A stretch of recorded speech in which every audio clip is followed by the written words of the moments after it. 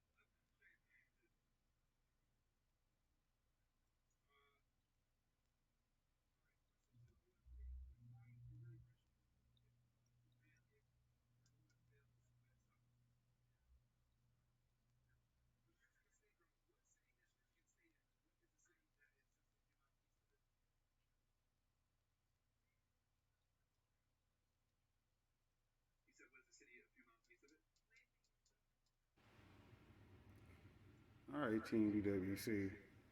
Our video is about how to get 4,000 watch hours.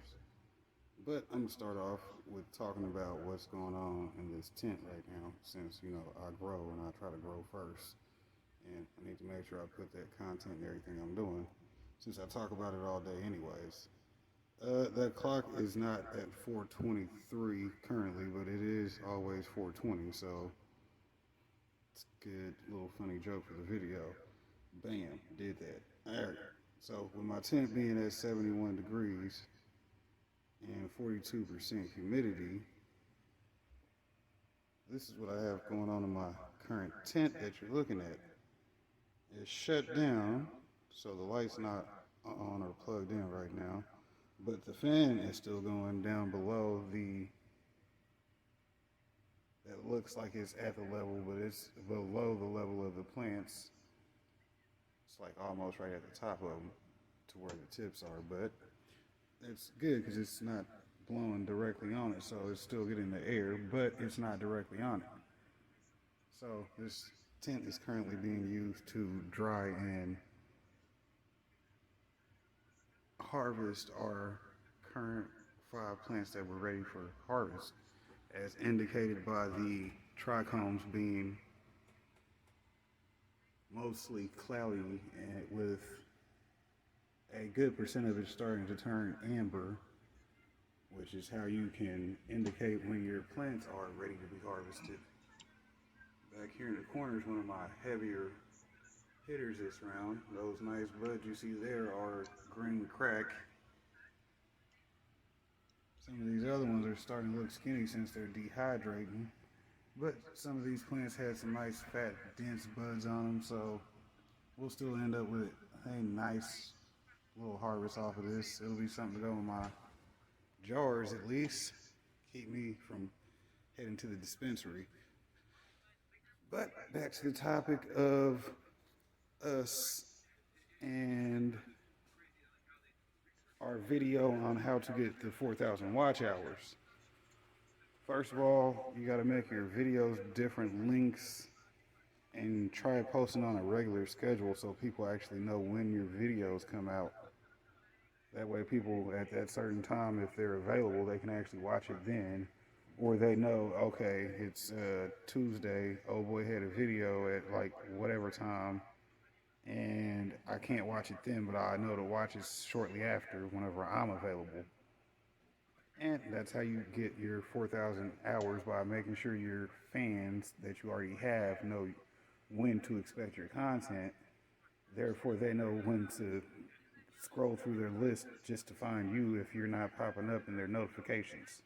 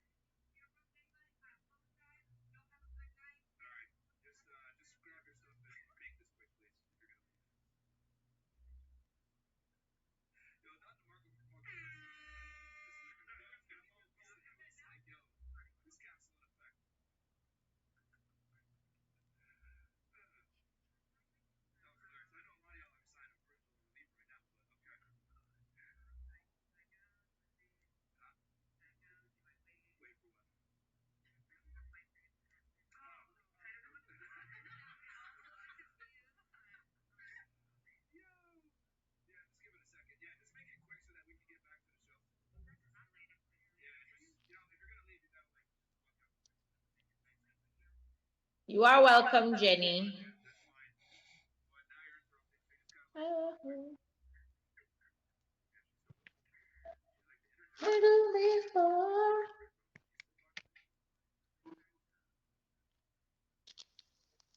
It takes much better tonight. I'm gonna write over these.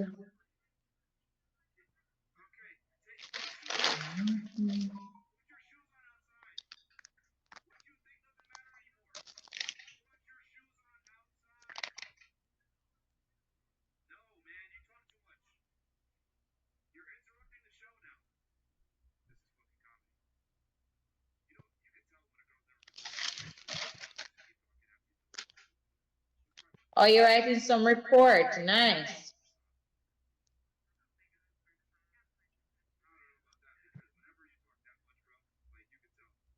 Oops.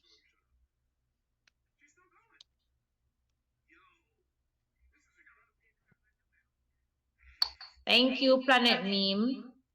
And I just love how everyone is growing. Guys, don't dwell on what you lose. I know it hurts to go up and down. In soup, come on. There's no cat in the bed. Alright, go. Asu come watch a movie with you guys, okay? No, too much YouTube. Alright, I'll watch YouTube with you guys. Go that way.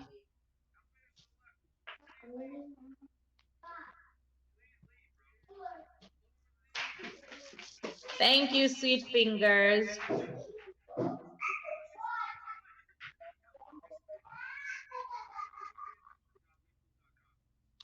Hey, my fat, and you know, so I'm almost through. We're just doing one more. Talika, turn it down. TWP popcorn, what's popping? Hello, popcorn. Are you a content creator? Let me see if I can search for you.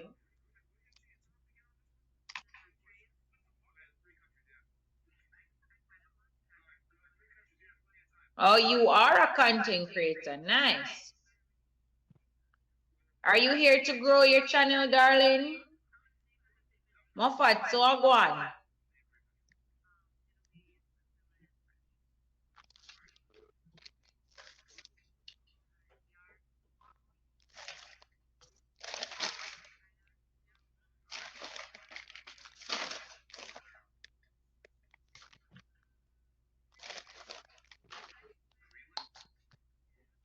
They say, oh my God, I see the way you shine.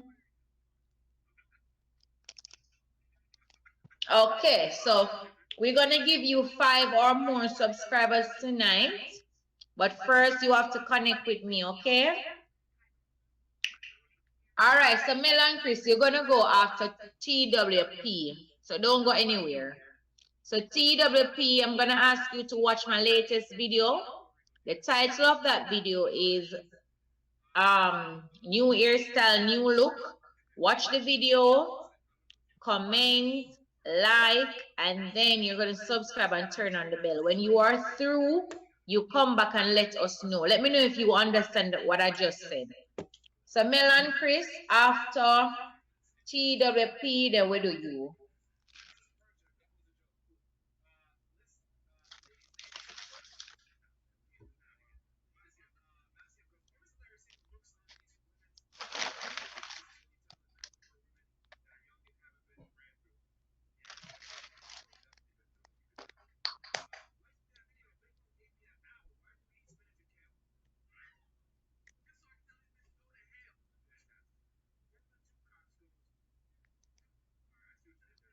Yes, Moffat, please do that. Thank you, genius. All right, so Jenny, where is Jenny name? Jenny.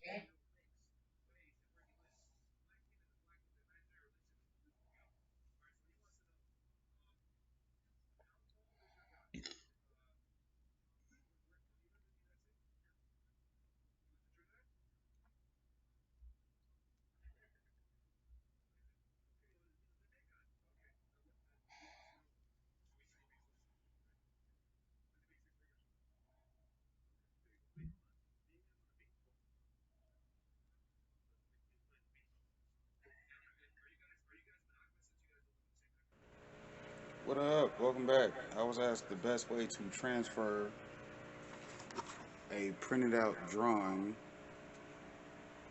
onto a blank canvas, and this is going to be today's video. Stay tuned.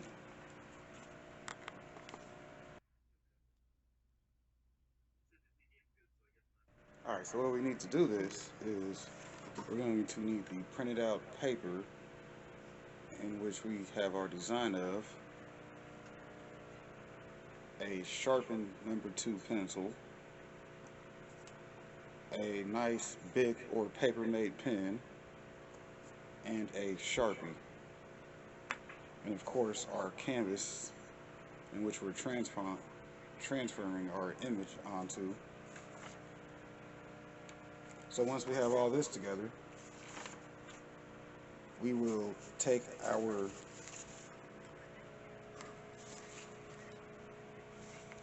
#2 pencil and shade over the back of the stencil, so when we come over with the pen to do our lines, everything's going to transfer onto the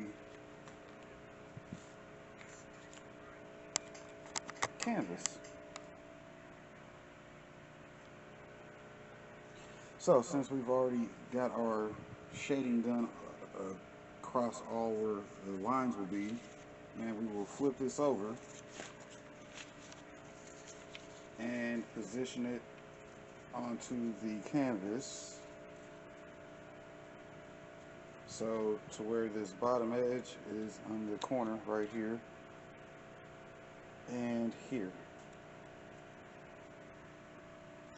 So that'll be the entire canvas of this.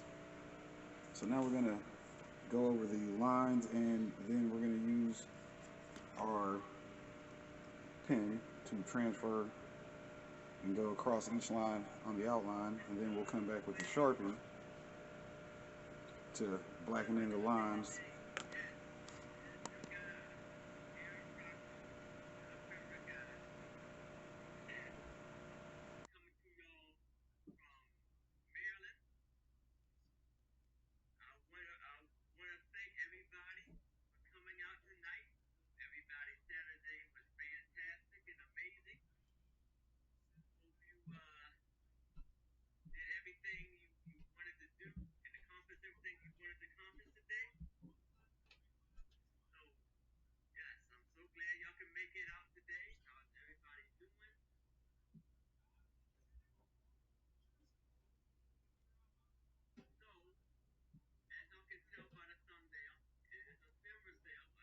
Alright, Team DWC, now that we've got our paper prepped, we've got our canvas out, open and ready, we are just going to lay the picture on the canvas and fit it to the bottom. So if you see the bottom edge, it's across the bottom of this edge right here, and it is keeping it in frame. So that's going to take up most of this whole entire space. So now we just have to keep it center as we're going across the lines and just trace it.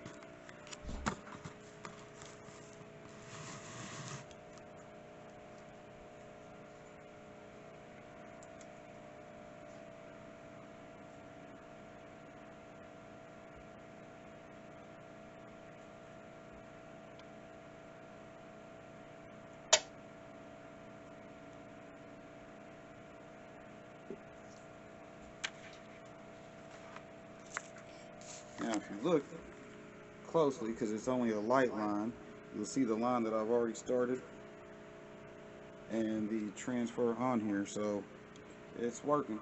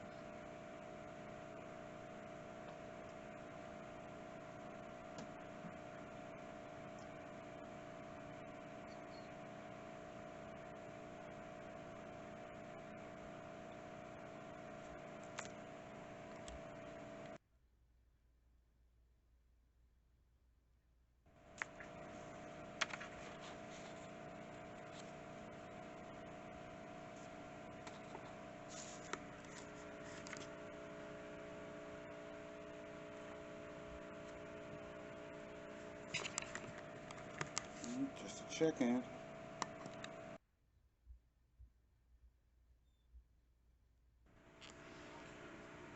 Alright, Team DWC, here's the next stencil we're going to do. And we're also going to do 3 more of these. So, when we're done,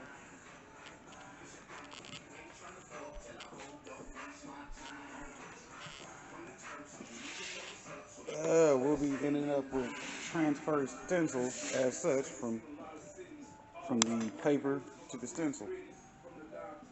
To the canvas, I should say. Excuse me. Yeah.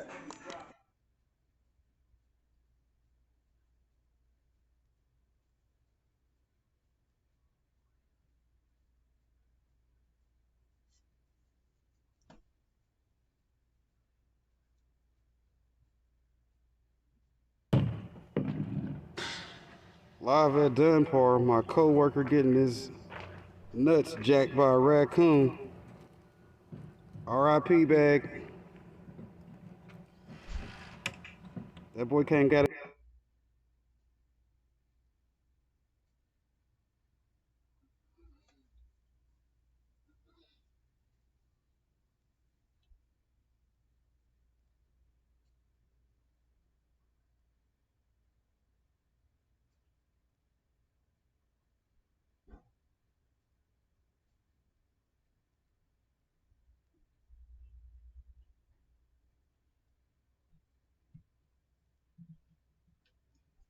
That skull used to be my motherfucking background, didn't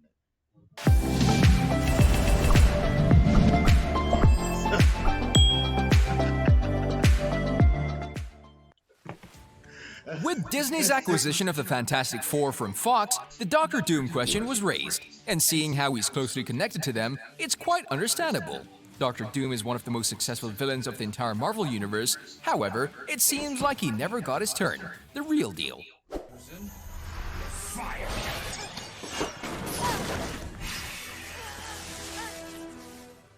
And today we're gonna talk about just that, how a Doctor Doom movie was almost put in the works, where he might appear in the MCU, now that Disney has the rights for him, and what's happening with the project of his own solo movie. Introduction. Before we move on forward with the character and how he can be put in the MCU, now that the Fantastic Four are coming to the big screen, we think that it would only be fitting if we take a look at his origin story and what he's all about. So without further ado, let's dive right in. To start things off, we'll try to explain to him in just a few words. Doctor Doom has one of the most incredible origin stories in the entire Marvel Universe, thus his solo movie is well deserved, as part of the MCU of course. The MCU's Fantastic Four movie is coming, and even though there's still no date set, we should be expecting it in the early months of 2024 at the latest. The Fantastic Four are all beloved characters who had 3 duds by now, however, we think that their iconic villain, Doctor Doom, should be getting his solo movie even before the Fantastic Four releases, seeing how he's been mistreated for so long during the previous movies. Without a doubt, Doctor Doom is the most compelling and intimidating force in the Marvel Universe, and his long and the heartbreaking story deserves time and focus, and we think that a Fantastic Four movie will never tell his tale effectively. Thus, to put it in short, we need the MCU to make a solo movie about Doctor Doom. Victor Von Doom was born in a Romani camp in the fictional European country of Latveria, where his mother turned to the dark arts out of desperation, who made a deal with the devil to gain power and confront the king's men, with her soul being taken by Mephisto. And after losing his father shortly after, Doom dedicates his life to save his mother's soul from the eternity of torture she faces. His genius-level intellect together with his mother's magic, Victor masters both science and mysticism at a very early age. He then continues his studies at the State University in New York, where he first met Reed Richards, a time in his life when he invents the machine that would allow him to astral project into the underworld so he could save his mother. But a miscalculation which Richards identifies causes the machine to explode and scar Doom's face. He travels the world gaining power and knowledge and crafts his magical armor, and every step he makes gets him one step further in the opposite direction of him helping his mother. But when he became the undisputed leader of Latveria after overthrowing the king, he dedicates the nation's vast resources to the goal he set when he was young. At one point, he's joined by Doctor Strange in Hell, where they're separated by Mephisto's forces, and Doom is tasked to bring Doctor Strange to him in exchange for his mother. Doom agrees and leads Strange into a trap, and his mother is released, but she refuses to leave, seeing what her son has become. Thus, when everything is said and done, Triumph and Torment are the perfect storylines to introduce Doom into the MCU, with it diving even deeper into the mystical and macabre side of Marvel that the MCU has barely touched. Doom's mind is so dangerous that even Mephisto is scared of him, so you can see just how powerful Dr. Doom is. Mephisto at one point even offered him a bargain, promising him to give him power if he worked with him. And Doom's response was, "The world is mine for the taking if I so desire. I need no such gifts from you." You can see that Doom is the kind of villain that needs no help even from the devil, and is noble and unfailingly loyal to his code. He's a very important character in the MCU who can reshape the entire MCU. Doom's movie update.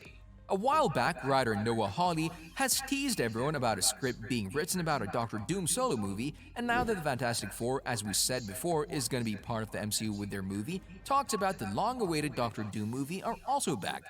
You can do more than you think you can do, and you need to hire a caliber of talent, both on the actor front and all the creative positions. Legion series writer Noah is keen on giving the Latvian dictator his movie, and now that Legion has finished its run and his project put on hold for quite a while, the dust has settled and it seems like the Doctor Doom project is that much closer to be put in motion yet again after the announcement back in 2017.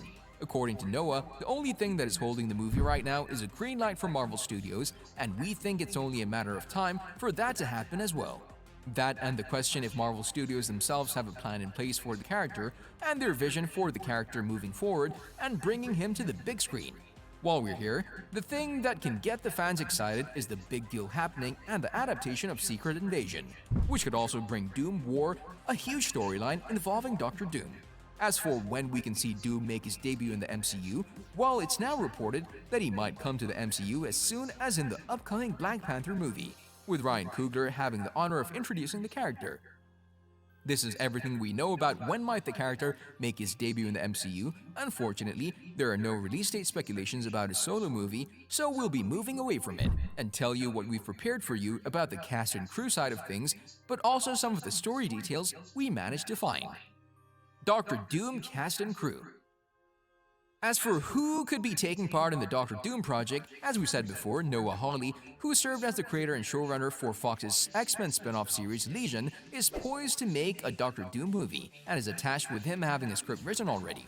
However, that's the only position filled right now, thus it would seem that no director or lead actor was ever found.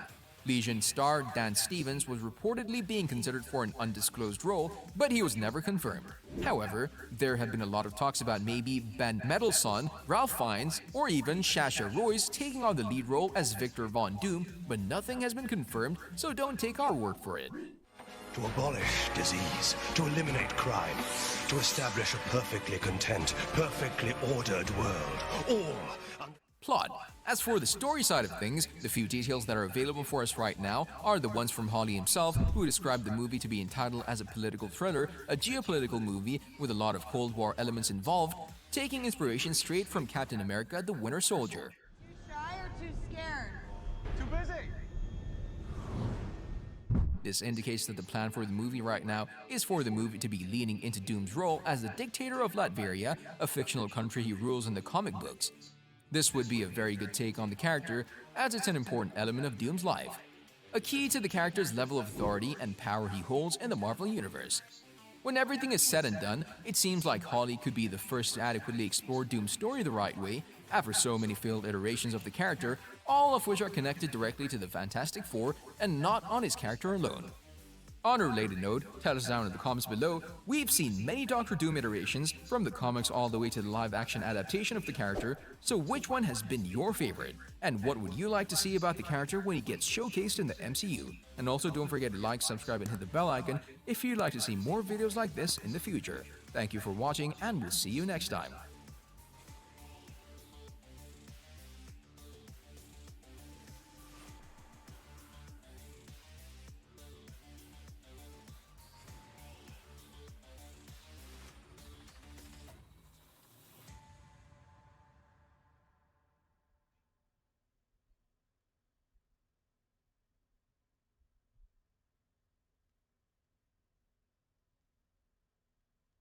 The Marvel Cinematic Universe's multiverse is a concept about which we know frighteningly little. In Marvel's comic book world, though, we do know quite a bit since there have been many multiverse adventures over the decades, and these are the stories that inform what goes on in film and TV. With those adventures come many new characters or variants on current ones that cross over to and from their worlds, and one of those is Rintrah, a being who evokes the imagery of ancient Greece's Minotaur, and who hails from an extra-dimensional planet called Raval. Who is he? Let's talk all about Rintrah. First, thanks for watching JLS Comics. Hit that subscribe button so you can keep up with all of our weekly content, and with that out of the way, let's jump right into our story. Though Rintrah first appeared on Peter Gillis and Chris Warner's 80th issue of Doctor Strange in 1986, our story starts a couple issues earlier, issue 78.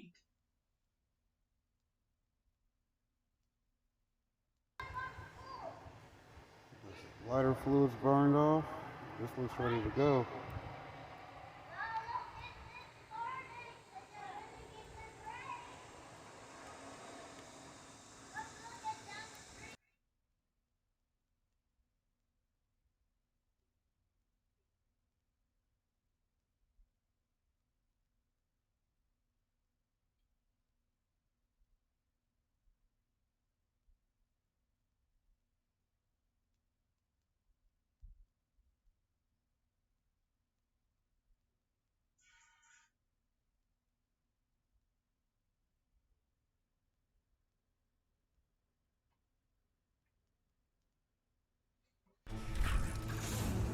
Today's episode of Variant is brought to you by Domain.com. Today on Variant, I finally talk about another symbiote, the long-requested anti-venom.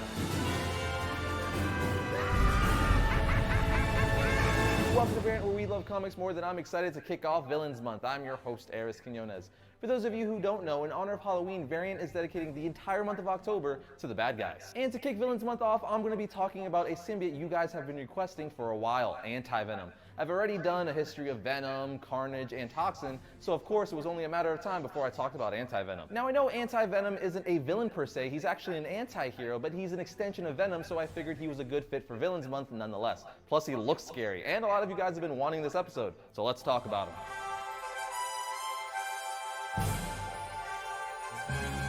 Diving right into it, not wasting any time, we first see Anti-Venom in the 2011 storyline New Ways to Die in issue 569 of The Amazing Spider-Man. While once again praying at a church, Brock was discovered by a philanthropist named Martin Lee, who is secretly Mr. Negative. After attorney Matt Murdock proves in a court of law that Brock was not responsible for his actions while bonded to the Venom symbiote and has Eddie's charges dropped, Lee gets Brock a job in a soup kitchen. Eddie began life as a cook and continued rounds of chemotherapy in order to try to combat his cancer. When Eddie believed his terminal cancer was about to kill him, a touch from Mr. Negative charged the remnants of the Venom symbiote within his body and activated them, causing them to bond to his white blood cells. This created a brand new non-sentient symbiote that lived within Eddie's bloodstream, secretly healing his body of cancer. One day, Matt Gargan, who was the current Venom, was hunting for Spider-Man, and since they form a host, and presuming it to be Spider-Man, followed the Inkling. Gargan then encounters Brock instead of Spider-Man, and the Venom symbiote then attempts to leave Matt Gargan and rebond with Brock. However, upon making contact with Brock's skin, the new symbiote began to react. The white substance seeps out of his pores, and the Venom symbiote is immediately repelled. Once the symbiote completely covers his body and transforms his appearance, Brock declares himself Anti-Venom. After becoming Anti-Venom, Brock and Gargan fight with Spider-Man trying to break them up, but Spider-Man is punched out of the way by both symbiotes. Eddie tells Gargan that he only wants to save him from the symbiote and the poisonous deadly road it will lead him on. Anti-Venom defeats Gargan and nearly kills the Venom symbiote. Brock then detects remnants of the symbiote inside Spider-Man from when he wore the symbiote. He attempts to cure Spidey, draining radiation from his body and nearly depowering him. He doesn't, of course, because the Thunderbolts arrive to break it up, but from then on, Spider-Man's powers are greatly weakened in the presence of Anti-Venom. The Thunderbolts try to kill the new symbiote, but Eddie proves immune to Sonic Bird's sonic projection and Radioactive Man's heat/radiation, unlike previous symbiotes, including Venom. Eddie then tries to cleanse Radioactive Man, but Sonic Bird saves him. Norman then tells them to retreat, and they take Gargan back to the base to heal him and Venom. Norman then uses the remnants of Anti-Venom and Gargan to create a Super Venom capable of destroying the new symbiote. He then outfits Gargan in a new Scorpion-powered suit that contains a cybernetic tail and a stinger filled with Super Venom. The powered suit also allows the Venom symbiote to regenerate while providing new protection against Anti-Venom's touch. Meanwhile, Brock saves Spider-Man from Bullseye and Norman Osborn, and the two team up. Long story short, after webbing Songbird and Radioactive Man to a wall, Anti-Venom faces Gargan, who now embodies both his power sets as Scorpion and Venom. After a grueling battle, Gargan as Scorpion hits Anti-Venom with his stinger and injects the Super Venom, which seemingly destroys Brock's suit. Gargan then tries to kill Brock, but is met with resistance by the Venom symbiote. Gargan's symbiote gains strength and breaks through his battlesuit, refusing to let Gargan kill Brock. Gargan explains that the suit still loves Brock too much to do so, so Gargan gives up. But he promises Brock that he will get past this problem and someday finish him off, to which Brock replies, "Not if I kill you first." Unknown to Gargan, Brock's anti-venom suit reforms. He admits that Spider-Man helped show him a side of humanity he had long forgotten, also saying there was more he could learn from him. Now a fugitive for helping Spider-Man and fighting the Thunderbolts, Brock is back on the streets planning to continue his religious quest as anti-venom. Brock later faces the villain Mr. Negative and discovers that he and Lee are the same person. Learning that the man he idolized is a supervillain causes a breakdown for Brock, making him question his faith, referring to himself as a monster. After this revelation, he becomes increasingly unstable mentally, murdering small-time criminals as he did during his Lethal Protector days. He briefly and reluctantly teams up with the Punisher to stop a drug cartel that kidnapped a friend of Brock's. This leads us into the return of the Anti-Venom story. During the road to Spider Island, Anti-Venom makes a return. In this arc, he begins a crusade against Mr. Negative's crime wave and eventually finds Martin Lee himself. As Anti-Venom tears apart his limo, Spider-Man intervenes and stops Brock from killing what he believes is an innocent man. Spider-Man is easily defeated by Brock's new suit and is captured. Later, Eddie tries to convince Spider-Man that Martin Lee and Mr. Negative are one in the same. Due to his disbelief, Spider-Man is forced to tag along with Brock as he continues his search for Mr. Negative. Eventually, Anti-Venom is ambushed and stabbed by what seems to be a Negative sword that causes him to lose the upper hand. The character Wraith then teams up with the two and they reveal Negative's true identity to the press and he is arrested. The story ends with Anti-Venom finally becoming a hero. During Spider Island, Anti-Venom appears as a reoccurring character in the events of Spider Island, in which he uses his healing powers to turn the affected citizens of New York from spider-powered beings back to everyday citizens. When the heroes discover that Eddie Brock holds the only cure for the infestation, Flash Thompson engages in a fight with Anti-Venom in order to secure and deliver him to Reed Richards. To which I say, don't start none, won't be none. Which I'm not really sure if that really makes sense for the situation, but I really wanted to say it. Richards then uses the suit in order to cure New York, but at the cost of Eddie losing his beloved symbiote. Eddie's sacrifice did not go unnoticed. Reed Richards held a press conference praising Eddie Brock as a true hero of Spider Island. In the aftermath, Eddie was left with nothing to show for his sacrifice. He took up living in a shack, gathering weapons that he had confiscated in his years as Venom. His new goal becomes eradicating the symbiote species before they eventually grow in numbers and take over the Earth. He soon kills Hybrid and Scream and plans to go after Venom next. But fear not, my comic comrades, Eddie Brock's career with the symbiote is not over here, because he later becomes the new Toxin and declares he wants to kill Venom above all else. But if you want to know more about Toxin, I already did a history of episode on him, so you can watch that if you'd like. But now that you know about Anti-Venom's origin, let's talk about some powers and abilities. Anti-Venom has superhuman strength, durability, stamina, accelerated healing, offspring detection, meaning he is capable of physically detecting its offspring. He can also wall crawl, has webbing generation, a spider sense, immunity to Spider-Man's spider sense, and camouflage capabilities. One of his coolest powers by far is internal bodily cleansing. After sensing an impurity, Anti-Venom can forcefully cure the substance from the person's body using antibodies produced by the symbiote. He uses this ability to almost completely destroy his old symbiote, and he cured a young girl from her heroin addiction. Hence his name Anti-Venom, because he's the cure for things impure. But now that I've told you about his powers, it's time for some reading recommendations. You have the New Ways to Die storyline, the New Ways to Live storyline, the Return of Anti-Venom, and the Spider Island storyline. When you buy a domain name from domain.com, you get the power to influence and control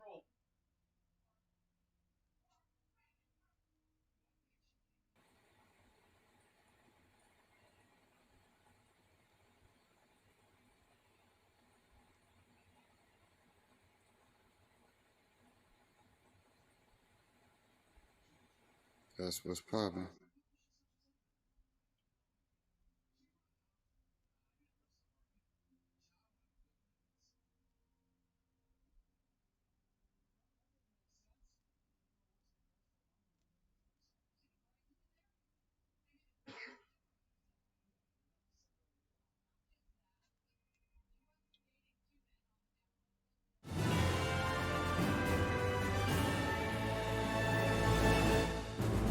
Hello again, my comic comrades. With the hype around the new Venom trailer being released this past Tuesday, I thought it was perfect timing to talk about a major addition to Venom's mythos that just happened last week, and it affects the entire symbiote race in comics. That addition would be Null, god and creator of the symbiote race. That's right, people. Everything we thought we knew about the Clintar, which is the name for the symbiote race, was changed in a single 22-page issue. 2018's Venom issue 4, to be exact. And in case it isn't obvious enough, this episode is going to be spoilerific for that issue, so abandon ship now if that's a problem for you. For everyone else, let's elaborate, shall we? In issue 4 of Venom, we learned that Null was an ancient deity who existed even before the universe itself. Or as he puts it, in the beginning there was nothing, and that's where he existed. But then the Celestials were born and started creating the universe. Noel says the gods, or Celestials as we know them, created the universe in his kingdom, which we would come to call space. Yes, according to the story, this dude's domain was space. Pure and utter empty space. And he didn't take it too kindly when the universe was being made in his kingdom. Now you may be thinking space was just an empty vacuum before these gods arrived, so how could he be the ruler of nothingness? Well, Noel explains it like this. My kingdom was not empty. My abyss was not dead, not hollow. The endlessness of my lands was not theirs to raise and reform and remake. No, the void breathes. The abyss has teeth, and shadows only grow in the light. As Noel is saying this, he creates a living sword from his shadow, followed by cutting off one of the Celestials' heads. No, I am not kidding.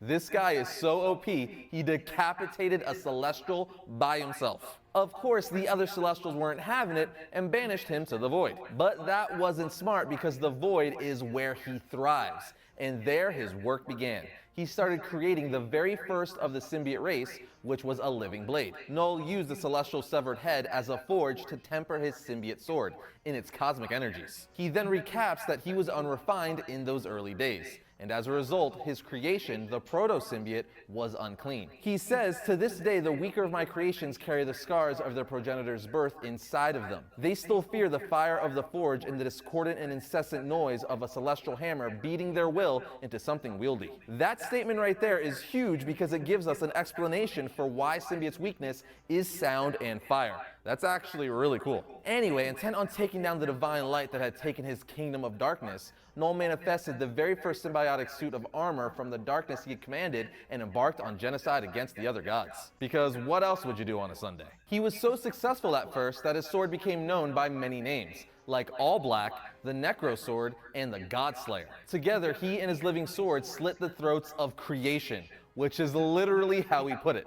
This guy is intense. But of course, evil eventually always falls, and he was ultimately defeated and his sword All Black was taken from him. But Noel isn't a guy to stay down, so what did he do? He searched for a new weapon and discovered that if he bonded his living abyss with lesser creatures, he could then manifest and pilot their new forms as vessels. As he put it, this moment, this primordial instance of symbiosis on this near barren land, this is where it all truly began. It was here he created a symbiote horde and he was at the center of it.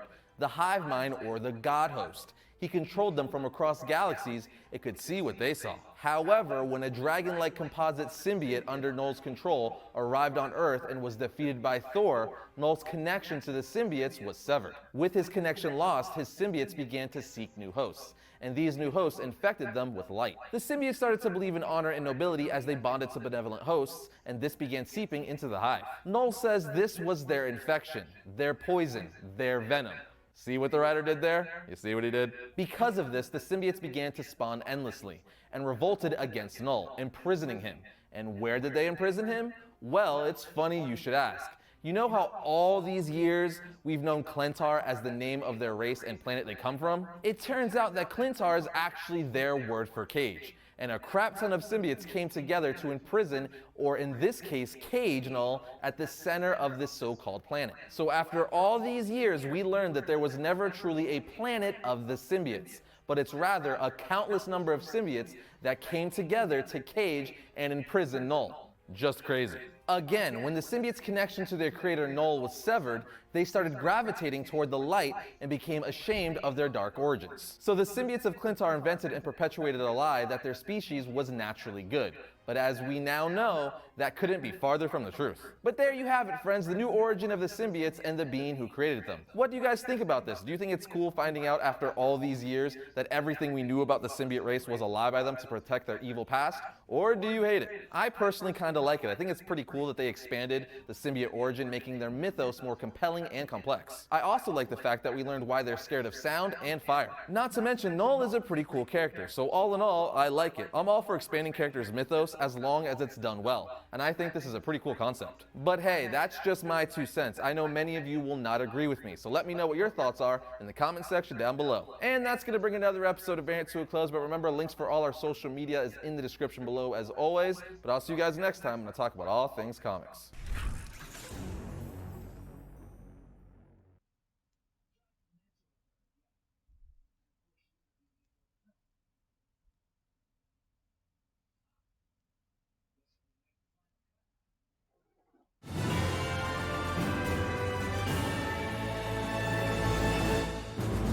What's up, my comic comrades? The time has finally come. The long-awaited Marvel event, King in Black, is here. This event has been teased ever since the introduction of Null well over a year ago in the Venom title. He's the Lord of the Abyss and the God of the Symbiotes, and he's finally arrived on Earth to do what he does best, destroy worlds, leaving nothing left but complete and utter darkness. But if you want to know more about Null and who he is, check out our Origin of Null episode right here, as well as the Road to King in Black within the Venom Beyond story arc, which we covered and you could also find right here. With that said, spoilers incoming as we're about to break down the entire first issue of King in Black. And let me just say, it is glorious.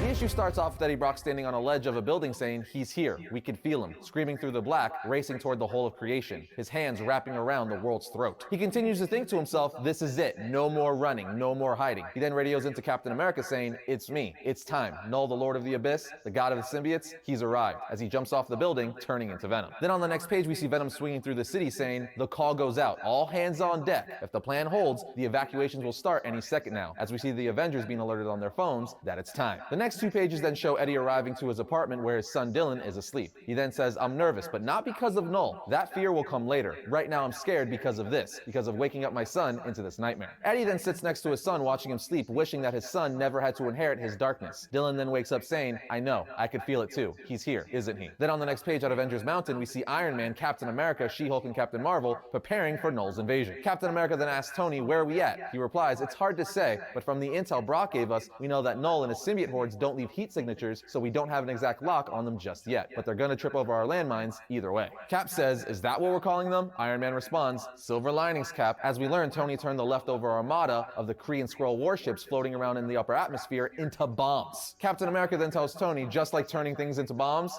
and he replies, "Old habits." Speaking of bombs, any word on the big man yet? Cap says, "Still waiting. I'd say a prayer if I were you." At which point Captain Marvel says, "Heads up, good news and bad news, boys. Looks like we found them, but we're gonna need a bigger bomb." And on the next page we see countless symbiote dragons making their way into Earth's atmosphere. At which point Iron Man says, "How dare you," to Captain Marvel's bigger bomb comment. And then he says, "Fire." The ships then start exploding all around the dragons, but the problem is there's too many of them. So the bombs didn't even put a dent in them considering how many of them there are. And as Eddie is trying to get his son Dylan to safety, he feels Null saying, "It didn't work. Took out at least 100 of them, but it didn't even slow them down. Oh my God, he can't be stopped." At this point, Captain America starts running saying, "All teams, move, move, move. This is not a drill, people. This is it." We then get an awesome 2-page spread seeing countless numbers of Null's symbiote dragons raining down on the city as the Fantastic Four look on over the water, with a caption saying in the sky, "The King in Black." And I just gotta pause for a second and appreciate this beautiful piece of art by Ryan Stegman. It looks amazing seeing all those dragons rain down on the city.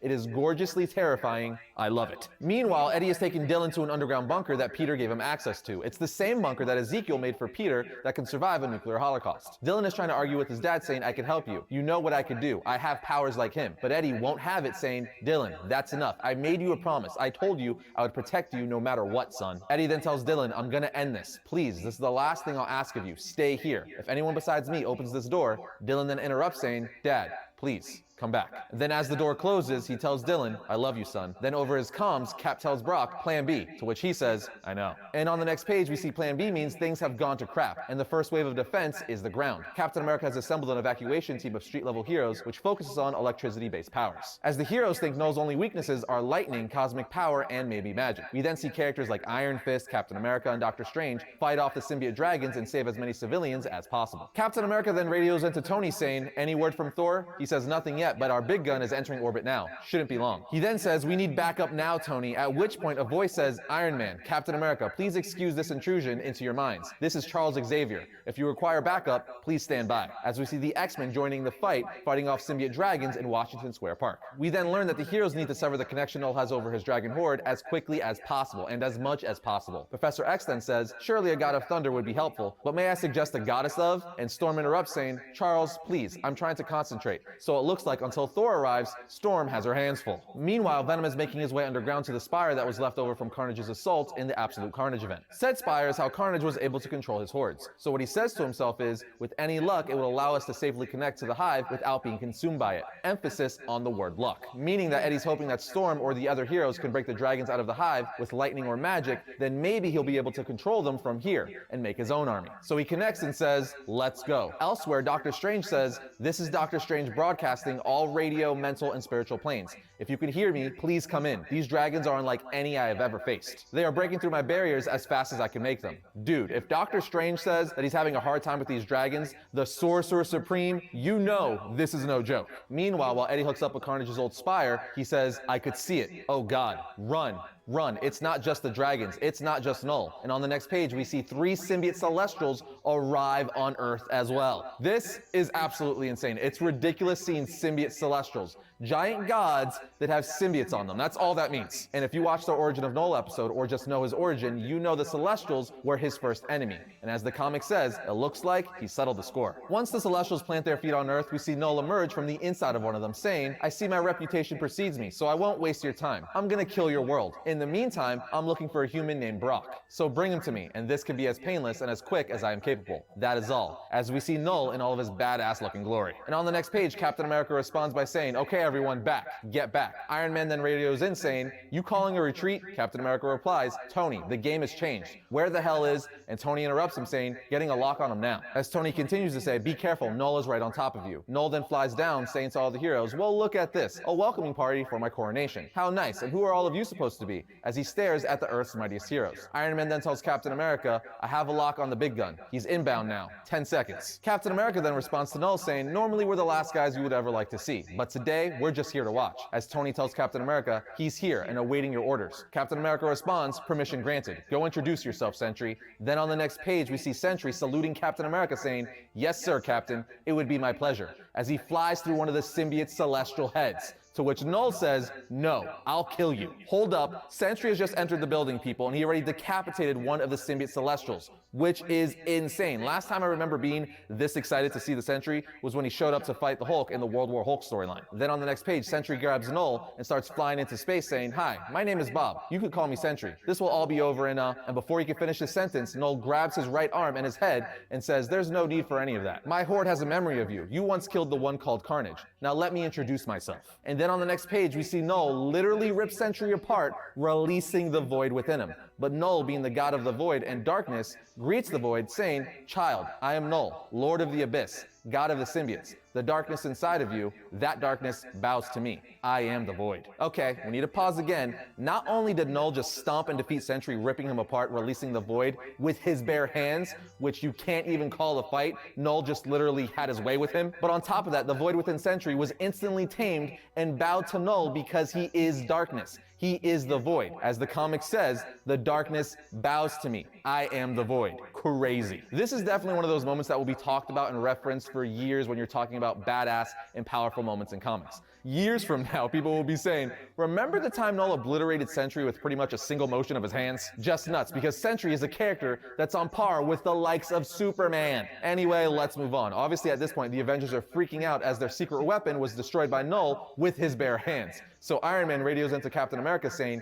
get out of there, now. Do you hear me? We have to regroup. We cannot win this right now. We are out of options. Run. Cap then says, there's always one more thing we could do. Secure the city. Get as many people clear as you can. We'll hold the line. Avengers, assemble. And as Captain America shouts the Avengers' famous battle cry, Null looks down at Captain America saying, was that it? Your defiant last stand? I must say, I'm not terribly impressed. I hope the mighty Earth would have proven more worthy of a battle. Alas, you will fall like the rest. I have met your armies, little ones. Meet mine. As he has the symbiotes rise from the ground, trapping and encasing the Avengers. After incapacitating the Avengers, Null says, there, that's much better. Now let's make sure we aren't interrupted any further from that sky of yours. No more distractions. No more of your sun. No more stars. No more light. Yeah, you see? Isn't this much better? As we see him cover the entire Earth in a symbiote dome, trapping it in darkness. Guys, this book is a lot of fun. This is going to be a great storyline. After this, Storm is like, Charles, Tony, could someone explain to me what just happened? At which point, Tony tells her, Null just covered the entire Earth in a symbiote dome. Storm then replies, okay, so I need a plan here. I cannot keep this up, as she's been using her lightning to blast Null's dragons. At which point, Null spots her and makes quick work of her. Meanwhile, Eddie gives up trying to take control of some of Null's army, saying to his other, we're just going to give him what he wants. We're turning ourselves in.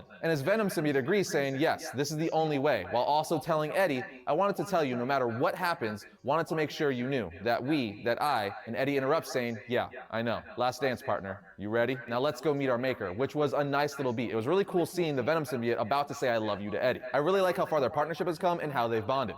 Come on.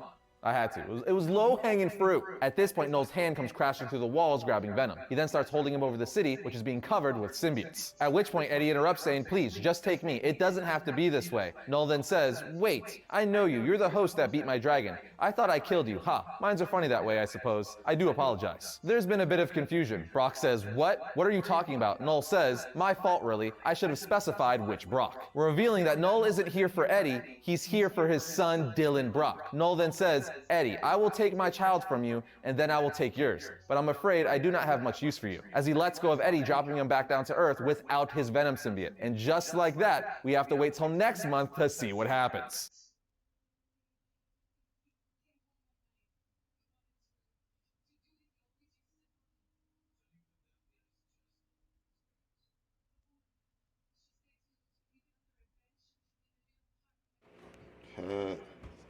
Team DWC is hat day. Which one we gonna wear? Comment the one on the left or the one on the right, the white or the black.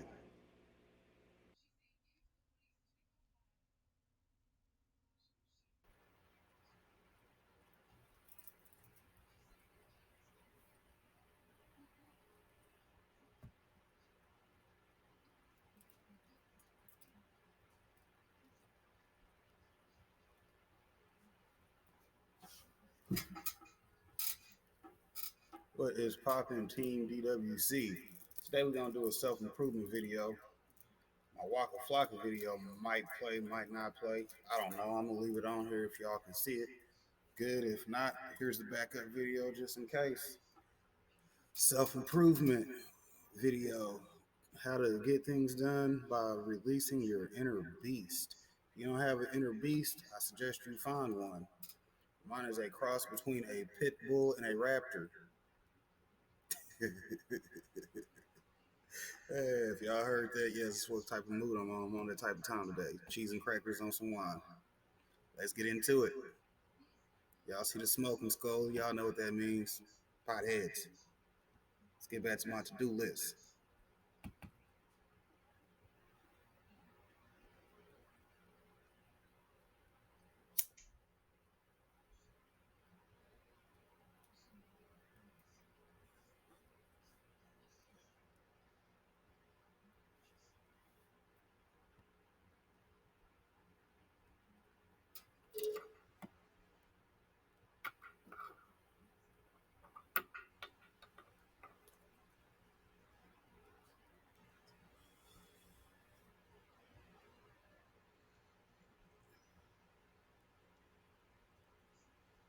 Hey, so I figured something out that I thought I'd tell you about. This took me like 30 years to figure out, and I figured it out in this tour.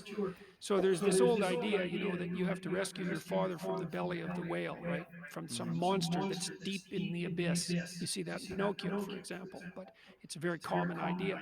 And I figured out why that is, I think. So imagine that we already know from a clinical perspective that if you set out a path towards a goal, which you want to do because you need a goal and you need a path, because that provides you with positive emotion.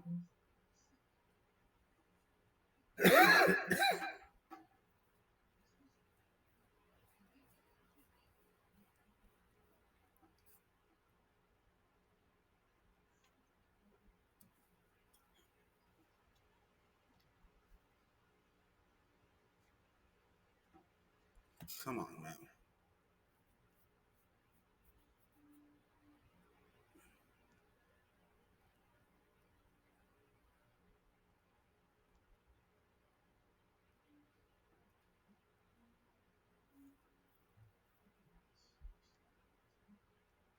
Right? So you set up something as valuable. So that implies a hierarchy. You set up something as valuable. You decide that you're going to do that instead of other things. So that's kind of a sacrifice because you're sacrificing everything else to pursue that. And then you experience a fair bit of positive emotion and meaning as you watch yourself move towards the goal. And so the implication of that is that the better the goal, the more full and rich your experience is going to be when you pursue it. So that's one of the reasons that's one of the reasons for developing a vision and for fleshing yourself out philosophically, because you want to aim at the highest goal that you can manage. Okay, so you do that, and then what you'll find is that as you move towards the goal, there are certain things that you have to accomplish that frighten you. maybe you have to learn to be a better speaker.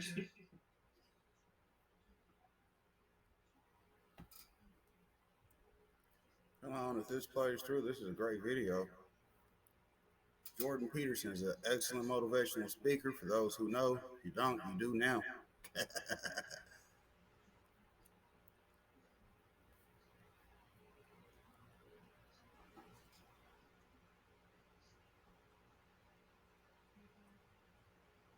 Come on, it is a 5-minute video preloaded for me.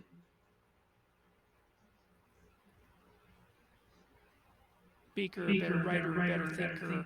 You have to be better to people around you, or you have to learn some new skills and you're afraid of that. Whatever, because it's going to stretch you if you pursue a goal, and so that'll put you up against challenges. Okay, so all the clinical data indicates, well, the opposite of safe spaces, as Jonathan Haidt has been pointing out, that what you want to do when you identify something that someone is avoiding, that they need to do because they're afraid, you have them voluntarily confront it. And so you break it down. What you try to do, if you're a behavior therapist, is you break down the thing they're avoiding into smaller and smaller pieces until you find a piece that's small enough so they'll do it. And it doesn't really matter as long as they start it. Then they can put the next piece on and the next piece. And what happens is they don't get less afraid, exactly. They get braver. It's like there's more of them. And here's why. So imagine you do something new.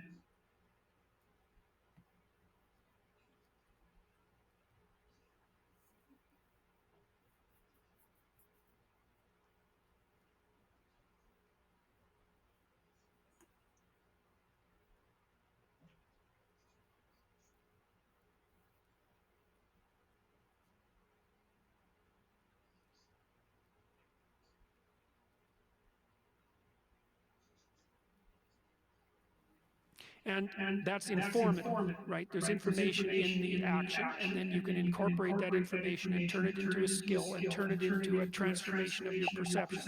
So there's more to you because you've tried something new. So that's one thing.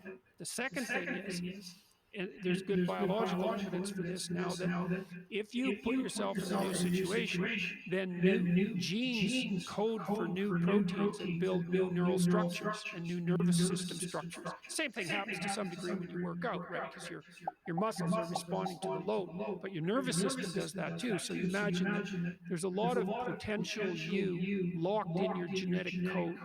And then if you put yourself in a new situation, then the stress, that's the situational stress that's produced by that particular situation, unlocks those genes and then builds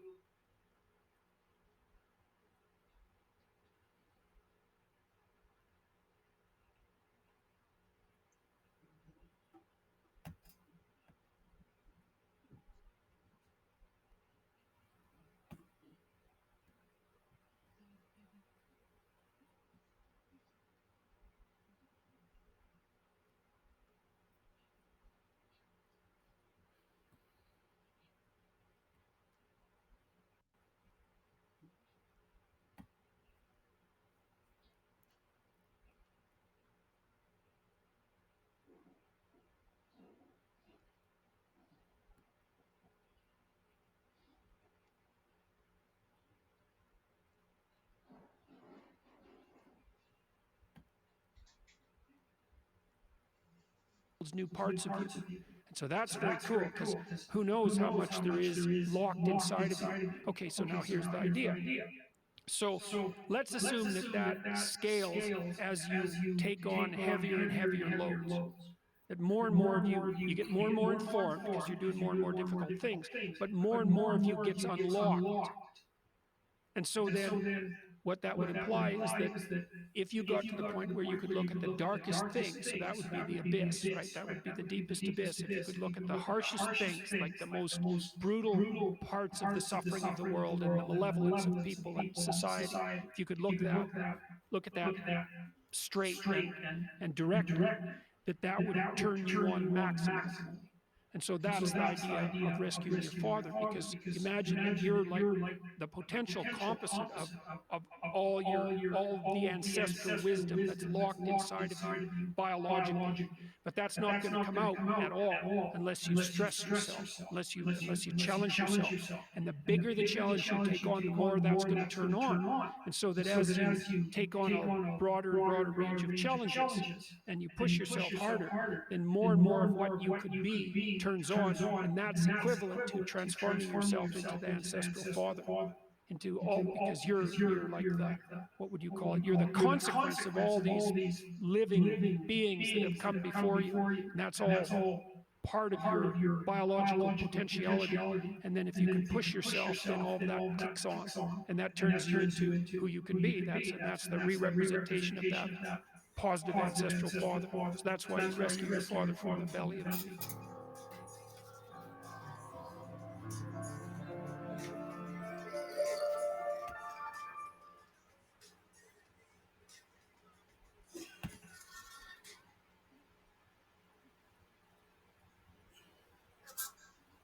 Yeah, what up?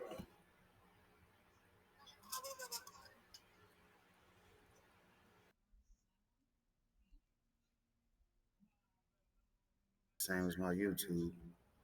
So make sure you log in there and subscribe and follow your boy to get regular updates on what I got going on. Sometimes I post content for YouTube and my daily gardening picture over there, because y'all know my weekly schedule here is going to be the same for here on out. It's going to be Wednesdays at 6 for my regular Team DWC or Cannabis Creations content,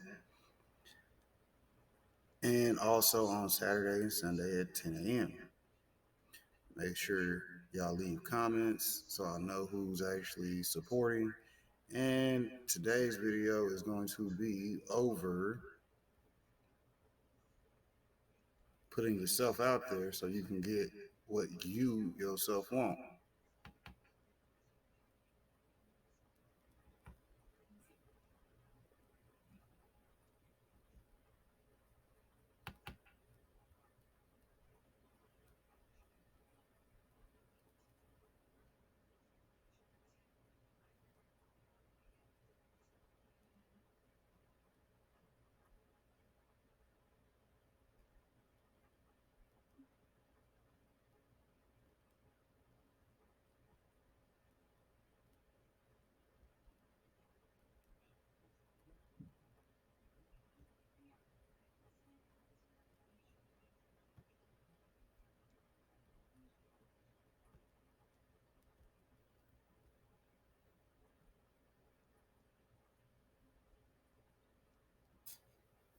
You basically just drove home with the fact that if you just focus on being better yourself, right? YouTube is a business in itself.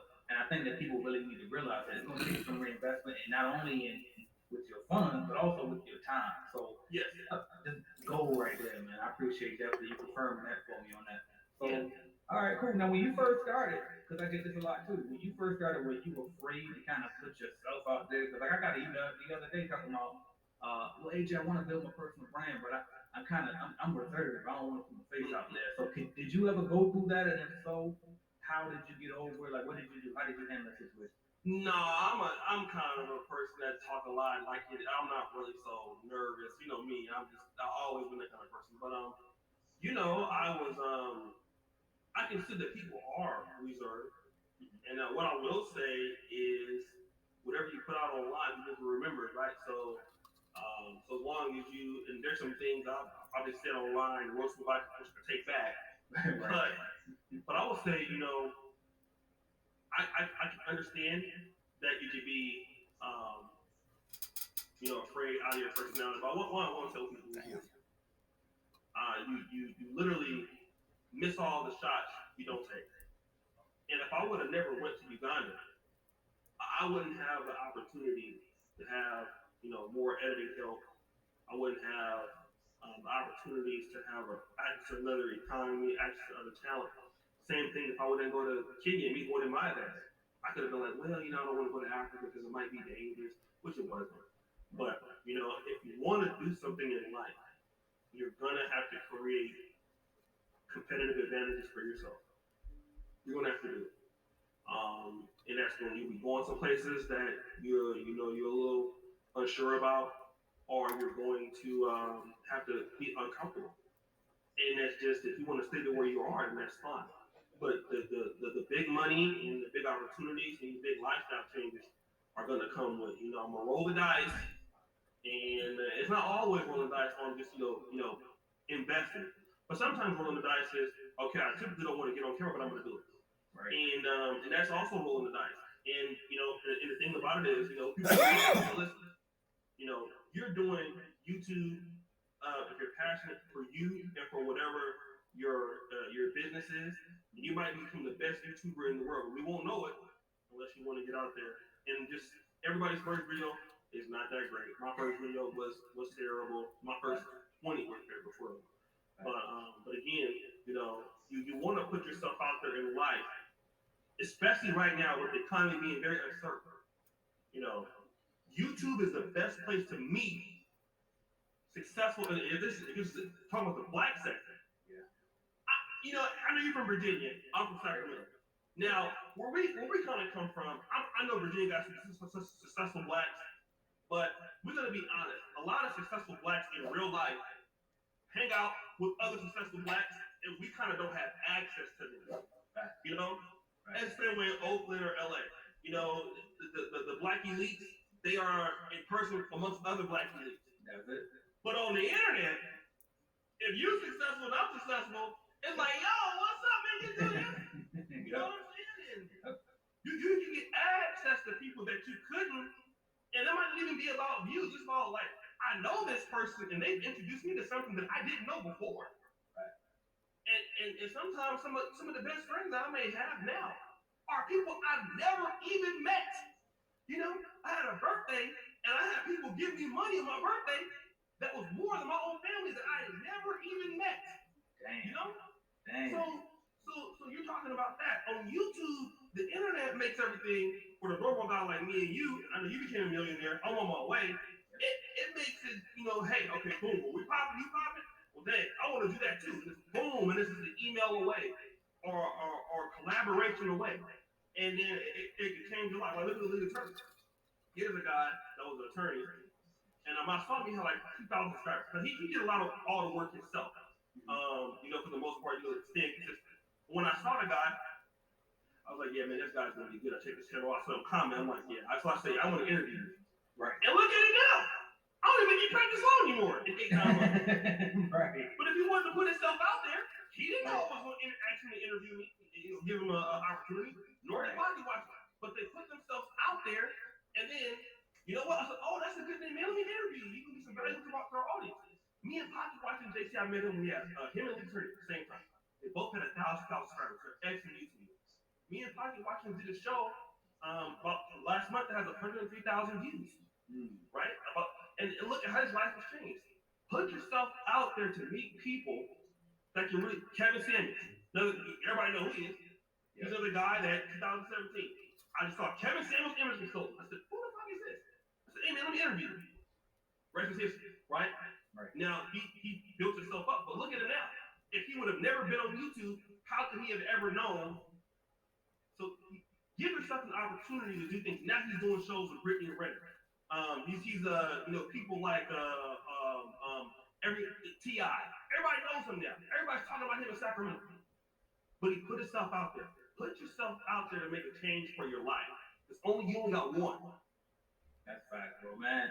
People help people who help themselves, man. Hello. You do what you do what I do, but you do it on a bigger scale, really, because that I didn't even think about this. But like, for example, you name some people that you reach out to and ask them. You did the same thing for me. You didn't have to do that because your channel's way bigger than mine, right? You don't need me. I need you too, right? When it comes to that. So, and you just decided to do it. Like, this guy, you know what? He's a good guy. He's giving my good information here. Come on, this platform. And I do the exact same thing for smaller channels. Right. Only because it's like, you know what? You're doing consistent. Here's a hand up because I wish I had one. And it's like, bam, now you gave me one. You know what I mean? And it just it's going to reciprocate, but can't nobody help you if you ain't got no hand out for them to reach out and grab onto to pull up. So that's huge, man. But let me say this: when I reach out to the people, I never just reach out, oh, I'm gonna give you a hand up. But you guys were actually good. There you go. You already working. You're already good, and you have knowledge that my audience can benefit from. You're already doing things. You're African American. You're successful business owner. I can tell by the piece you're talking about that you're not no scam or something like that.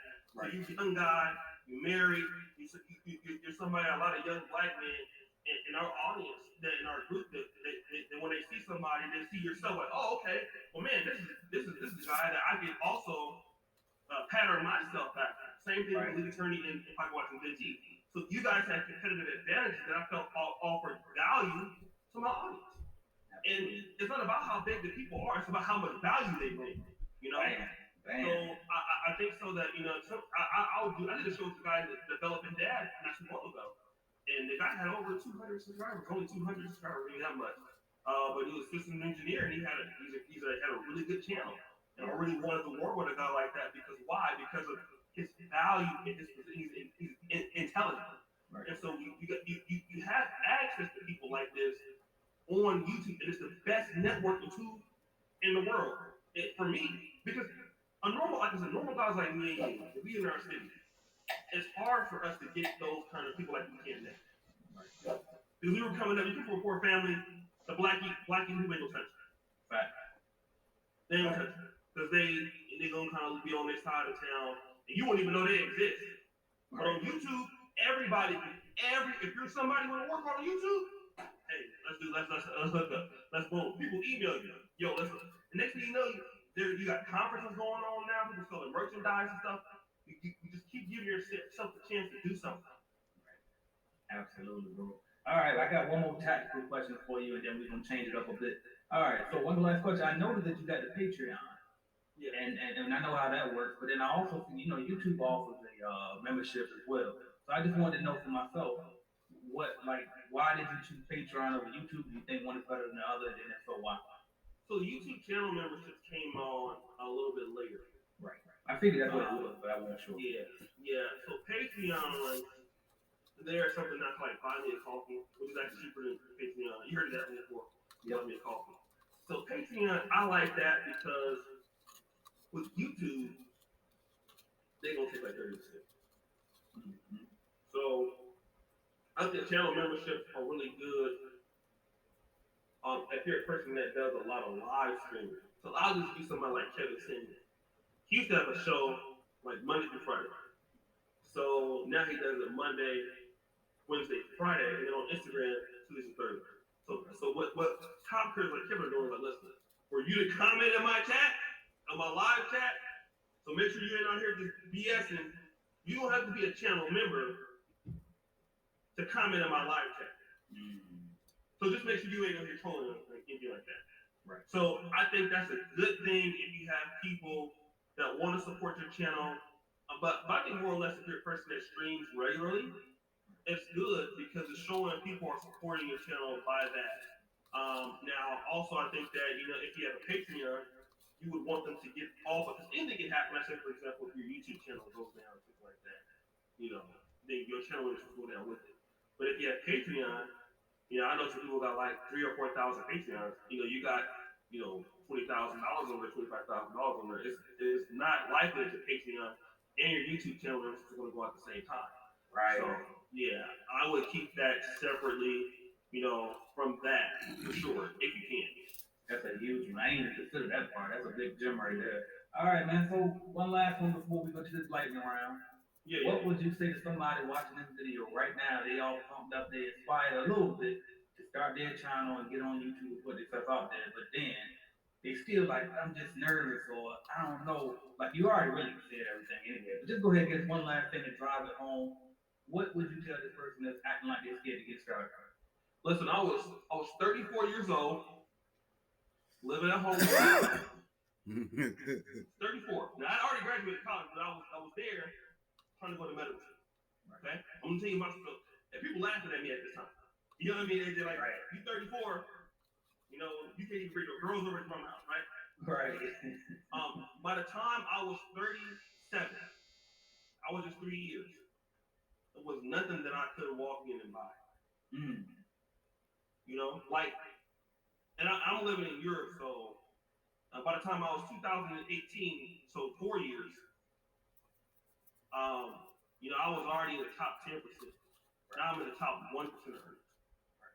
Now, money is a motivation, let that be, but also But it'll also be is that I have a lot of autonomy in my life. Right? You know, I don't have nobody. I don't have to get up at a certain time, and then I have the U.S. international market wherever I go. So that's something that if you want to live somewhere else, you want to have that money take you into another international market, do something. You want to be able to, have some really good investment, take care of your kids, take care of your wife, or just have other opportunities. If you're a person that wants to build, and I always talk about building your own bridge, you know, with what you're doing as an entrepreneur, building your bridge to what's going to be lateral, or if you want to make a lot of lateral moves help you on social media. What do I mean by that? You're a YouTuber, but you want to do comedy. You're a YouTuber and you want to do film.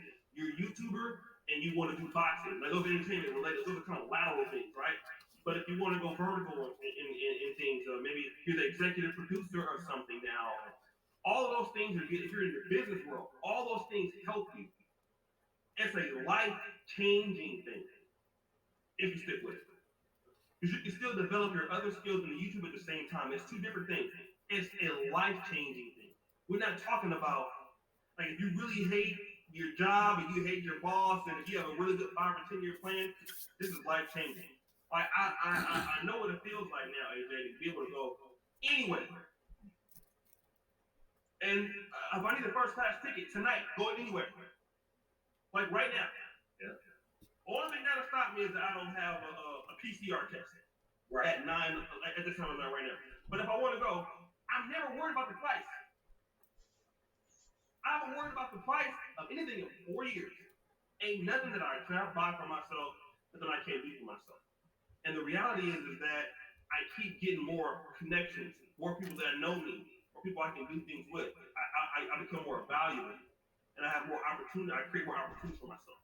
And that's what entrepreneurship is about. It's about, when you work with somebody, you don't think like that. But when you are by yourself, you're an entrepreneur, you have to kill what you eat. And if you're that kind of person and you're a go-getter, then this is the ring for you. If you want to compete and get out here and make something happen, especially in the black sectors where it's underserved. Because see, the black sectors, I know your content is not necessarily at black, even when you're a black business owner, but in the black sectors, that's where all the opportunities. We're the most underserved people in Black America.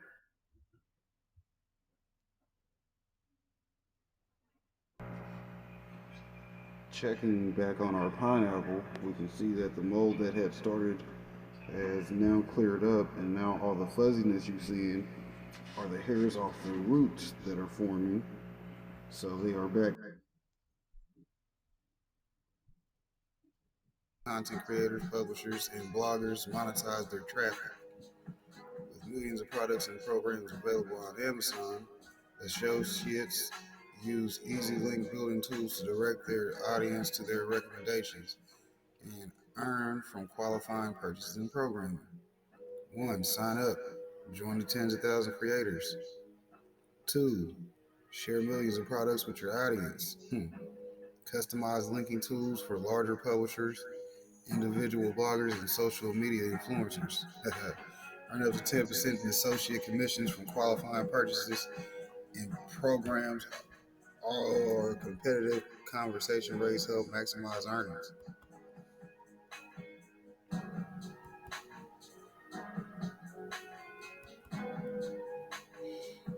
How does the program work? Share products and programs on Amazon with your audience through customized linking tools on qualifying purchases and customer actions like signing up for a free trial program. Learn more.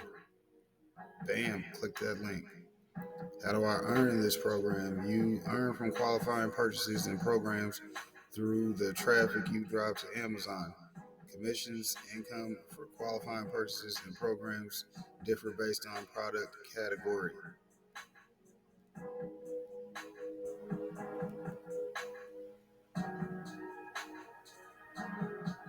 The Amazon Influencer Program. Let's go check this out first. Monetize your content with Amazon. Bam, this is what we're going to do. Build your storefront. create and earn.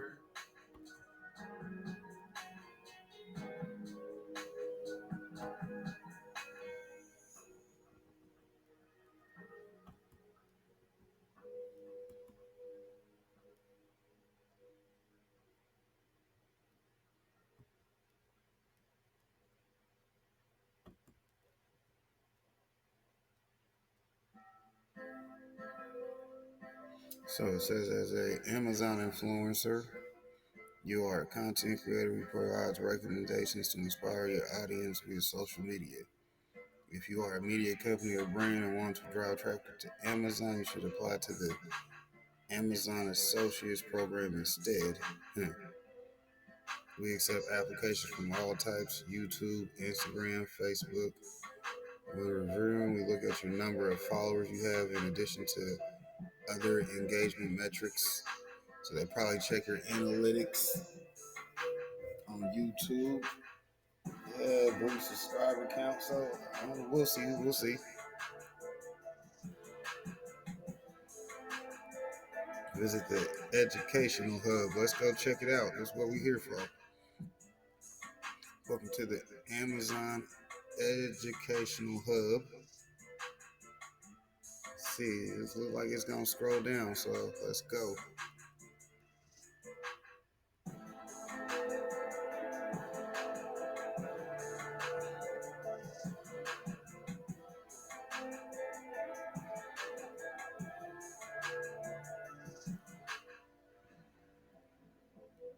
Set up an account, set up a storefront, set up your influencer storefront, how to use reports. Okay.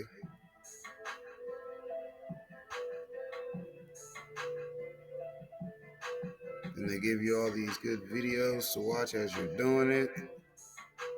So this looks like this is just going to be a part one of a series of how to set up the Amazon affiliate program. Make sure you guys like, subscribe, and comment if you like this type of content, so I know to keep making this type of stuff for you. There's all kinds of stuff in here. Let's go ahead and see about setting it up.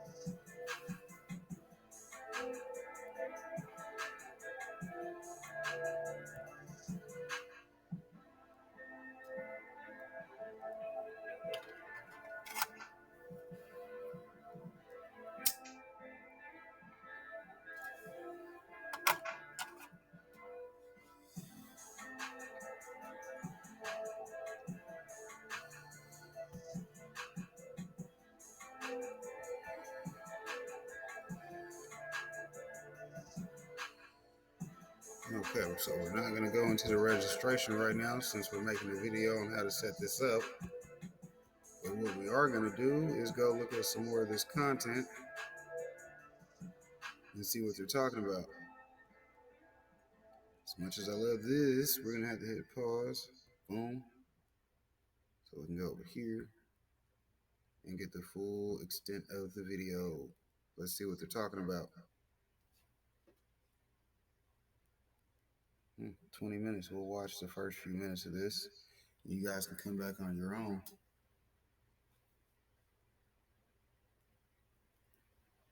Hey everybody, it's Lon Side, and it's time once again for your weekly wrap-up. And this week I wanted to talk about Amazon's influencer program, which for me has turned out to be a really nice addition to what I do here on the channel. So many of you, of course, are watching me on YouTube, but I have always been mindful of not putting all of my eggs in YouTube's basket. And for many years, that was really the only place we could earn some decent revenue from making content. But things are changing a bit, and Amazon's been really making a push to attract more independent creators to their website through the store. to get independent product reviews and other types of content running alongside product listings. And it's turned out to be something that has been very good for me and my business. And I wanted to talk about what I'm doing there and how if you are creating content, you might want to consider going there as well, because it's really for the first time something that rivals what YouTube can offer a creator without having to go shop around for sponsorships. So let's take a look at what this is all about right now.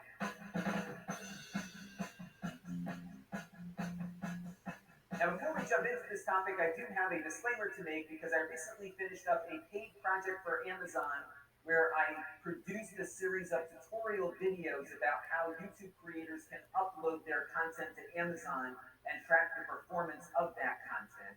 But like all of the sponsorships and other things that I do here on the channel, this is something that I really do think is a good thing, and that's why I put my name on it. I did join the program back in 2018 or so, uploading pretty much my entire back catalog to Amazon product pages. And I did have to devote a lot of staff time to that. My part-time helper here, we had to edit some of the videos and upload them. So there was definitely some investment on my part to get my content there in the first place, but it did work out for me. And it was something that I wanted to help other creators learn about, which is why I took the project. And let me add here that Amazon is not sponsoring this video, nor did they review or approve what you're about to see throughout the rest of the video today. Now, in order to sign up for the influencer program, you do need an Amazon affiliate account first, and you also need to have a YouTube, Facebook, or Instagram account where you are currently producing content. And there's an application you can fill out. They review it and decide whether or not you meet the qualifications to be a part of it. Now, this is largely an affiliate revenue system, no matter what type of content you're uploading. The difference is that the affiliate revenue you are earning is being earned on the Amazon website directly, as opposed to being brought to Amazon from your YouTube or Facebook page or something like that. So you're basically going to be having your content in front of Amazon customers while they are shopping for a specific product that you've reviewed or have been talking about. And I think that's why this has such potential for small creators, because they don't have to know who you are to see the content. It's going to be in front of people when they're browsing product pages. Now, as many of you know, I've got a big problem in this industry in regards to people getting paid to do glowing product reviews and not revealing that they are being paid to make those glowing reviews. And on YouTube and in other platforms, they're compensated irrespective of whether or not they're telling the truth, because it's all based on the views that they're going to get on that video. On the Amazon side, it works differently, because if I sell you a bill of goods on something, and you buy the product thinking, wow, this guy really thinks it's great, I think it's great too, and then you get it and you learn that it isn't so great, well, of course, you can return that product. And when you do, that return comes out of the earnings that I got from the initial sale. So there's a real disincentive here to be dishonest, because it will come out of your earnings when those products come back. And I am always checking every morning on my affiliate control panel which products came back. And I go back in and look at those videos to see what I might have missed, because it's really important to give people the full picture of the product, the good and the bad, because ultimately you want someone to be satisfied with a recommendation that you're providing to them. And if they're not, you're going to see that reduced from your earnings. Now, once you get into the influencer program, you will get your own landing page on the Amazon website. They call this an influencer storefront. And as you can see here, mine needs a little bit of work because I'm still running with the default banner here. But you can get people to follow you here and kind of build up an audience. So this would be the equivalent, of course, to a subscription on YouTube or a follower on Instagram or Twitter. And this will consolidate all of your content. Now, they take 4 different types of content at the moment through this influencer program. The first is called an idea list, and I've got a bunch of those here. And I use these a lot because sometimes I'm reviewing a project that I'm working on, and there's a lot of products that are in that project. So for example, the other day we did a video on capturing DV footage from old digital camcorders, and these are all the different products that I used in that video for that project. And so you can consolidate them in one spot, you can share the links, you can bring people directly to this little snippet here, and as people are looking at this, you can leave little text snippets here also, so they can see exactly why you chose that product. So that's a useful thing, especially if you've got a bunch of products that are featured in a single piece of content. They also have something called shoppable photos. Now, this is something I'm not using, but if you're taking a lot of Instagram photos or doing a lot of photos on Twitter, this is kind of the equivalent, except that when you upload the photo, this is an example, by the way, when you upload the photo, you can match the photo to products, and this will surface in many different ways throughout Amazon. So this is a really helpful thing to do, especially if you're mostly a blogger or Instagrammer doing static content like that. And then, of course, we've got the videos, and the videos actually live in a couple of different places. So, of course, they're going to be on your landing page here. They will appear in the order in which they were published. By the way, when you upload video to Amazon, there's no need to pace yourself. So typically I do maybe 3 or 4 videos a week on my YouTube channel, but I don't upload them all at the same time because that would overwhelm the subscriber base. Here, they're not really getting pushed out to subscribers. They're just living on product pages. So whenever the video is done, upload it. So a lot of times you might find videos that I have shot and finished, but haven't yet published on YouTube that are already up on Amazon if you're snooping around on here. So that's one place that they show up. Another place where they appear on Amazon is on the product listing. So for example, here's one of those Go Coax Mocha adapters I reviewed recently. And where your videos will appear is on the product page itself above the customer question and answer and review section. And you can see here that my video is one of the first ones, the first one that you'll see. In fact, all of these are mine, because I'm probably the only person that talks about these on YouTube these days. And when you go in, you can click on the video and watch it, and then see what products that are part of that video that I uploaded. And if people watch 30 seconds or the entire video, that's where you get your commission from the affiliate program. And it's nice because as people are just looking around for a product to purchase, they can get revenue on Amazon. If you've got a lot of those little videos out there, it's a good place to breathe some new life into them. Even if you have to put in a little bit of time to get products, not topics. They also have some guidelines that you need to follow. And compliance with these guidelines is why we have to do some initial editing. So I'm going to step through these, but definitely check out the link you see on screen in case anything changes in the future. So let's step through what is not allowed here on the content guidelines. The first is that they do not allow for external links. That includes promoting your social media channels. They want you to accurately tag products because when you upload the video, you tell Amazon what products are in the video when you do that upload initially. So you want to make sure that if you're tagging a product, that it's actually in the video itself. If it isn't, it might get rejected. They also do not want you asking people to do actions that are not currently supported on the Amazon video player. So for example, you cannot leave comments on Amazon videos right now. So if I ask you to leave me a comment down below on what you think or whatever, that is not allowable. You're going to want to edit that mention out if you're soliciting comments. They also do not want any mentions of prices or promotions, and that's because prices and promotions change over time. And these videos really live a super long time on Amazon. In fact, I've got stuff from 4 or 5 years ago that are still getting watched right now because the product is still being sold on Amazon. So they want those mentions of prices not in there. You cannot ask customers to leave positive reviews. That's an important one. And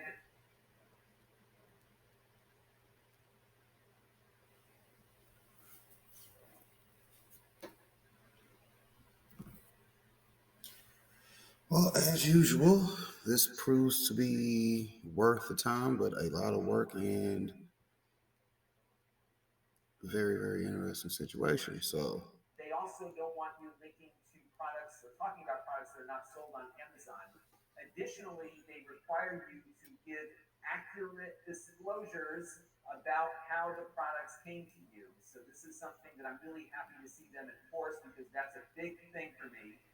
So if you are getting free product or being compensated in some way, you need to disclose that up front. Now, I know this sounds like a lot of rules to follow, and you're probably thinking about all the editing you're going to have to do to get into compliance with some of your older videos, but honestly, it was worth the time and money investment that I made initially to get that back catalog up there. because I've got, again, a lot of stuff that has been kind of just dead on YouTube that's still actually earning a little bit of revenue on Amazon. You've got a lot of those little videos out there. It's a good place to breathe some new life into them, even if you have to put in a little bit of time to get them into a compliance state. When I make videos now, I'm always thinking about these rules as I'm producing the video.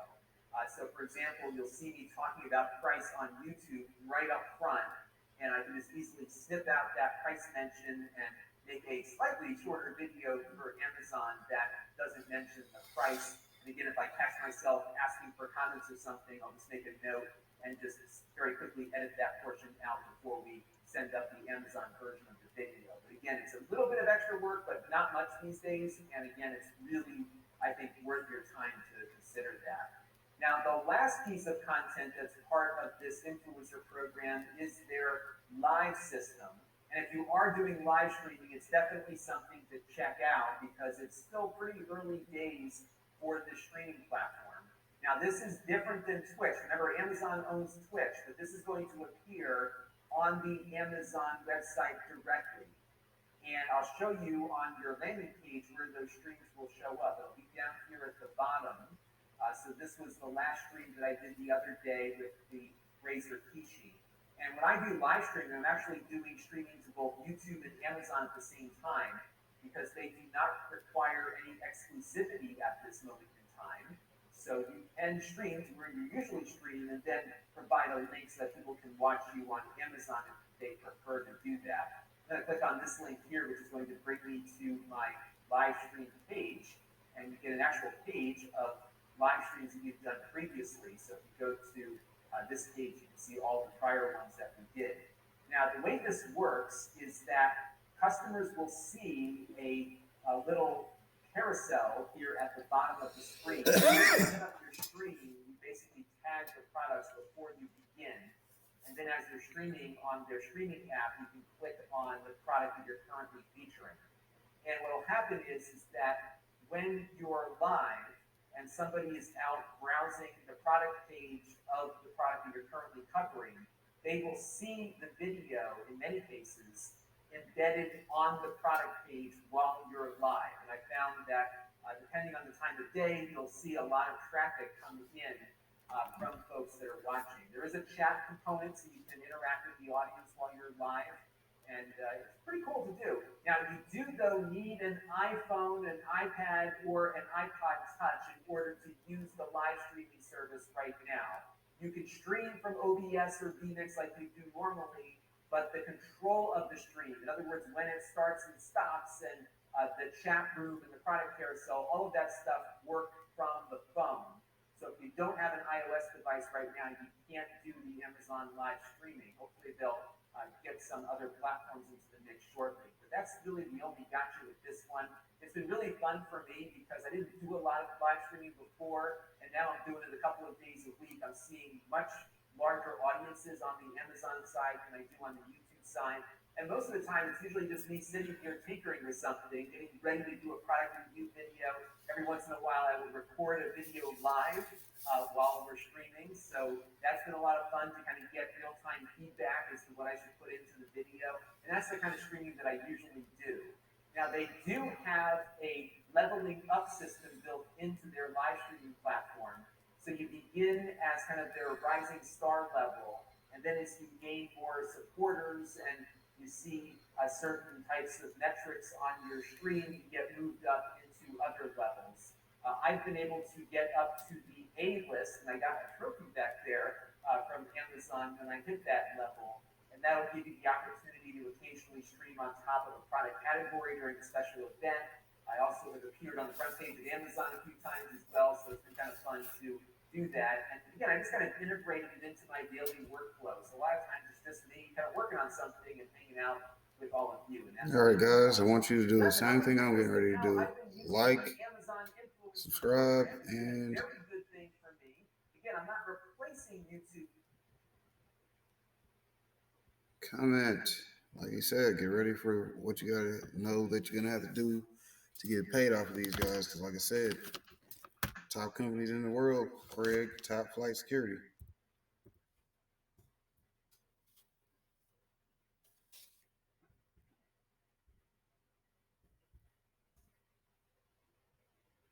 it's in addition to, and this is one of the first programs that I've encountered over the time that I've been doing this for a living that is actually able to All right, provide. you guys better remember my posting schedule: Saturday and Sundays at 10 a.m., then Wednesdays at 6 p.m. Good residue. Give everybody a chance to be home and catch me on the live. That I put into it.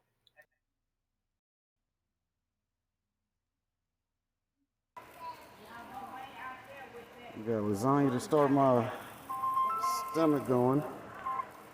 Then we got some ribs on the grill. Let's keep it going after that. That's what's going to be popping. Slim Shell.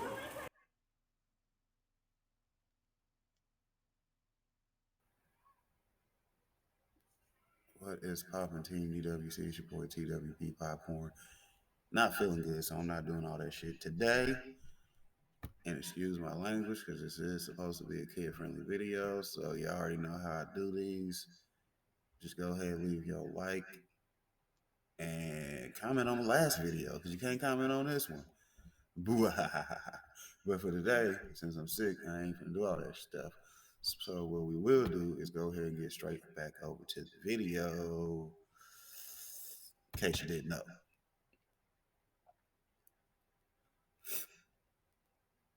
Oh, loud. Love being sick. I'm gonna go in here and get this Theraflu ready, because you know, Theraflu usually gets me through once I get this started. There's a few memories that really stick out as some of those coolest and most memorable moments. One of those was harvesting my very first pomegranate from a tree that I grew from a little seed, and that seed came from a fruit that I bought at the store. Oh.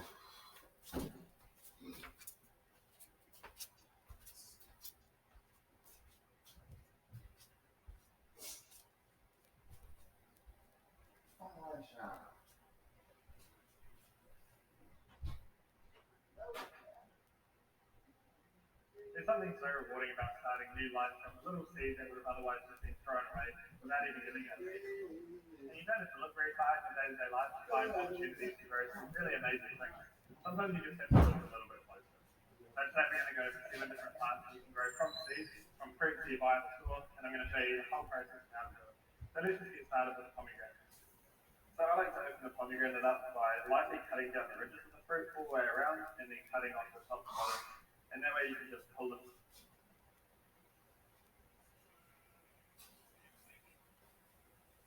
Little Daddy Lambo.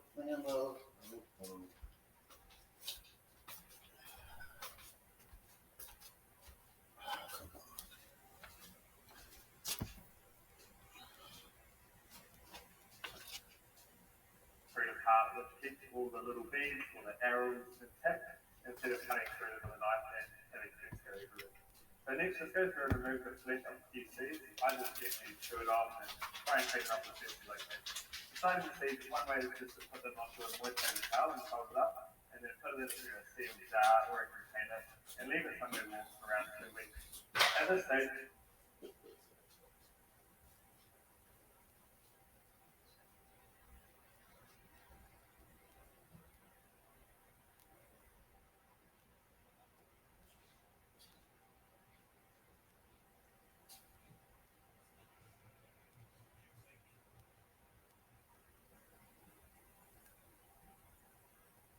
they should be sprouting, and then you can just put them into some soil and keep them slightly moist as they adapt to living in the soil. Another way to start the seeds is just to direct sow them into some soil and leave them somewhere warm, keep them well watered, and they should start to sprout after about 2 to 3 weeks. Sometimes they can take a little bit longer than that though, so be patient with them and you should hopefully get some little plants. In a warmer climate, pomegranates will be evergreen, but we are allergic to get it cold. I accept it. I can't do nothing but it. Nothing but love for these streets, because the streets got love for me. Come on, Mufasa. Well, it's a good time as any to like and subscribe if you're new to the channel. Y'all don't leave a comment. Team DWC can't ever drop y'all off buckets because I don't know who y'all are until I come back to do my support stream. Even just for the flowers and the ornamental values that they have. And the plants look really cool and awesome as well before they go dormant. That don't want to open. And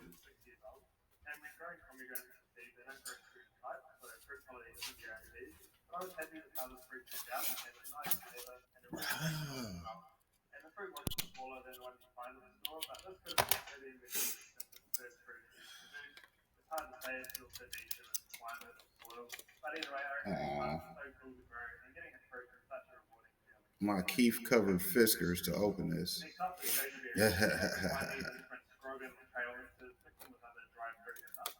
Now, there's just these little red berries here, and the reason you can't buy these fresh fruit Yeah, let's get it out of there. Shit, you let my water get cold. Like I said, therapy. Every time I'm sick, it only takes usually one.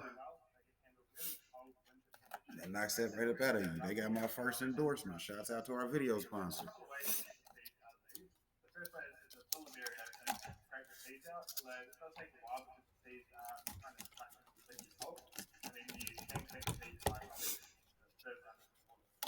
second way is much easier. You just need to soak a few berries in a glass of water for a few hours. I left mine in there overnight, and the fruit will swell up, and then you can just squeeze the seeds out of the fruit really easily.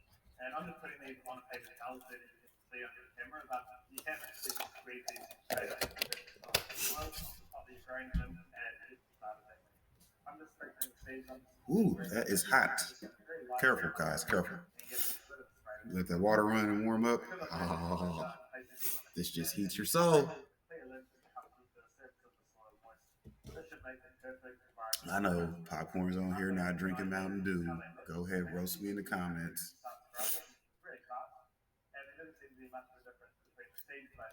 But just remember, NFG channel shoots back.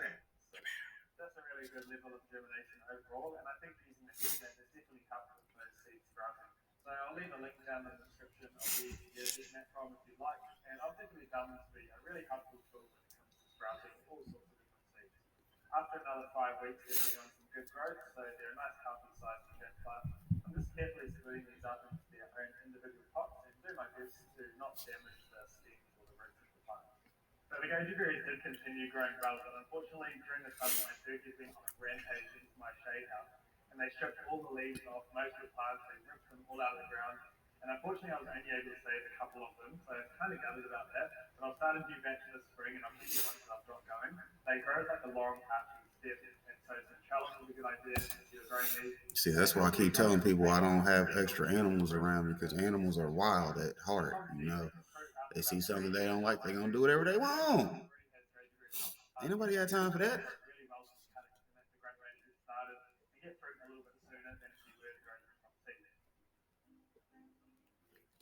This right here is an awesome dragon fruit plant I started from seed, and I'm so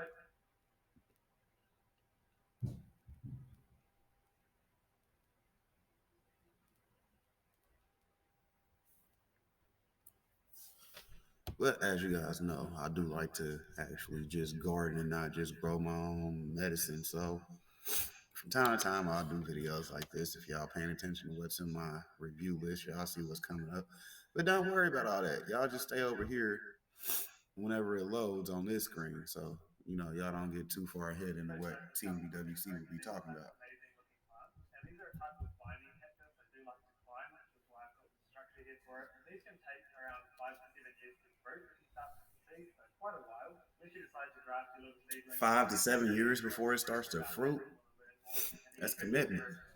I got to start one right now. It's also great if you're cutting really easily as well, but I know not everyone can get their hands on cutting. I wanted to show you how you can grow your own dragon fruit from seed and get some beautiful plants like what I've got here. So there's a few methods I use to get these started from seeds, but first you need to get the seeds out of the fruit.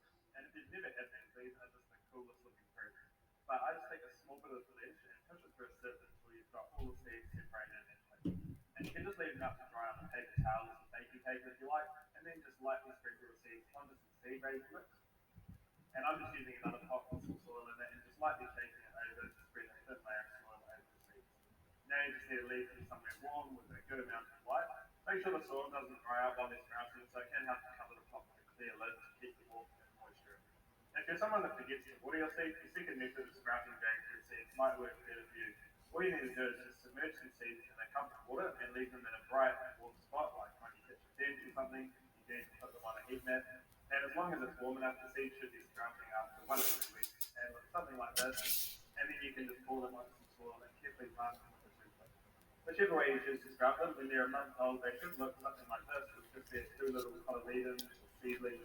At this stage, they look nothing like cactus at all, but before long, they grow these spiky stems from the middle.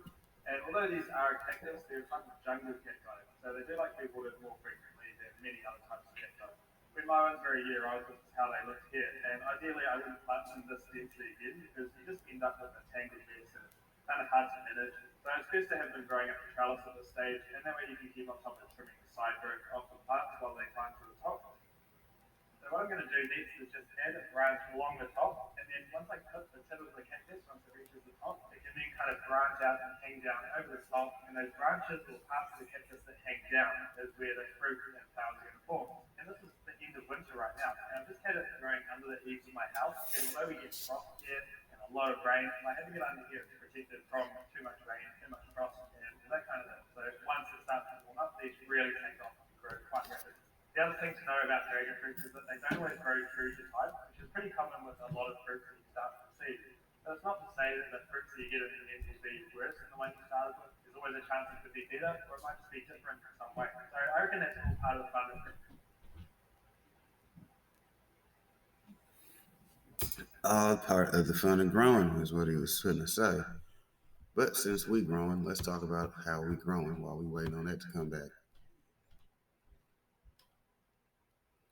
If y'all remember, I made that YouTube short on hitting 306. So let's see how bad that done did me all week, because they done did me bad. They did me bad. They do cross-pollinate with other varieties, and you don't really know what you're going to get until you get to try the fruit. And the good thing about growing it yourself is you can actually pick the fruit when they're properly ripe. Sometimes the ones you buy at the store are picked way too early, which is a common reason why the flavors are a bit bland and not that nice. So hopefully when you grow at home, if you let it fully ripen, will still be really nice. The next one we're looking at is peanuts, and these are obviously not a fruit, and they're not a nut either, they're a type of leaf. And they're a lot of fun to grow, they're very fascinating plants, so I thought we'd cover this one today. So what you want to do is pick up some natural raw peanuts. You can either get the ones in the peanut shells, or just use ones like what I've got here. Just make sure they're not salted or roasted. I've had success sprouting them in two different ways. The first way is by direct sowing in some potting soil, and these do need fairly warm temperatures to sprout. The seeds can rot if you keep them too wet, so it's best to use the soil that drains quite well. You should start seeing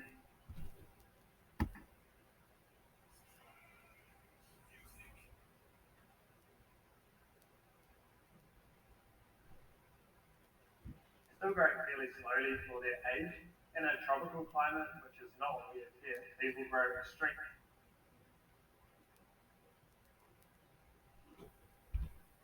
No, that's not where we were. We were at 7 and some change. So let's go back to there.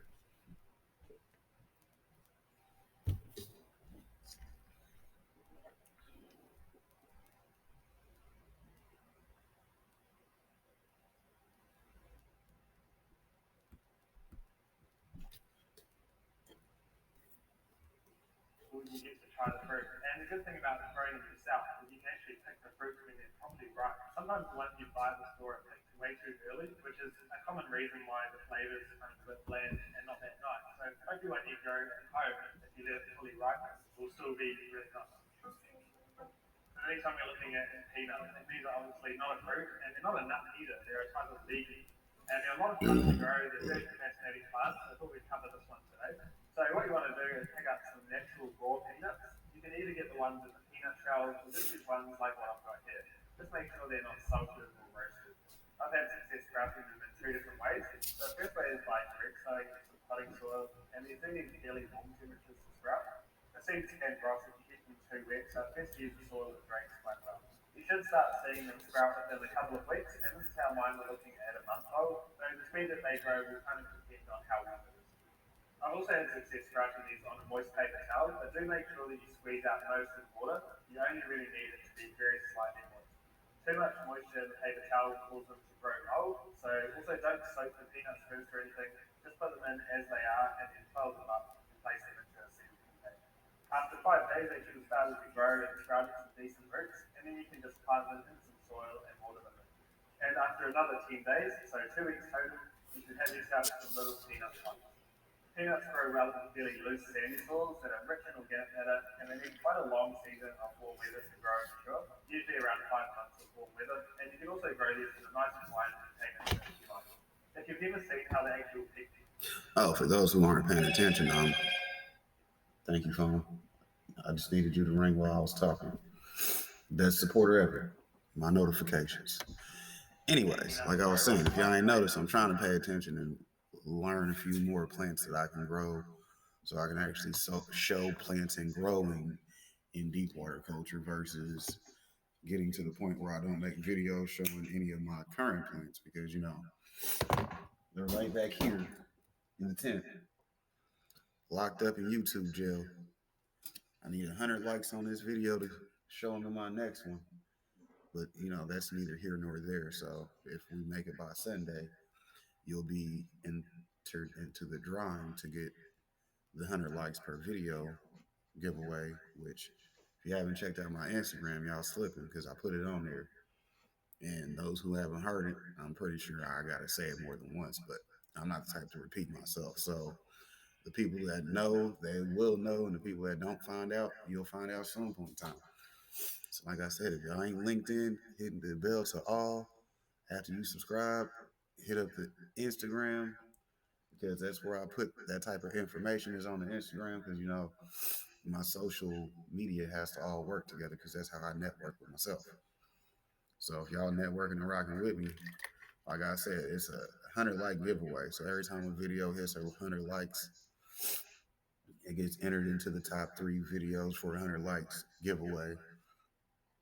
So after the third video hits its 100 like mark, the 3 videos with 100 likes at a time, so I'm doing 3 at a time, get the first, second, and third place prize. You see what I'm saying? I'll detail more of that whenever we go into it on a giveaway. But like I said, for now, y'all just got to check out the Instagram so y'all can get them details, baby. If you don't want them details, don't ask me how to get in the giveaway. I'm going to just ignore y'all. First, I produce these little yellow flowers which can actually pollinate themselves completely independently without needing insects or wind. And once the flower is fertilized, the stem of the flower with the ovary on the tip elongates to become an egg, which then dives head first into the soil and then grows and forms into a peanut. Really fascinating stuff. Once these are ready to pick, you can pull the whole plant out and hang it up and allow the peanuts to dry. And my plants ended up getting kind of shaded out and neglected in the end, so they didn't really thrive. Well, it might not be DWC. I might just have to grow those in just cocoa. Tree tomatoes are a fruit native to South America, and they grow in really fast-growing trees. They can fruit from seed in about 1.5 to 2 years. And these are a little bit harder to find in the stores at times. They are usually only available seasonally, so do keep an eye out for these. If you've never seen on the inside, cut one open, and you can see how incredible these look. For growing tomatoes, I just put a bit of the seeds through a sieve to pay them off as best as I can. It doesn't really pay them off very well, but that's totally fine. And then I just dry the seeds off on a paper towel or baking paper. Now I'm just taking the seeds and sprinkling them onto some moist soil, lightly covering them, and then placing them somewhere warm. And again, I'm just covering these with a plastic lid to keep the moisture and warmth in. After 5 weeks, they're looking nice and healthy, and we seem to have had a good germination rate as well, which is awesome. So now's a good time to transplant these into your own pots. And it's a bit like tomatoes, where it's best to handle them from their leaves as opposed to holding the really fragile stem.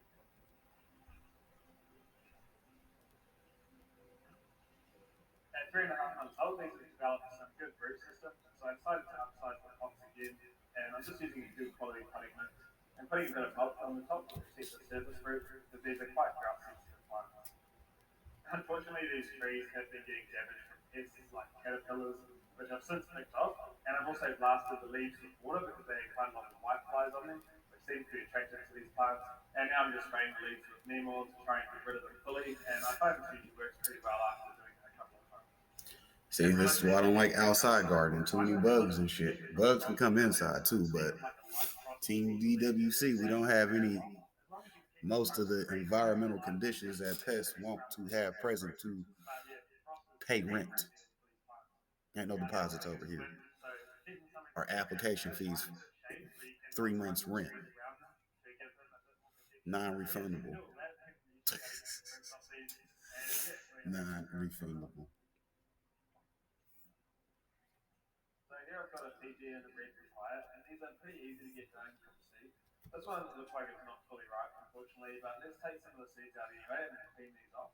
So they sort of have like this capsule of jelly around the seeds that stops them from sprouting from the fruit. So I'm just rubbing the seeds on a paper towel to remove the jelly sac from around the seeds.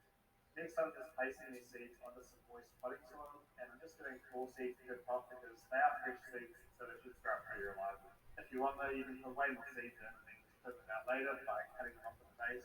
So now that I've covered the seeds over and watered them, I'm placing these on a heat mat as well to speed up the germination, and I'm also placing a plastic container. My guy got like 30 heat maps. He must have got them on discount. That reminds me, whenever I set up my Amazon Prime, if y'all ain't using me for my discount, I don't know what y'all gonna do. But, you know, once the affiliate marketing with Amazon kicks in, that link in the description is gonna be fire. If you fuck with your boy, you better fuck with your boy, because I'm gonna get you 10% at least off of everything I can find for y'all to buy that we need. 10%. You see what I'm saying? If it costs $500, you spend $450. I'm planning just to keep these in pots for now because the pots will plant tropical plants, so they can't handle the frost. I'm gonna shoot for y'all to get y'all 15 so I can get my 15. So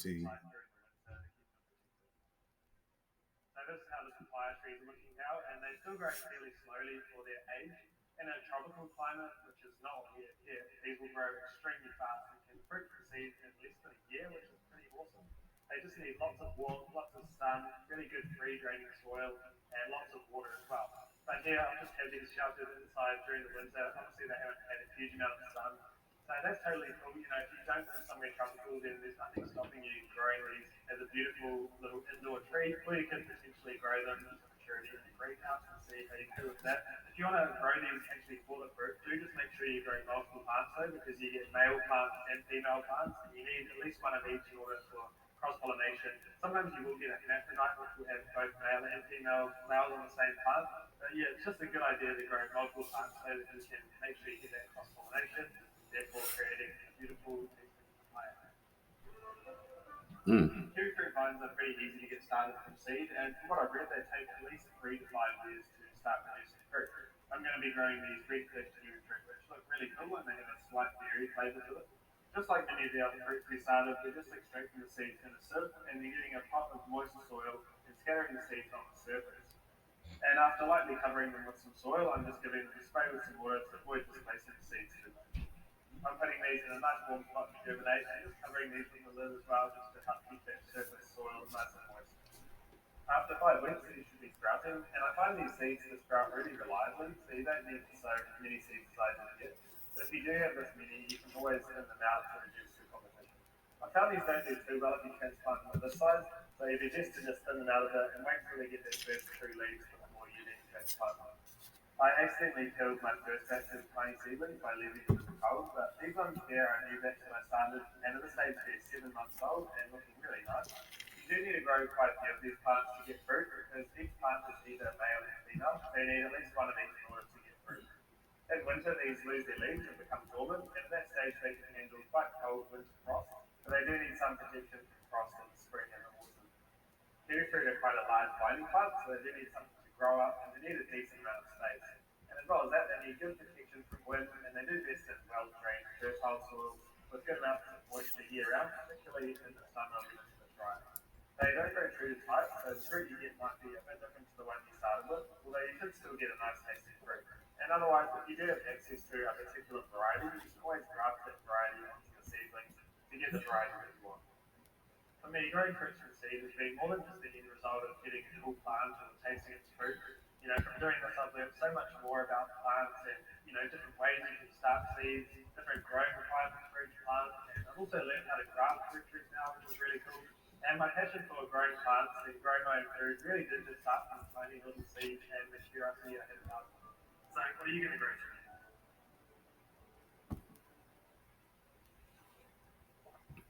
All right, Team DWC. What I was going to link in with this is a little bit too inappropriate for it to be kid friendly.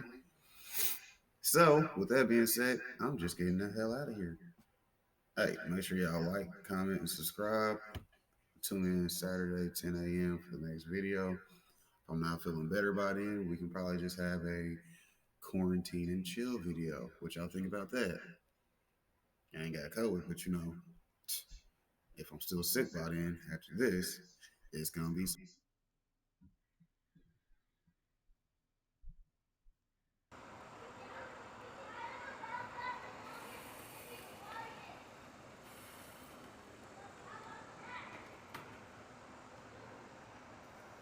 There's some burgers.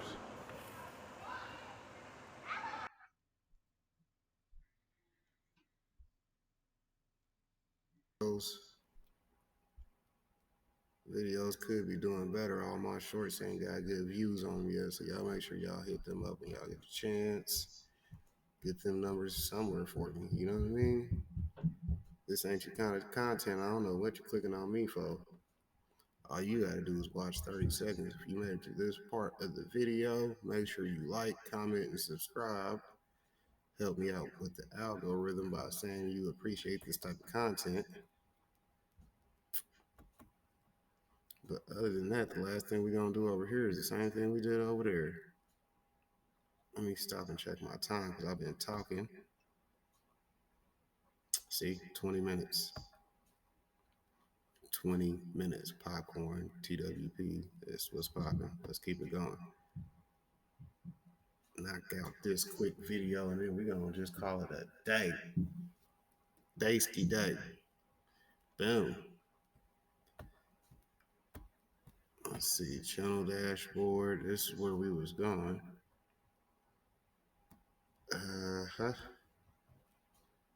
We're gonna come always down here to where it says recent subscribers. You see what I'm saying? Keep it easier for yourself because this lets you know who all's got you. Like I said, Trent P, Famine Arcade. I could be here the rest of the day on my page. But what we're just gonna do is scroll through the list because this is the main channel. I gotta go pick up my daughter here in a little bit, or I would just actually make a multiple part video for this to where I can get it all done. And we'll just do more of these videos on Wednesday. That'll probably just be my Wednesday post from here on out. Leave it in the comments if this is the type of content y'all want to see for y'all Wednesday evening. Me returning my support, or would you rather I just cover a normal topic like I try? But you know, y'all leave that down at the bottom. But this is what we're doing for right now. So ride with me.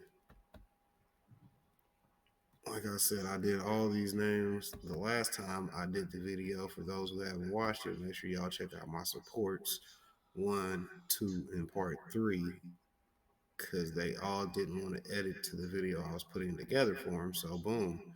But new shout outs to Sean Guanzon for being a new channel that I have to come in. He's got 3.71K subscribers. That's nice. Another shout out to Random Vibes RTV at 313 subscribers. Cool. Bipolar Aquatics. I think they just hit me up on Instagram too, so they hit me on both of them.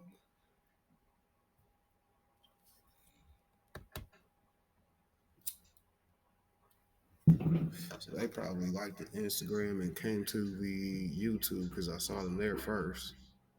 Or either or. Depends on which video.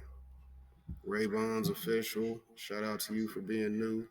Everybody that you see on here has been in my list, so shouts out to them. Because they're probably in the last video or name got featured somewhere, you know. I like going through the full list so you can see everybody's names because you know these are content creators. So if you hit them up, they will support you back because they support me. And you can be just as good as I am. Okay, so over here we're gonna give a shout out to Muba Joy, Mabaya. Maybe I don't know how to say these people's names. I got to go back and watch her channel. See, this is how you know I ain't watched her channel because I don't even know how to say their names yet. So that lets you know once I go through and do my subscriptions, because I'm not gonna do that now. It's not enough time left in the video to go through each one and do them. But y'all know how we do them. We click on this button right here since we're on the laptop. Boom. It brings us into their house. Boom. We pick a video that's at least 3 minutes. Watch all of it. whether we watch it or not, we leave it running in the back, you know what I mean? So when we come back to it, that's how we do it. It got done though, you see, and it counts. So anyways, shouts out to me, Loke.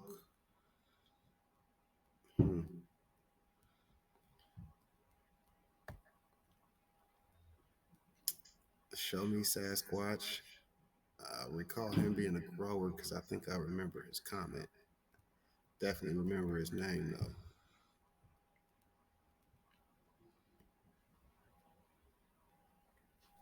And like I said, if you guys don't see your name in here and know it should be, you better check that and make sure y'all hit subscribe on my stuff.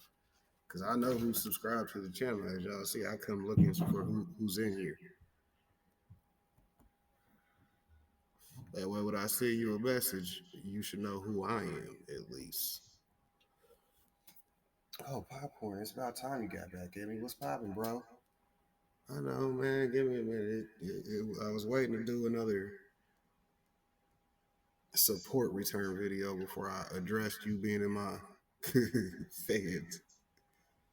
Yeah, know how that is. But if you notice, I got a lot of subscribers. Over 1,000. That's cool. I'm glad to see y'all making it.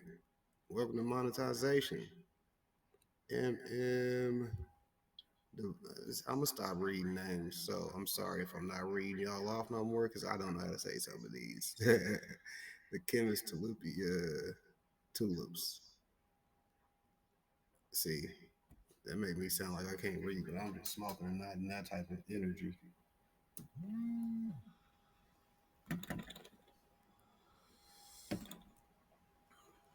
Oh, phone calls. I'm almost done.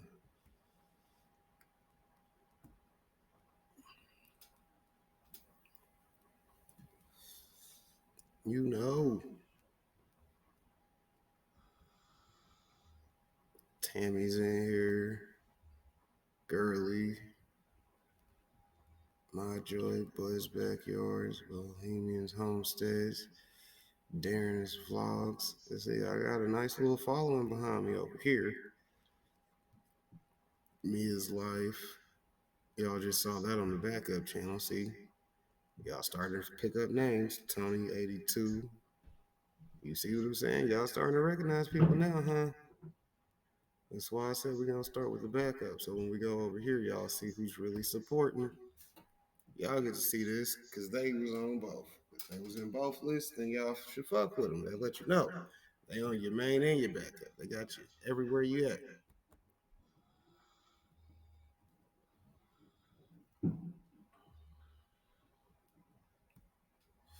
And as y'all notice, we're going down the list, so it's getting to people with less subscribers.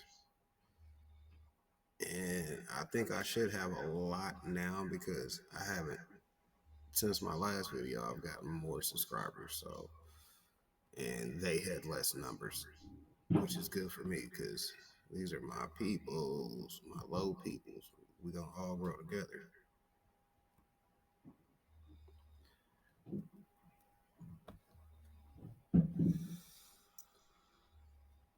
But y'all see everybody in here, man. Y'all should know. There's my boy Tal. See, backup page, main page. Shout out to him. Regularly posting.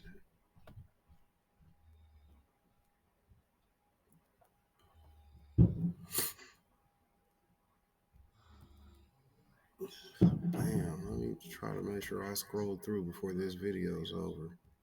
So I'm gonna just go through them. If y'all don't see your name, rewind the tape. Play it back.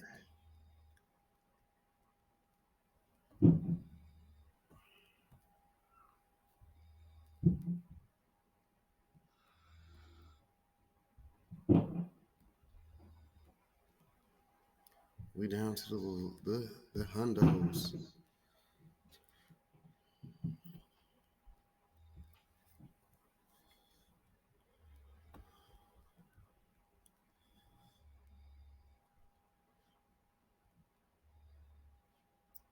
And like I said, I'll be coming back to each one of these pages after this video and subscribing to everybody. returning the support. You know how we do. Team DWC, Old Man Grows, he's cool, great fan.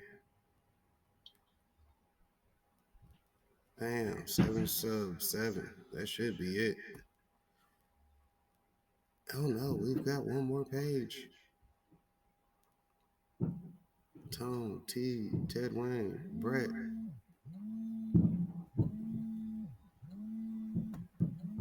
All right, Team DWC, it's your boy TWP Popcorn.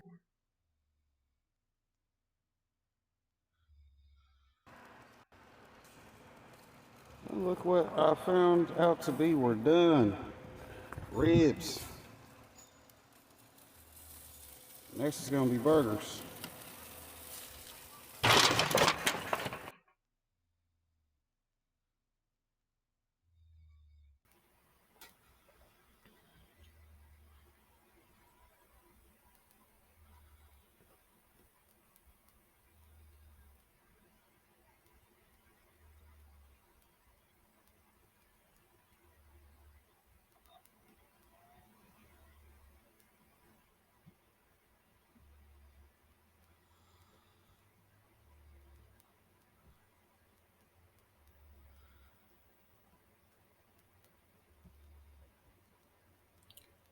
What is poppin', Team DWC? It's your boy TWP Popcorn.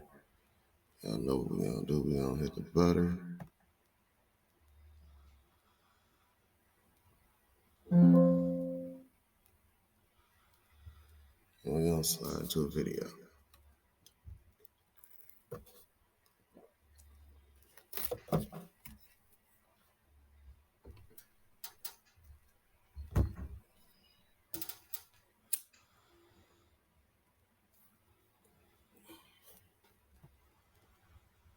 So y'all already know where we gonna go first.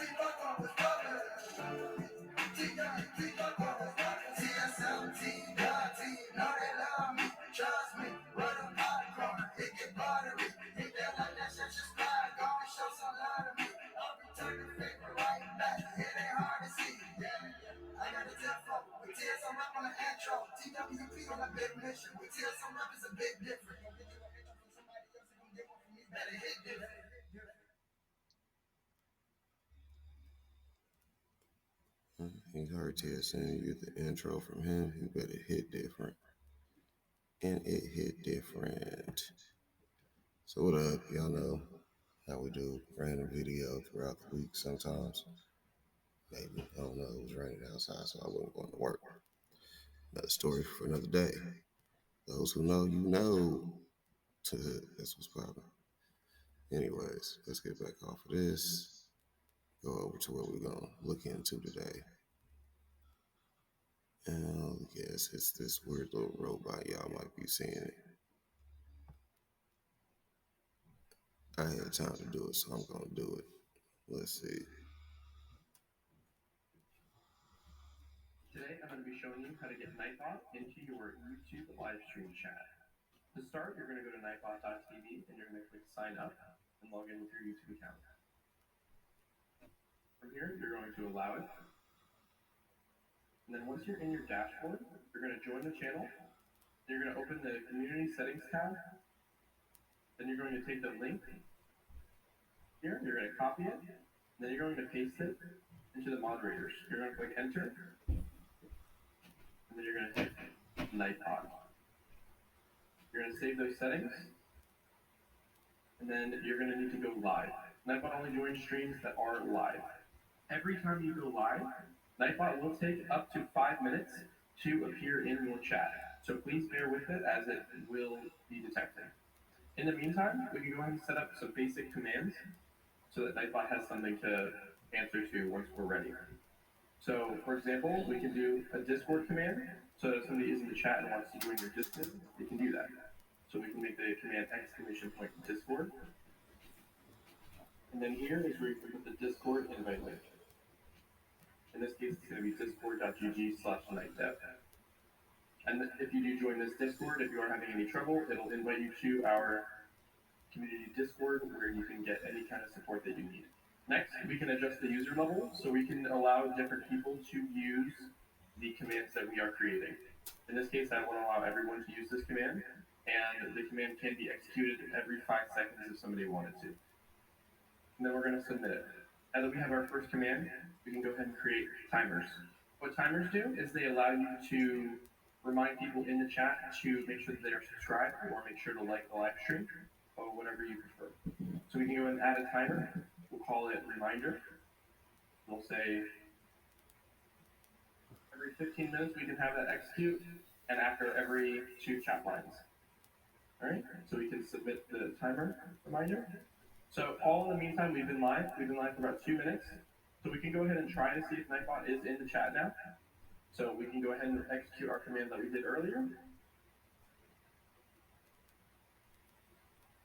And see if Nightbot has joined the channel yet. If not, like I said, it could take up to 5 minutes. All right, and that actually only took a little bit shy of 3 minutes for Nightbot to join the stream. But once it did see that I typed that Discord command, it responded. You can also do song requests and do auto DJ with the chat.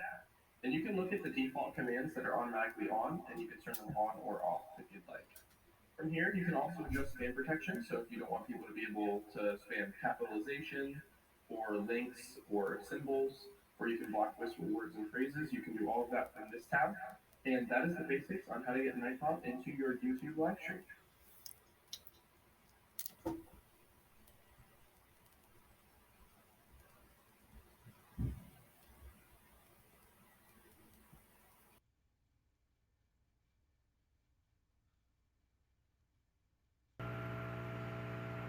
Pineapple update. Y'all see, since the roots have healed, it's already working on its new head. That's what's popping.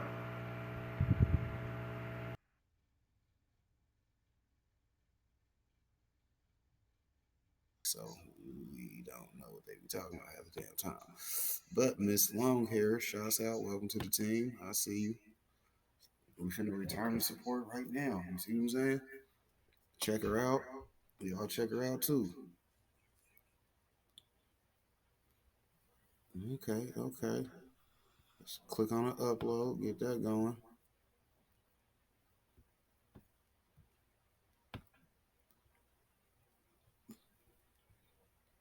Right back in here. You see what I'm saying?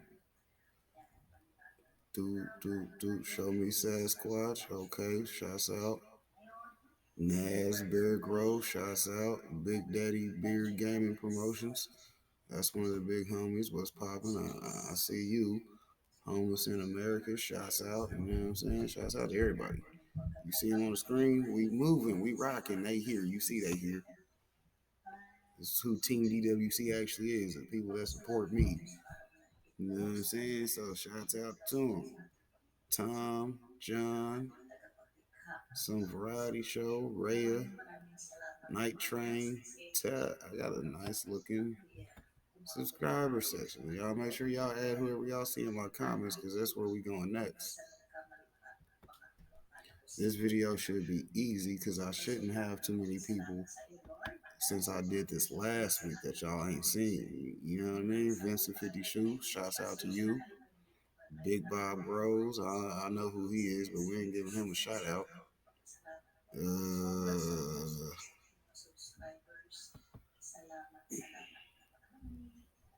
You'll see, this is what I was hoping to happen this week. It's gonna be nice and easy, because like I said, we covered everybody I had last week that I hadn't covered in the last 2 weeks. So, well, it wasn't the last 2 weeks. I had a few I skipped in the first video, but the second support video, I got them.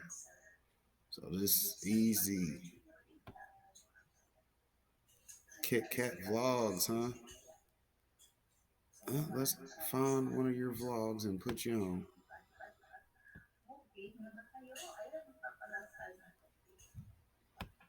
All right, so Kit Kat vlogs.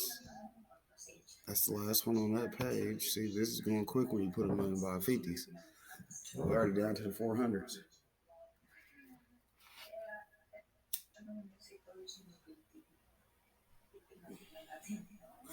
The future is female. That sounds like some BS. Shouts out to my boy Rowan. I recently subscribed to him. He's got a decent channel. I actually watch his content more than what I do on the support sharing. You know, I watch it, like I said. When y'all support each other, that's one thing, but when it's content you actually watch, that's another. You see what I'm saying? Hey, I watch 4 minutes and 20 seconds of every video I see on YouTube. I ain't got nothing but time. Cheese and crackers on some wine, I'm on that type of time. Boom. Look, I ain't got too much support to be returning this week. We're getting down to the 160s. So next page is the last one, right?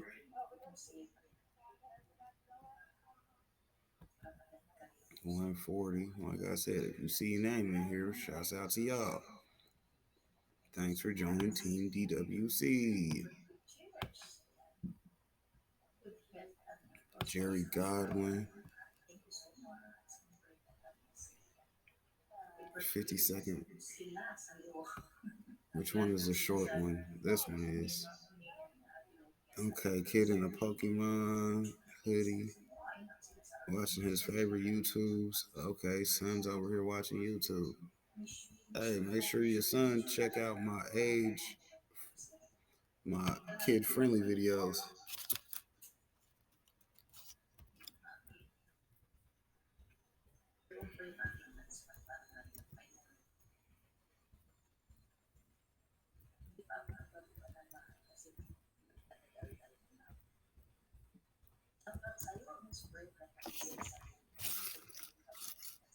Yeah, kid-friendly playlist available too, you know. That's the TWP playlist for those who know, you know. Go check that out, hit them videos up. 100 likes giveaway. Y'all know how we do. Right now we're trying to reach the first 100 likes on 3 different videos. Y'all don't know the details, hit up the Instagram. Check out the post. This is in one of them. But that's on y'all. I ain't gonna tell you. I'm gonna just start sending people questions like, what's your address? Why do you want my address? I'm scamming. What do you mean you're scamming? I'm trying to send you something, but you know, you probably think I'm scamming, so you don't even want the package. I ain't finna explain what you should already know. I already should know. That's what I'm saying. Listen to your boy. I'll be putting you up on game all the time.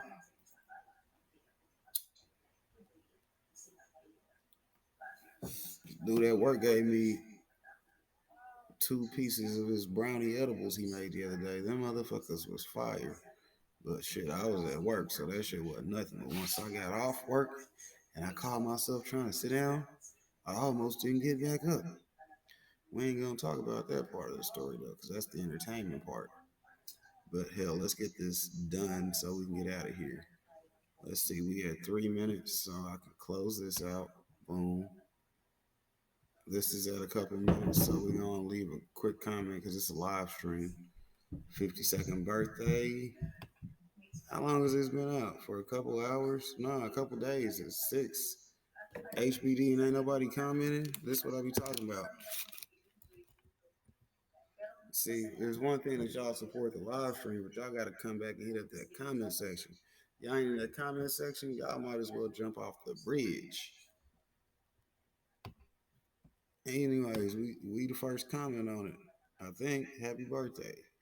It don't matter if it's late or not. It's the thought that counts. You never say nothing about it being late. You just go ahead and throw the happy birthday. And then if the person be like, well, you're late. Yeah, I'm never going to tell you happy birthday again if I'm late. I told you happy birthday because your birthday was in the vicinity of the day that I told you happy birthday. Whether I'm early or late. Last year I might have been early. This year I'm late.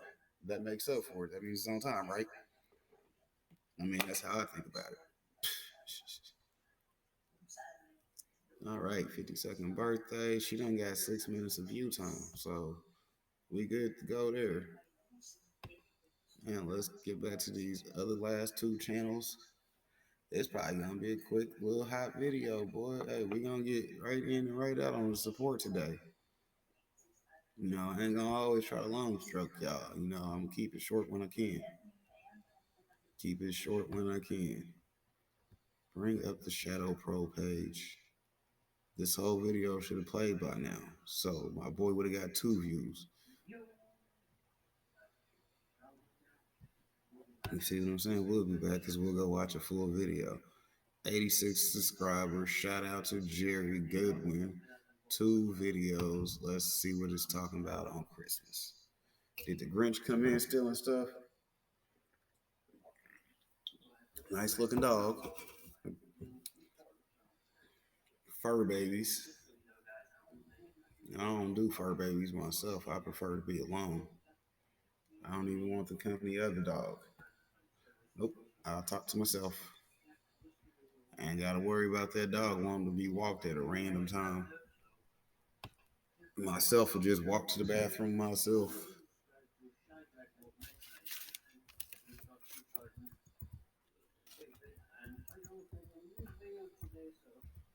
Nice fur baby. See, we in and out on this guy. Nice to support you, Jerry Goodwin. Thanks for joining Team DWC, the TWP Popcorn. Y'all know to check out my regular post Wednesday at 6 p.m. That's going to be our support stream. Saturday and Sunday at 10 a.m. We do whatever we do over there. Y'all know, stick up. Stay tuned for the topic. Join live. Make sure you like, comment, subscribe. Support your boy because I will support your back. Let's see. He's got a minute and some change on watch time. Let's get him out of here. This guy watched. Let's hit subscribe. Hit the video. See how he doing over here. Okay, he got a couple games that he plays. Cool. He's a gaming channel. Crash. Ooh, Bandicoot in San Diego. Insane Trilogy. We'll comment on this one because I like Crash. Like Crash. Yo, what's up guys, it's boy Shadow, welcome back to another shadowy video, and today guys, we are going to be starting Crash Bandicoot. Yeah, so this got Crash Bandicoot the Insane Trilogy yesterday, so we're going to be starting for today's video. Before we begin this new game, make sure you drop a like, subscribe to the channel if you're new, and leave a comment down below about which Crash Bandicoot game is your favorite. So also we're going to do Crash Bandicoot 1, then Crash Bandicoot 2, and then Crash Bandicoot 3. So we know Crash Bandicoot 3. Here we go, Crash Bandicoot 3. See, he got 2 comments from me. Double support. Bam. Oh my God, TWP Popcorn came through and showed the love on the comments. That's what we do, people. I mean, what the fuck you think? It's Team DWC. We all gonna grow, you know what I mean? And when y'all grow, we good, because then y'all gonna come back and be like, oh, my dude Popcorn, what's up? I see you all the time. You ain't gonna hear that. I ain't seen you for a minute. If you ain't seen me for a minute, that means you ain't been supporting me, so therefore I went ahead and got back up out your life. Because that's how I do it, you know. Every time I check these supporter section, if you ain't down here, I'm slowly but surely removing y'all. I like turning my notification bell on all so I don't be late. Ash, Troy, and Bagel. First one in their chat every time I see them. I'll be at work talking to my boss. My phone bing. Who's live? I'm in there. Sorry, boss. Fire me. I got another job. I'm gone. Go. Shit. What are y'all talking about? Hotbox. Uh-oh. We got some cannabis content here. Uh-oh, let me roll up. Hold on, we got my favorite reps in the house today too. Rilla G, Empire, non-GMO tobacco reps. Doing it big. Not really, but really. Where's the bug?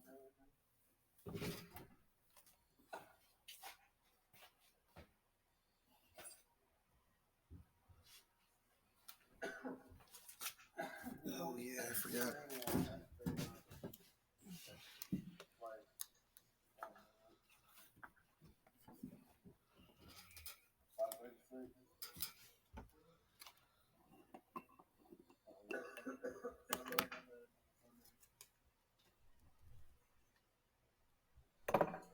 So we got one negative comment for this slow motion ball thing, which was one of my first videos 6 years ago.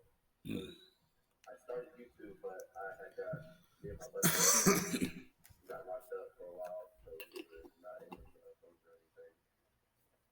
And the negative comment was DWD/YT permanent gay smiley face.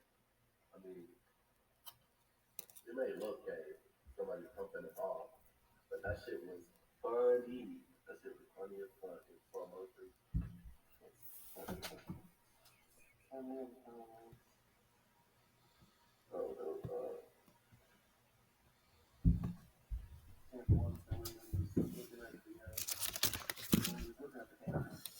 He said something about looking suspect, but that's not what we worried about. TWP. You know what I mean? We're gonna just be in and out, in and out. 'Cause like I said, I ain't trying to keep y'all all day. No city Bob. I can entertain you, but it's not my job. The Anonymous Productions, alright, they only got 59 subs though. But like you said, they did some time in the thing, so now they're trying to get their stacks up. Can't be mad at them. Just shut up, phone. Nobody cares. You always want to wait till I'm recording the ring. I wonder what he doing. Probably recording. I'm hating. No, you're not.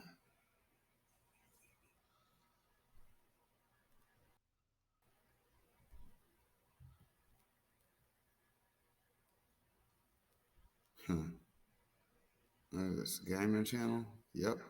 What's that? Fortnite.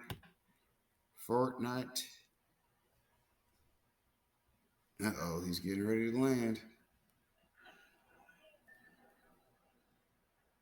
I don't think that's Fortnite, but he coming in hot. Looks like a 3-man team.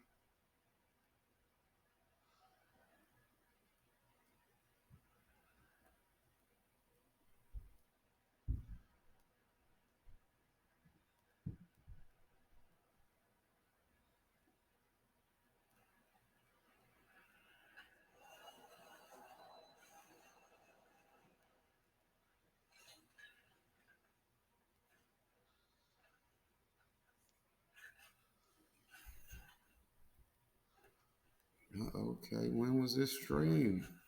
September 15th. 2 subscribers. No views, no likes. What happened here? Let me put this man in the game. Put you in the game, coach. No live chat replay because nobody was on. Nobody watched this, so it was just him. This is why I wouldn't be a game streamer. I ain't talking down on gamers, but you know, that's just depressing. EWP, I'm glad you watched me. We'll get you up there. 2 subscribers. Stay tuned, Brett. Stay tuned. Y'all better go support that man. This man out here gaming and streaming and all that, and ain't nobody supporting him. I'm gonna make sure you know the right people to get his likes up. That's crazy. Crazy. How much time I got left?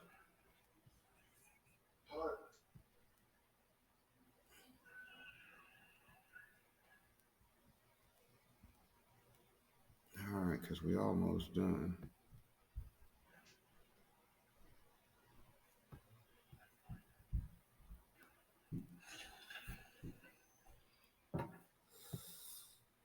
let's get out of here. Back to the channel dashboard. That looks to be all of them. So for the last few minutes, what we're gonna do is go back to our last couple videos and give our new shout outs to whoever's showing the love. Let's go to content. I did a short video yesterday, which was a garden walkthrough. 13 views, 11 comments. Let's see who's saying what then. Give them their love and appreciation right back. Bipolar Aquatics. Thanks for the visit. Boom. Big love, big love. Hit him with the hearts. Triple B, he know he get all respect here. You see what I'm saying? My guy. I just got that mail from him. Y'all seen the video. Check out the playlist to see the video if you haven't. Highly recommend it. Let's go back because this didn't do it how I wanted it. It went the other way. So we'll get there. We'll get there. You see what I'm saying? Guarantee we're going to get there.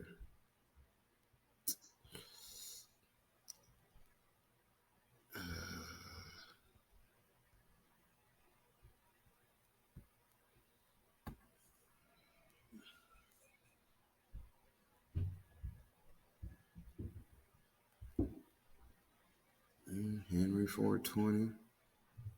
Okay. We're going to hit him with the likes. Boom. 2 days ago. Boom. Know you grow. You already know I commented back to you. 3 days ago. Boom. She Linguique. Ligue. I'm bad at reading names. I'll be high and forget that I'm reading halfway through. But we ain't going to talk about that. Y'all got to forgive me. I'm going to get better at these. That's why I keep doing it. They're going to hit one of these days. But anyways, Team DWC, y'all know what time it is. I'll see y'all Saturday. It's your boy Popcorn.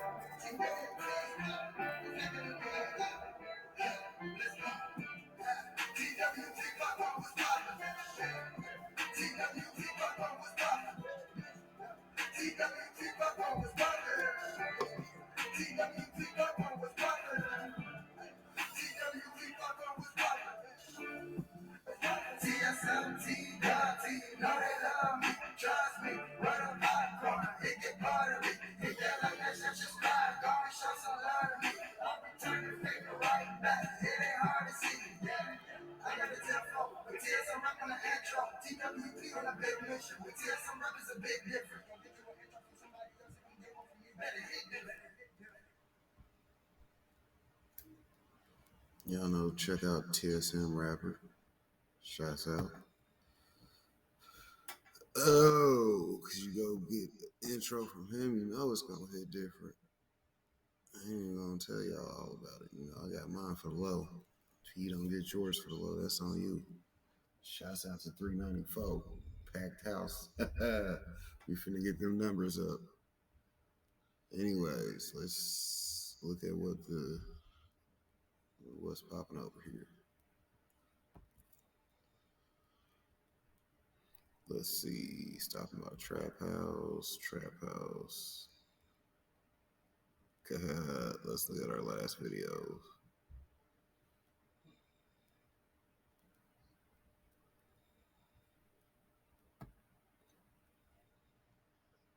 actually, we ain't gonna look at our last video. We're gonna look at our upcoming videos. We got shorts coming for days. Yes, if y'all look, I went through last night and did a gang of shorts. So y'all gonna have those dropping on a regular schedule for a little bit. Y'all stay tuned to see when they premiere. As y'all see, schedule. Make sure y'all check the schedule and see when they're gonna be posting. They're gonna be up there. Anyways, let's see the analytics. And views 105, 63. The watch hours at 5, 8. They're going up. Subs is going up, 394. On the way up. All right, so today's video. It's a good video too.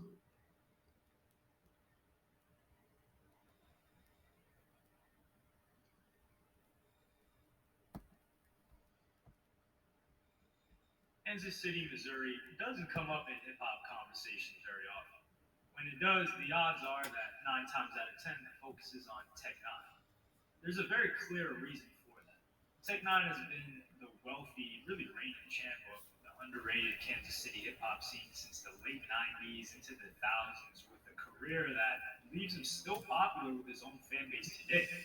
This is a rap market that often remains in the shadows of its more popular Midwest cousins, Chicago and Detroit. In fact, even though Kansas City is the largest city in the state of Missouri, it's actually Missouri's second largest city, St. Louis, that has had the most recognizable rappers, like Nelly and Chingy, for instance. Even the iconic music artist and entrepreneur Akon was born in St. Louis, Missouri. But if you only knew how out of this obscure area when the Midwest was still fighting for their much-deserved clout in the rap world, if only we knew how Tech 9 quietly became a multi-millionaire independently at a time when rappers were running full speed ahead towards record labels like Rockefeller and Bad Boy.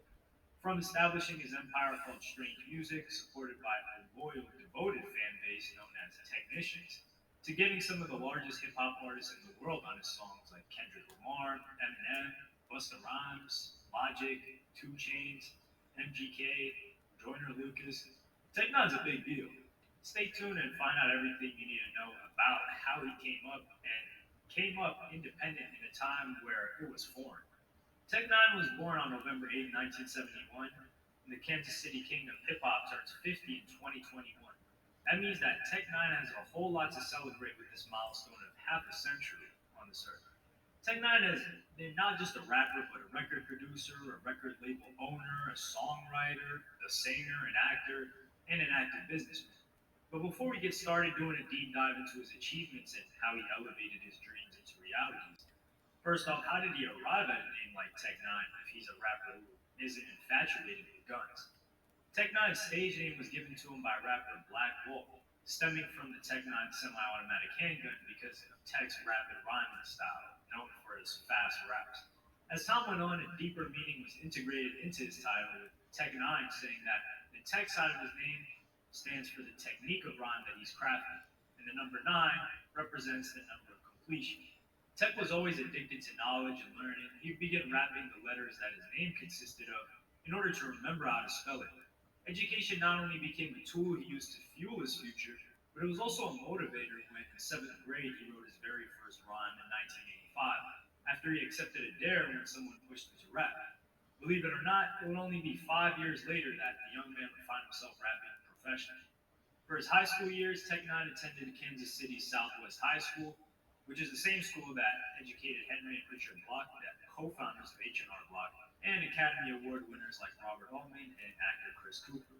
Tech 9 explained to the University of Missouri, Kansas City how school played a pivotal role in his development as a rapper. My junior year and my senior year, I really started to make music coincide with my schoolwork. I wanted to be smarter in my music. I actually started going to class and learning them so I could be smarter in my lyrics. I hate my teachers to this day because they never did give me foreign language. I would steal psychology books and everything because they would rather give me home economics.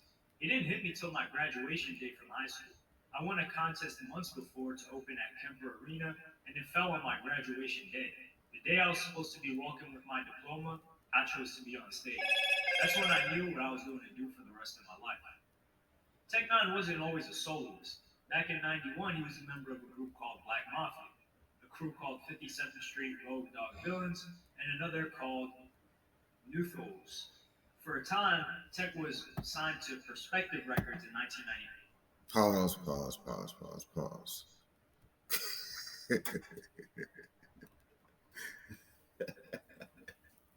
66999. Anyways, what he meant to say was nut house. This dude is crazy. The label founded by Janet Jackson's producers Jimmy Jam and Terry Lewis. After leaving Perspective without an album release, Tech would then sign to another record company founded by another superstar producer, Quincy Jones Quest Records, for a second, and then over to JCOR Records. But the 1990s wasn't all about playing musical chairs from label to label. Tech Nine was on dozens of singles, rocked with the likes of Yuck Mouth and a crew called The Regime, MC Ren from NWA, and even appeared on an all-star posse cut called The Anthem for Sway Calloway's Sway and King Tech album.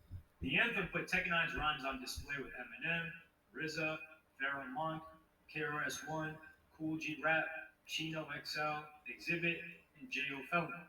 Tech Nine finally ended off the 90s with his debut album, The Calm Before the Storm, on a label called Midwest Side Records. From that point forward, the music never stopped dropping. Since 2000, Tech Nine has released a relentless discography of music with over 400 guest appearances, over 60 singles, 22 albums, 3 compilations, hundreds of music videos, 9 EPs, several documentaries, a mixtape, and appeared on 5 soundtracks. Aside from getting invited to appear on songs by Lil Wayne, Nori, Trick Trick, R.A. the Rugged Man, 3-6 Mafia, and E40, Tech Nine has had his own platinum hits ring off like Caribou Lou, Worldwide Choppers, Am I Psycho, and Hood Go Crazy. Who have been the other musical artists that have influenced Tech Nine's aggressive rap patterns and flows? It's not just his personal hip-hop favorites like NWA, Public Enemy, Eric B. and Rakim, and Justice. He also fell in love with rock music from The Doors, Led Zeppelin, Elton John, AC/DC, Metallica, and progressive artists like CeeLo Green, Outkast, and Gnarls Barkley. When your catalog is as long as Tech Nine's, you're sure to have been getting the bag year after year, building up your bank account to a decent level. But being prolific isn't the only reason why Tech Nine is up to his ears in dollars. He became really rich by establishing his own record company back in 2000 with his business partner Travis O'Bannon, the CEO of Strange Music Incorporated. The same way Tech Nine's stage name has an origin story, so does his label Strange Music, stemming from his admiration of the psychedelic rock music of The Doors, particularly in their 1967 song People Are Strange. The Strange Music logo, which is a bat over a snake, is also inspired by The Doors.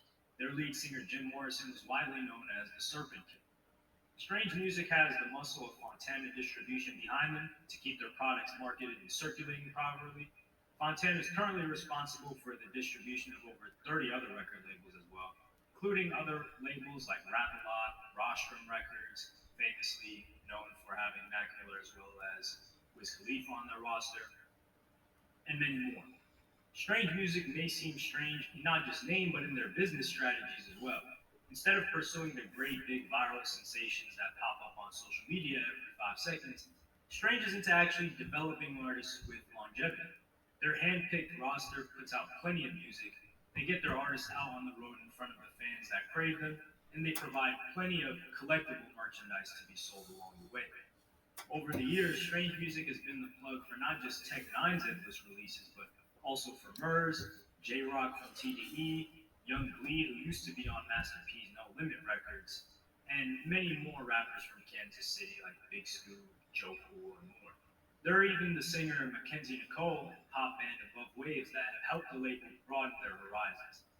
No man is an island. It takes several helping hands to assist any visionary execute the day-to-day demands of an entertainment career, especially one as undeniably ambitious as Tech Nine's.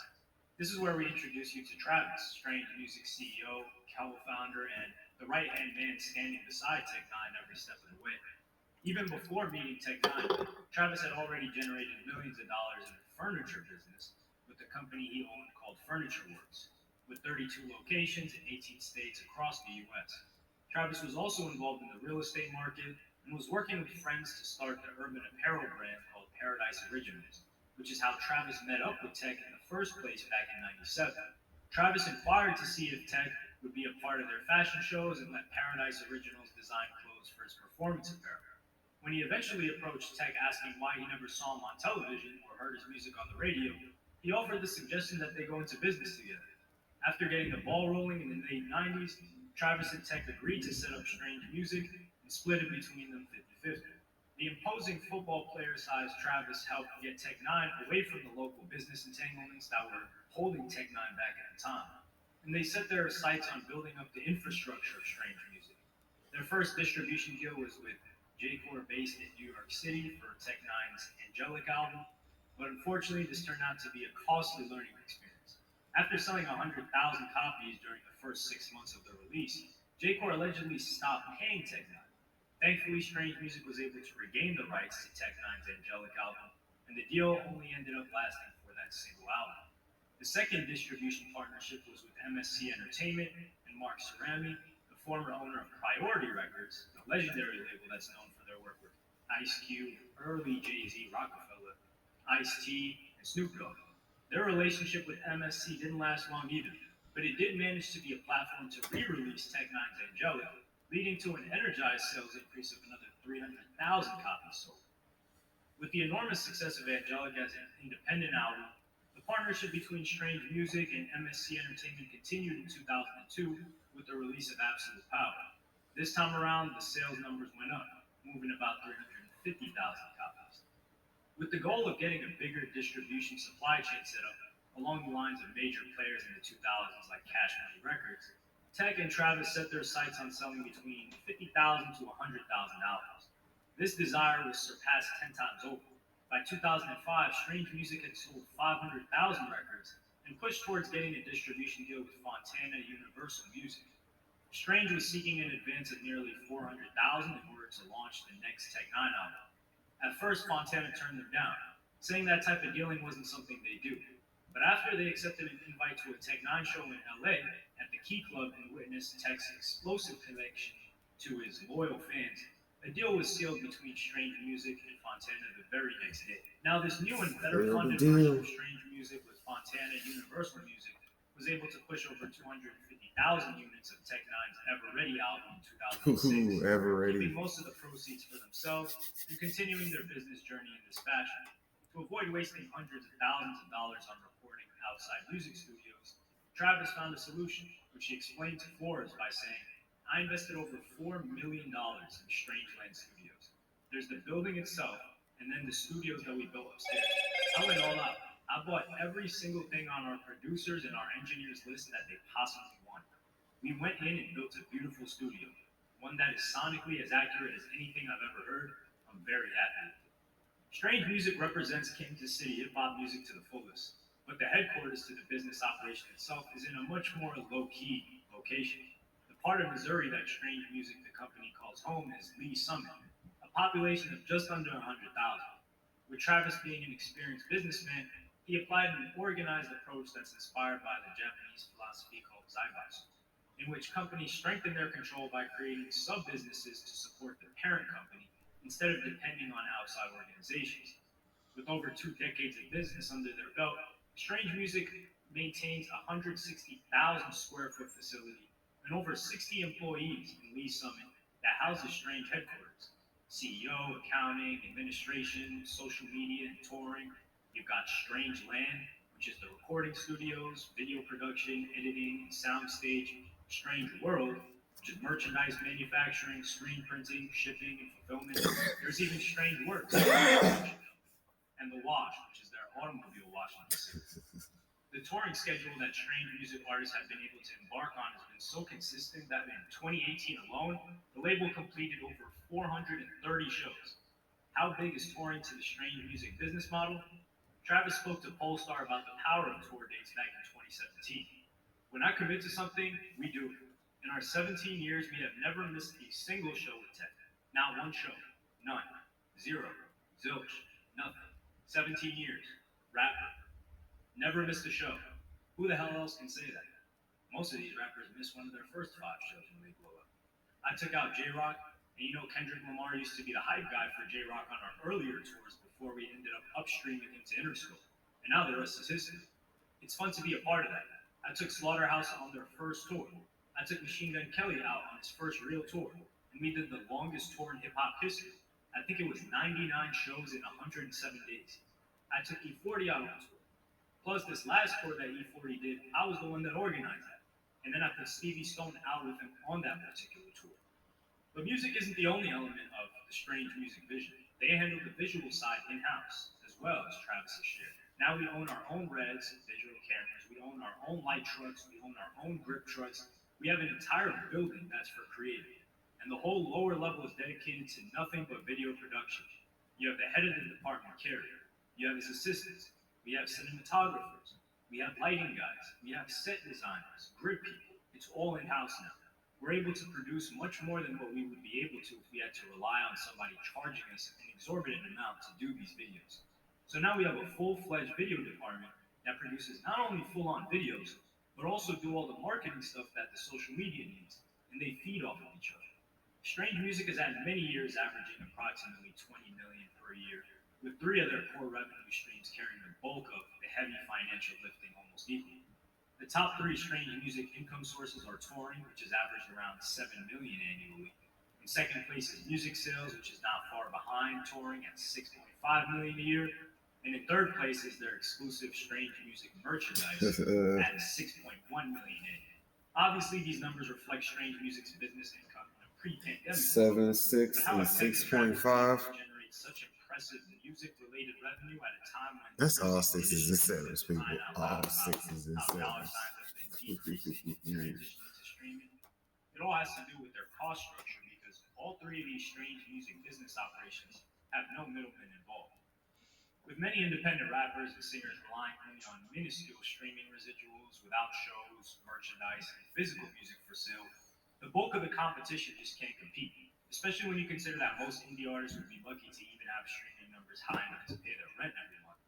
Just how lucrative has the merch game been for Team Strange? Forbes reported that they get the vast majority of their merchandise manufactured in China. This production arrangement has led to huge profit margins. We're talking about the ability to mark up the price of a Strange Music shirt that costs maybe $3 to produce to be sold for at least $25, which is still a typical retail price.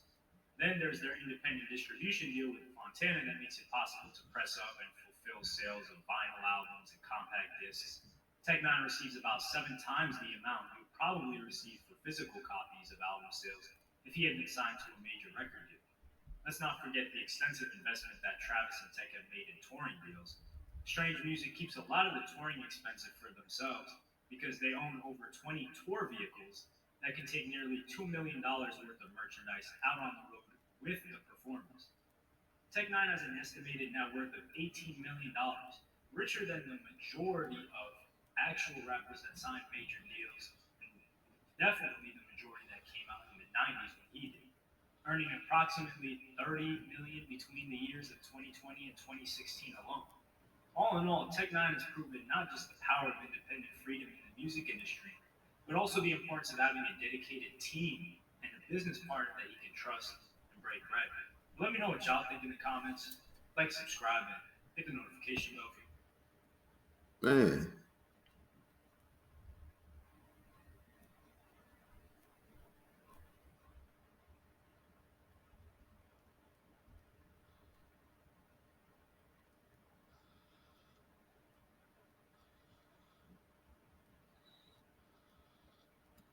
What's popping out?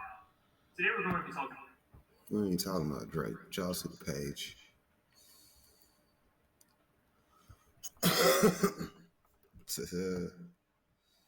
Okay, so I mean, y'all already know that Team DWC rocks with that Team Strange. Anyways, y'all have a nice day. Wednesday, 6 p.m. Saturday, Sunday, 10 a.m. Short videos uploaded, post. I got a gang of them coming. Be on the lookout. Make sure you leave comments so I know y'all supporting Team DWC. I'll see y'all in the next one.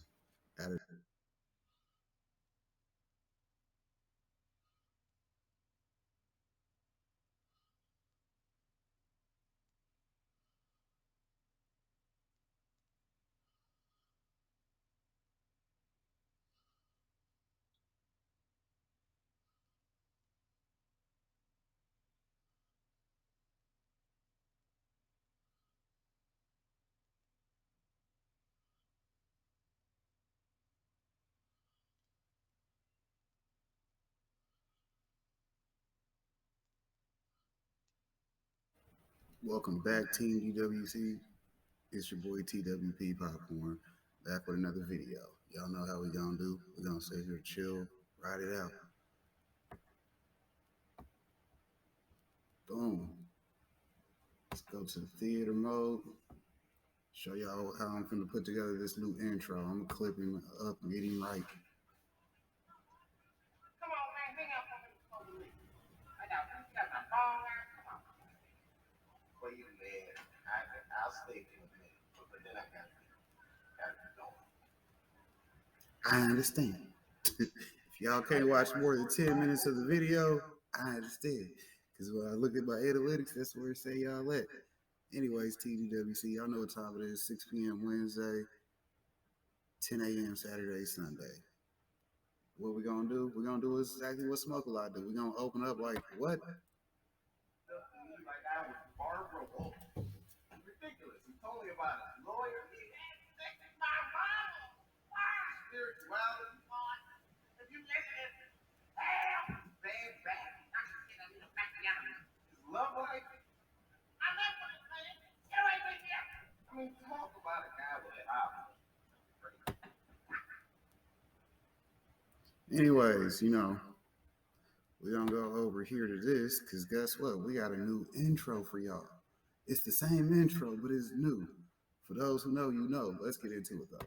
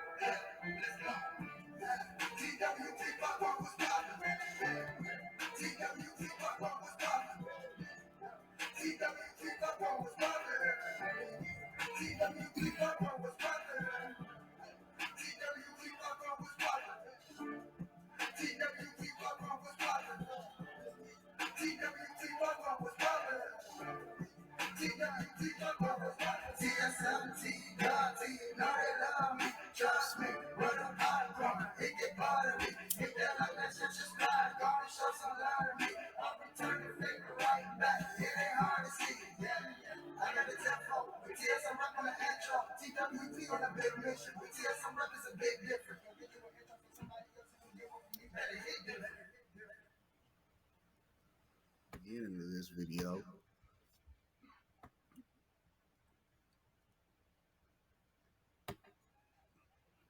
Mr. Nice Guy was blowing up. We got customers from all over New York. We even stole a few from San Francisco. Come on in, Mike. Come on with Mike. Nice baby. He said, come on, man. Come on in here, man. Come on in here, we, man. Welcome to the Trap House. Y'all know how we do TWC, TWP Popcorn.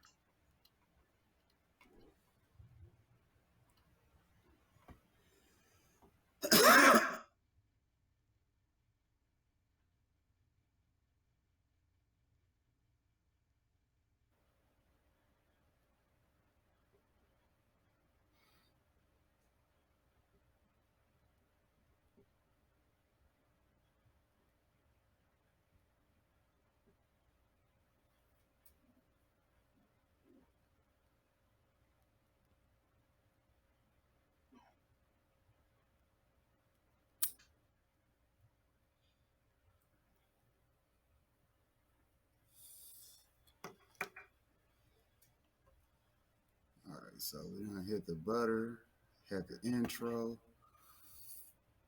Let's get into today's video. Kind of mad, not really mad. Y'all know how I am. I don't do mad. My last two videos both got banned. Not copyrighted, but straight flat out banned. So I done put out a live on Wednesday. That was like spur of the moment because they didn't tell me that the video was banned until right before it was supposed to premiere. Which when I get them done and recorded earlier, then I don't be having no problems like that because it already will tell me what's going on with the video. You see what I'm saying? But the Wednesday video was uploaded like Monday afternoon, Yonday, you know what I mean? So it waited until 20 minutes before it was coming on to tell me, nah, you can't use this. So, you know, it'd be like that.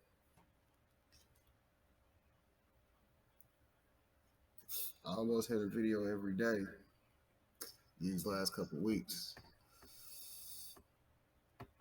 Y'all look, June 11th, 10th, 9th, skip the 8th. Didn't skip, that was a Wednesday, so that was the night I went live. 6th, 5th, 5th.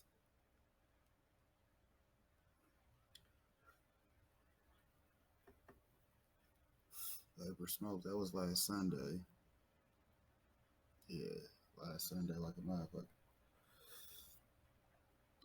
But anyways, let's see.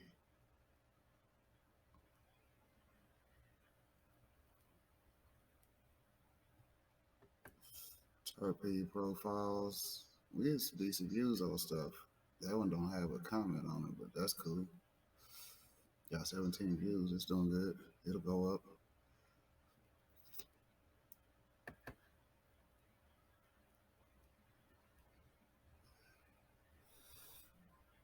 But what we're gonna do today for today's video is come over here to comments.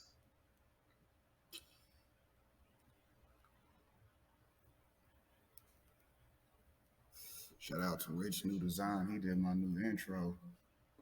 So y'all know we finna stop by his house.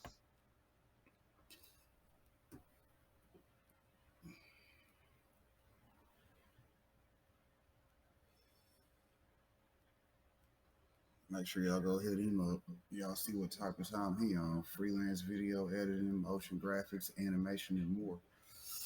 If y'all like how the new intro was put together, on that part of the put together, besides what I put together, holla at my boy, Rich New Design. 10 subs, we on bucket drop on him coming up.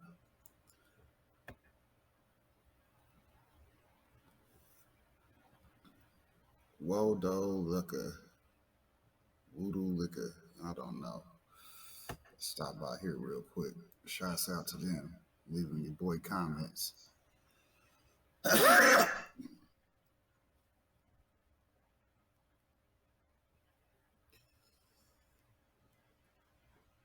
Let's see. He's got some gaming streams. So that's a gaming channel. Shouts out to him.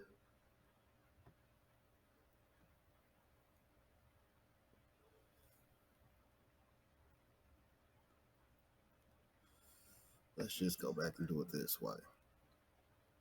Why? Because it's how I feel like doing it. You know it's my video. You don't like it? Just hit like and like it. So let's see. Today's video.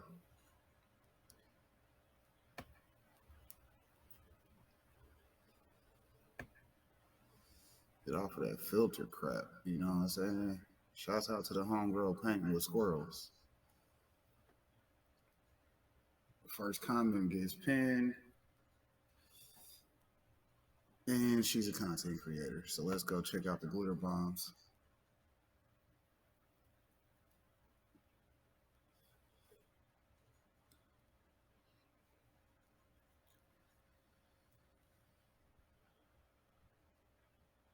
Painting with squirrels is Glitter Bombs Monday. 187 subscribers. Check her out. She's a great supporter.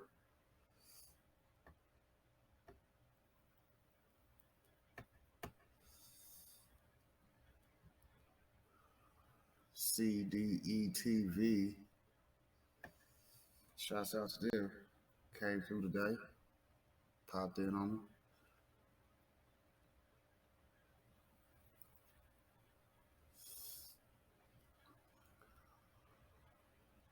Channel banners, logos, intros.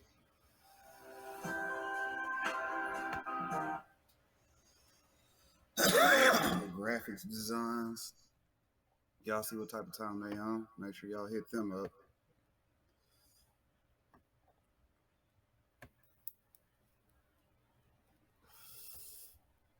And of course, we got my TSN family right here, aka the Bug Bouncer, Lucart Scadra Superhero.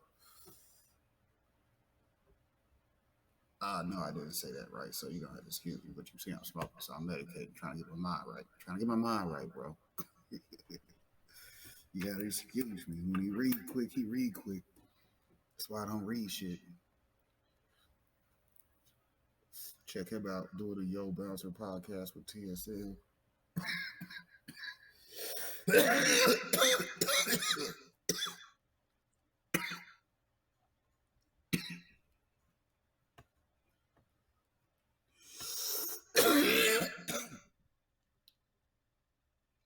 Yeah. Then we got Mr. Yuck down here.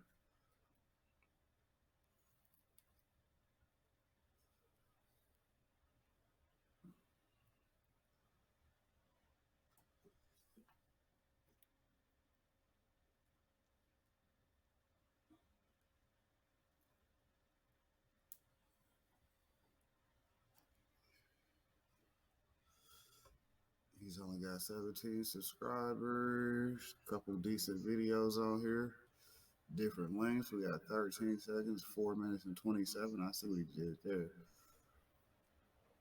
Pictures of Billy Jeans. All right, that's gonna be some entertaining content, so y'all make sure y'all come through and check him out. You know.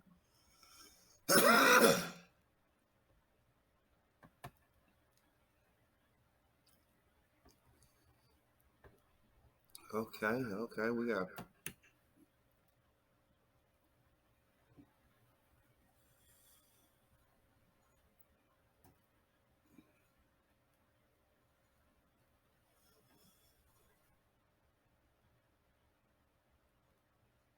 got some decent videos, got some shorts, got a couple uploads.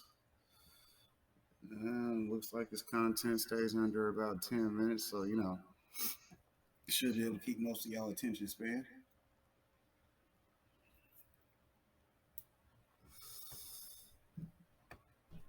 And of course, Carolina Diamond Productions. This is a great channel over here. Make sure y'all hit her up too.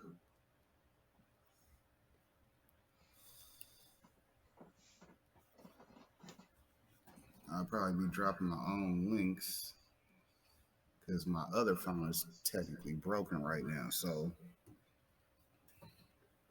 it ain't as good for link dropping, but you know, my main phone right here is, so but that'll be my TWP account versus my NFG account. Although I probably got it on here now, so I could probably just switch it over.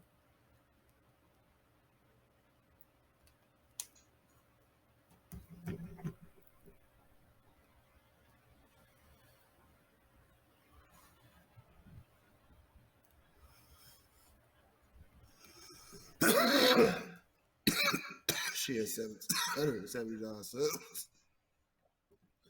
Y'all make sure y'all stop by and pick her up because you know her content is very entertaining. She be on live all the time. She'll learn you something if you ain't know.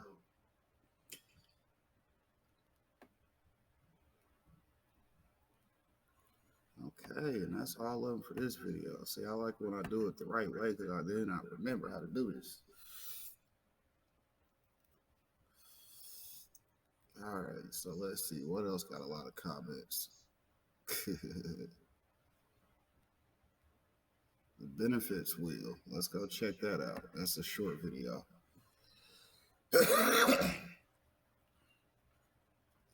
And we'll actually play this since it's a short and it's my content.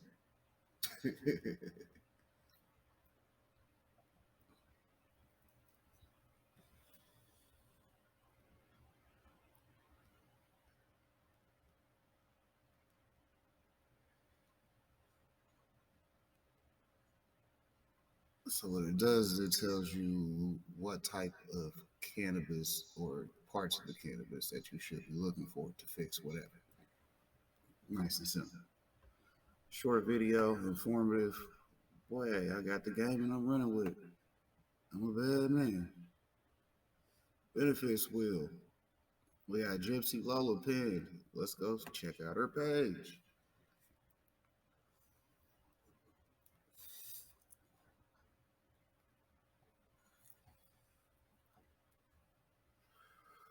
She had 1,130 something subscribers. She doing good. Gypsy Lola. What's this? Some tarot card readings. She is a gypsy, so you know what that means. She already know you coming, so go ahead, hit her up. Hey, quick with him, quick with him. That was gone. Char Avery, great info. I see what you did there. Probably been one of my supporters from when I still had my fro down. You know, my hair was down for a while. Celebrations. 391 subscribers. Congratulations. You're on your way to your 420 mark. I'm almost at mine too. Big shouts out to you, Char Avery. Thank you for supporting Team DWC. Dee. Just wondering how long it'll be before I see one of her comments. How many videos it take me to look for? Shouts out to Dee. TSN fam. Boom. We in the building. 200 subscribers. She has some decent videos. Y'all hit her up in the comments. Tell her to put some more out. We want to get to know her a little bit more.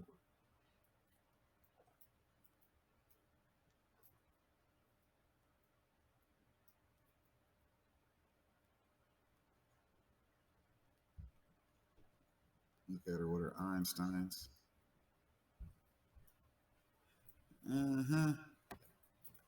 Keeping it moving. Elanita. Electra. Is this loud, nigga?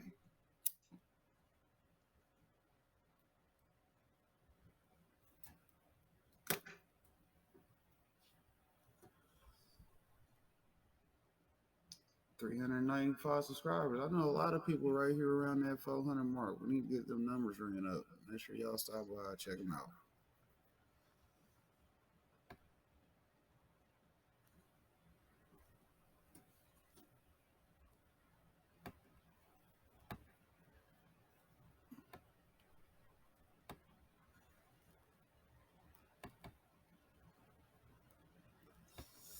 They got a homegirl Slim Shell, more of the TSN family. Yes, sir. Yeah.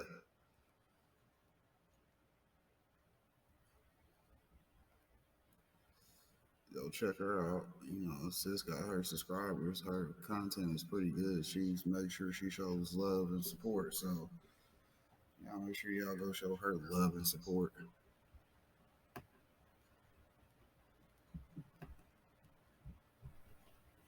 Spiky Punk Rocker. I just seen him in somebody's chat earlier, so it's cool that he subbed up. Welcome to the team, man. Welcome to the team. I'm already subbed back too. Look at me. In there, subscribe. You don't see no red over here. It's all gray. I mean, I've been doing my support returns. Now I'm doing a shout out video just to shout out the team DWC. My business logo's almost halfway done. It was halfway done, dude. Dude shot me the mail about it today, like, boop.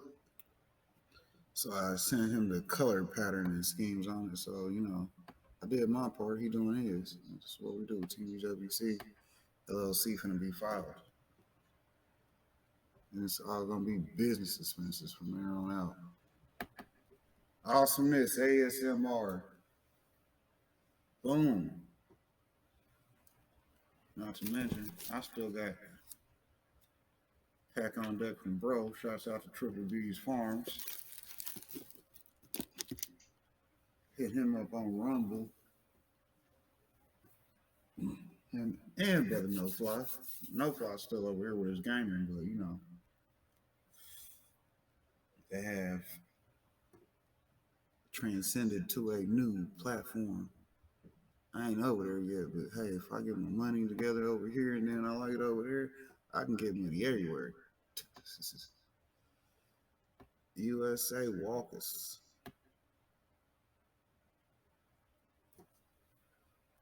Shouts out to them over here in my comment section. So, you know, I'm going to hit them up.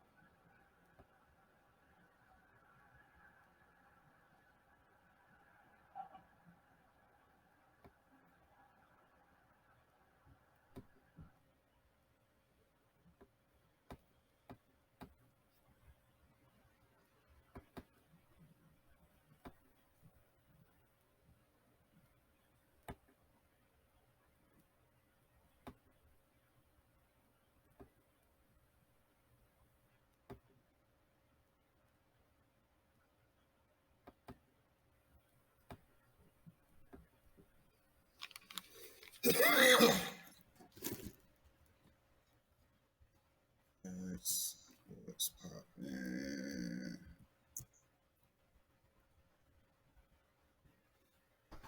Since, you know, I'm not from the brother page, but, you know, shouts out to me. Shouts out to hit the reply button. Chink from 3 days ago. Hit them with the loves. Thank you. Cheers. Do.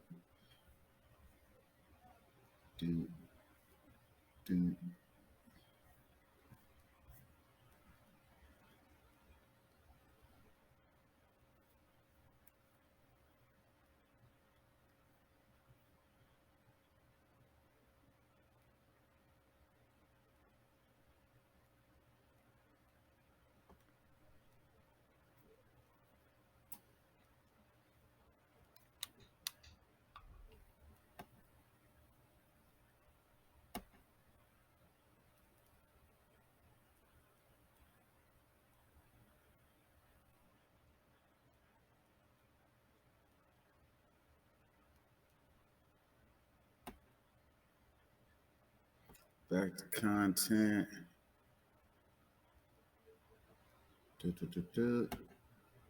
Back to the dashboard. 416. We'll hit 420 by a couple days. Y'all know how I do. I don't just sit around not getting new people. I'm at your door with some content. Hey, I got this product I know you want. Go ahead, buy some. Shouts out to Daily Life with T&E. I see recent subscribers, see, down here in the building. So let's see. We ain't showed y'all the analytics yet today, so we don't stop out here and swing and do that because y'all know I know y'all want to see my stuff. Everybody want to see what's cracking, what's popping. What are we doing? Last 30 days. Yeah, that's view 17 hundo. Typical 13 to 23. Yeah, 23. Boom. Watch time. Let's look at this number. 312, about the same as usual. Yeah, up there. Subs, we took a hit the other day. -3.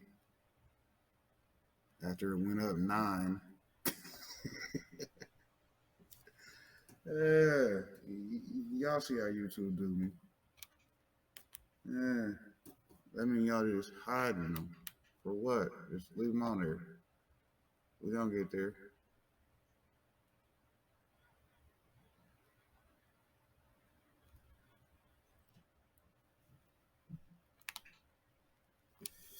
Man, I ain't got all day to be talking to y'all. I'm finna get out of here.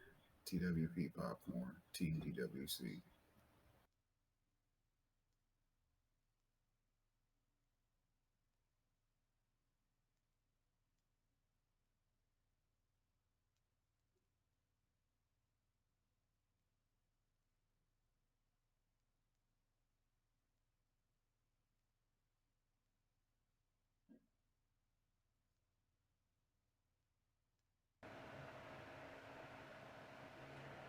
That's them curing buckets right there, all slapped out. Team DWC, TWP Popcorn.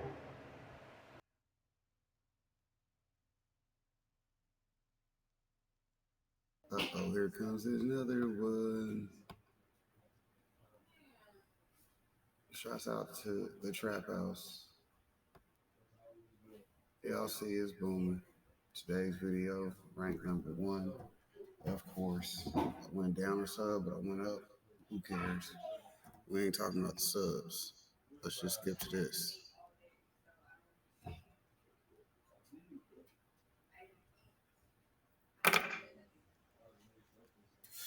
Y'all know about the intro. Y'all supposed to be twisting up because we finna go for a ride.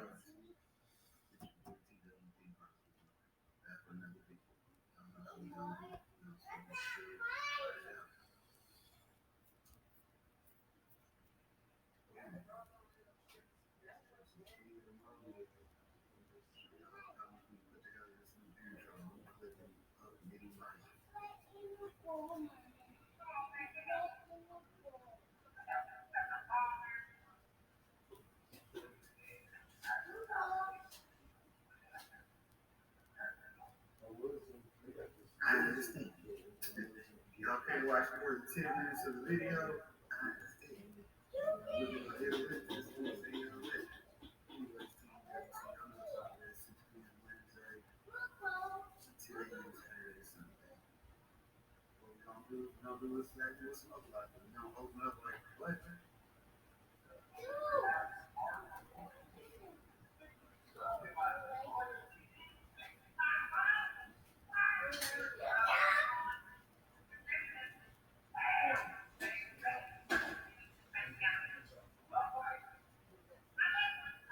Get away from me, bitch.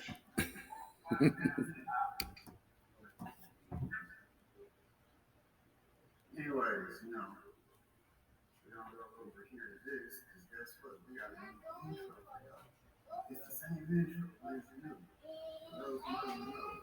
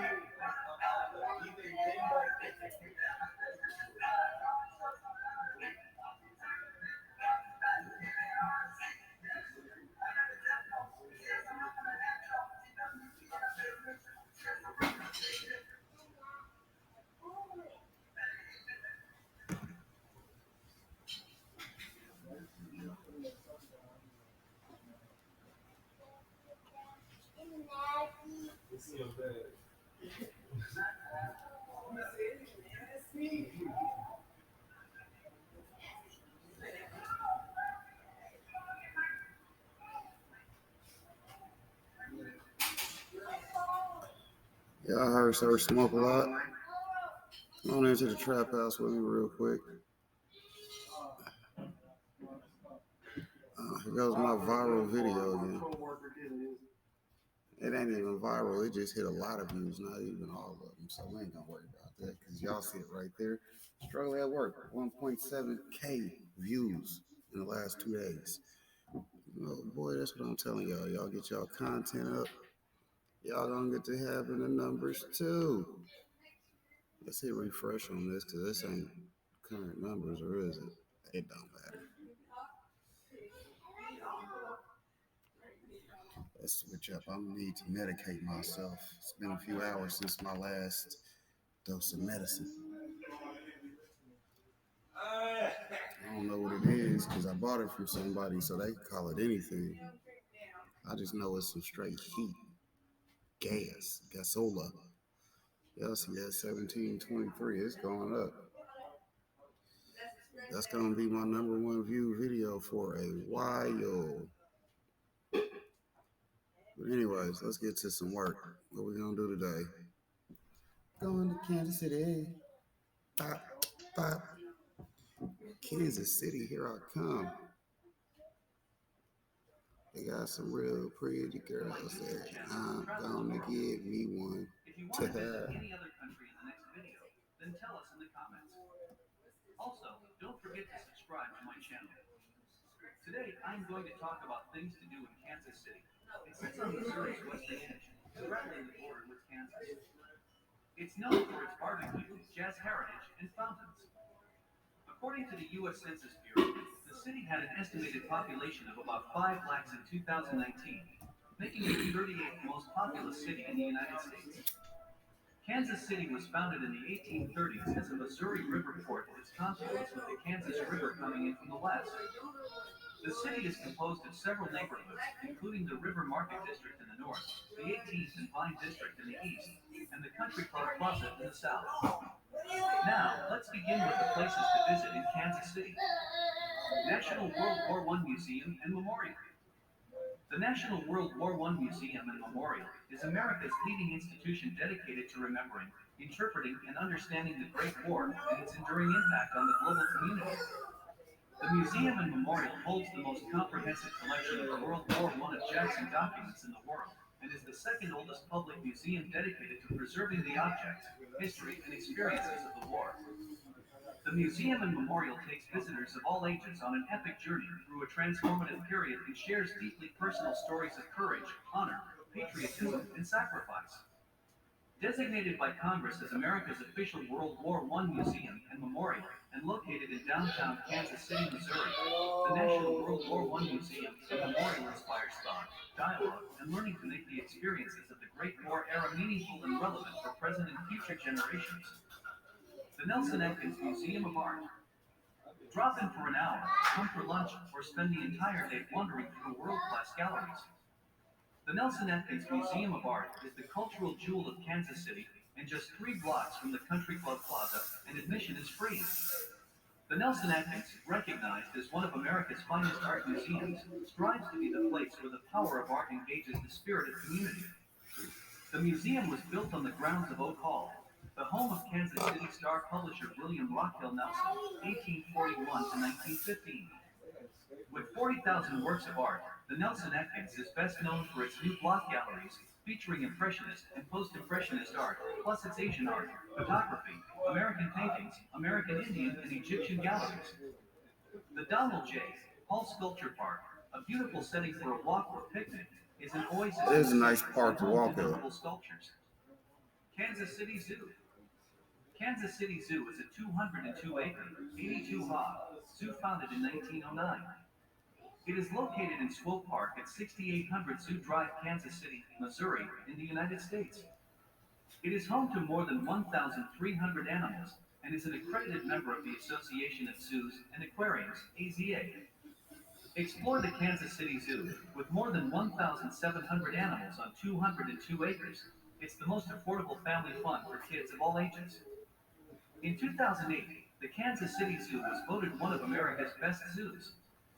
It was ranked #1 in the nation for African animals and exhibits. Planning for the zoo started in 1907, and its gates opened on December 13, 1909. The zoo evolved slowly during its first 40 years, while it added exhibits such as the Bear Grotto in 1912. It gained more momentum when it added a monkey island and a children's zoo in the 1940s. The valley area of the zoo opened in 1912, and it served as the primary portion of the zoo for many years. The first exhibits were a bear pit. Here I am smoking with this could have been a kid-friendly video. A mini takes visitors around the main area of the zoo with stops at World Gate and Australia. Country Club Plaza. The Country Club Plaza, often called the Plaza, is a privately owned regional shopping center in the Country Club district of Kansas City, Missouri. Opened in 1923, it was the first planned suburban shopping center and the first regional shopping center to accommodate shoppers arriving by car. Planned in 1922 by J.C. Nichols and designed in Moorish Revival style echoing the architecture of Seville, Spain, the plaza comprises high-end retail establishments, restaurants, and entertainment venues, as well as offices. The Country Club Plaza is named in the Project for Public Spaces list 60 of the world's great places. This ritzy marketplace features an outdoor plaza adorned with romantic European fountains and sculptures, plus designer shops and great restaurants. Although the plaza was designed and built to accommodate visitors arriving by automobile, it is unlike modern shopping malls with sprawling parking lots. Parking is concealed in multi-level parking garages beneath and behind the shops or on the rooftops of buildings. The plaza was also the first shopping center to use the percentage lease, where rents are based on a percentage of the gross receipts of tenants. In 1925, a single strand of 16 colored lights was placed above a doorway in the Country Club Plaza to celebrate Christmas. The number of lights increased annually, inspiring an official lighting ceremony that first took place in 1930. SEA Life Kansas City. Sea Life Kansas City is an interactive aquarium located at the Crown Center in Kansas City, Missouri. The aquarium contains thousands of aquatic creatures, plus interactive touch pools, and a 360 degrees ocean tunnel. Sea Life Kansas City is owned and operated by Merlin Entertainments. Sea Life is involved with a number of conservation activities So nice. Sea Life has successfully Where the fuck is these some bitches coming from, though? helping prevent the breeds from becoming extinct. This means that no seahorses will be taken from the wild for their exhibitions, and they may be able to resupply seahorses if they become extinct in the wild. Sea Life works with seal sanctuaries to care for orphan and injured seal pups. Over 100 seals are successfully rescued and returned to the wild each year. Sea Life provides permanent homes for injured or disabled aquatic creatures who would have otherwise been killed or euthanized. A fundraising campaign run by Sea Life has enabled a new sea turtle rescue and wildlife information center to be built on the Greek island of Zakynthos to treat turtles which have been injured. Arrowhead Stadium. Arrowhead Stadium is an American football stadium in Kansas City, Missouri, United States. It primarily serves as the home venue of the Kansas City Chiefs of the National Football League, NFL. It is part of the Truman Sports Complex with adjacent Kauffman Stadium, the home of the Kansas City Royals of Major League Baseball, MLB. Arrowhead Stadium has a seating capacity of 76,416, making it the 27th largest stadium in the United States and the 6th largest NFL stadium. Construction began in 1968. The original two-stadium concept was initially designed by Denver architect Charles Deaton and Stedman. There is no better way to experience Arrowhead and learn about the Chiefs than to take a tour of the stadium. Museum of Illusions. Enter the fascinating world of illusions which will trick your confidence in your own senses. The walls will amaze you by doing so. The world that will confuse you completely, but also educate you. Museum of Illusions started as a unique project which soon became one of the fastest growing education and entertainment places, with locations in 15 cities around the globe, and continues to expand. This original concept was launched in Zagreb, Croatia in 2015 and quickly become a recognizable brand and leading attraction in each city where it is launched. Museum of Illusions offers interactive, immersive, and fun experience for children, parents, couples, grandmothers, and grandfathers, a perfect, unusual, and exciting place for all generations. Amusing and awesome tricks will teach you about basic perception. Easier to perceive while your eyes cannot understand. Airline History Museum. The National Airline History Museum is located at the Kansas City Downtown Airport in Kansas City, Missouri, United States. Airline History Museum at Kansas City Airport devoted to saving and preserving old aircraft, including Downtown Airport. That's where Trump flew in last time he came. Aviation enthusiasts Larry Brown and Dick McMahon. Got MCI, aka KCI. That's way the fuck up, Brown and man. McMahon were joined by a number of other This is why I left this enthusiasts, adult content in case I want to say the F word. In January 2011, the Airline History Museum began its 25th year of operation. Entering its silver anniversary with a new vision for the next quarter century, the museum announced a commitment to meeting or exceeding the characteristics of excellent standards established by the American Alliance of Museums.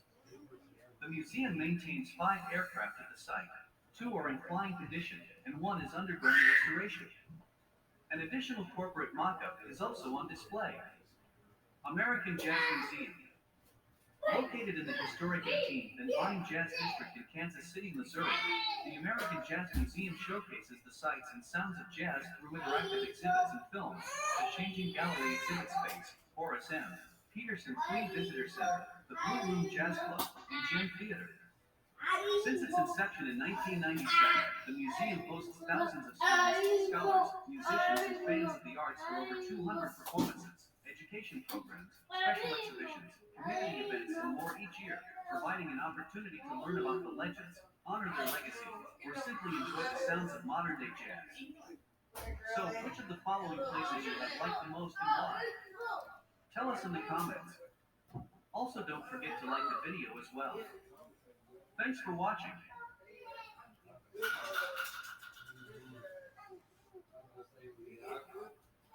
Today, right here on YouTube, I'm going to attempt something that has never been done before in the history of all of YouTube. And that's to answer the age-old question. Which city is better? Is it Kansas City, Kansas, or Kansas City, Missouri? You're going to have to wait and find out the answer to that and so much more right after the intro.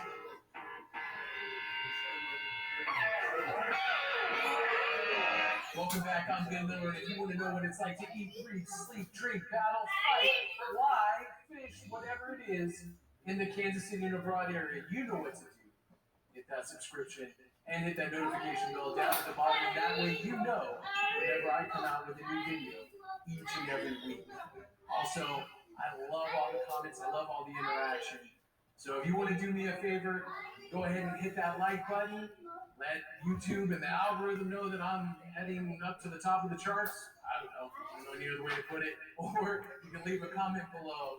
Or if you want the inside scoop, hit me up at area code 661-236-9055.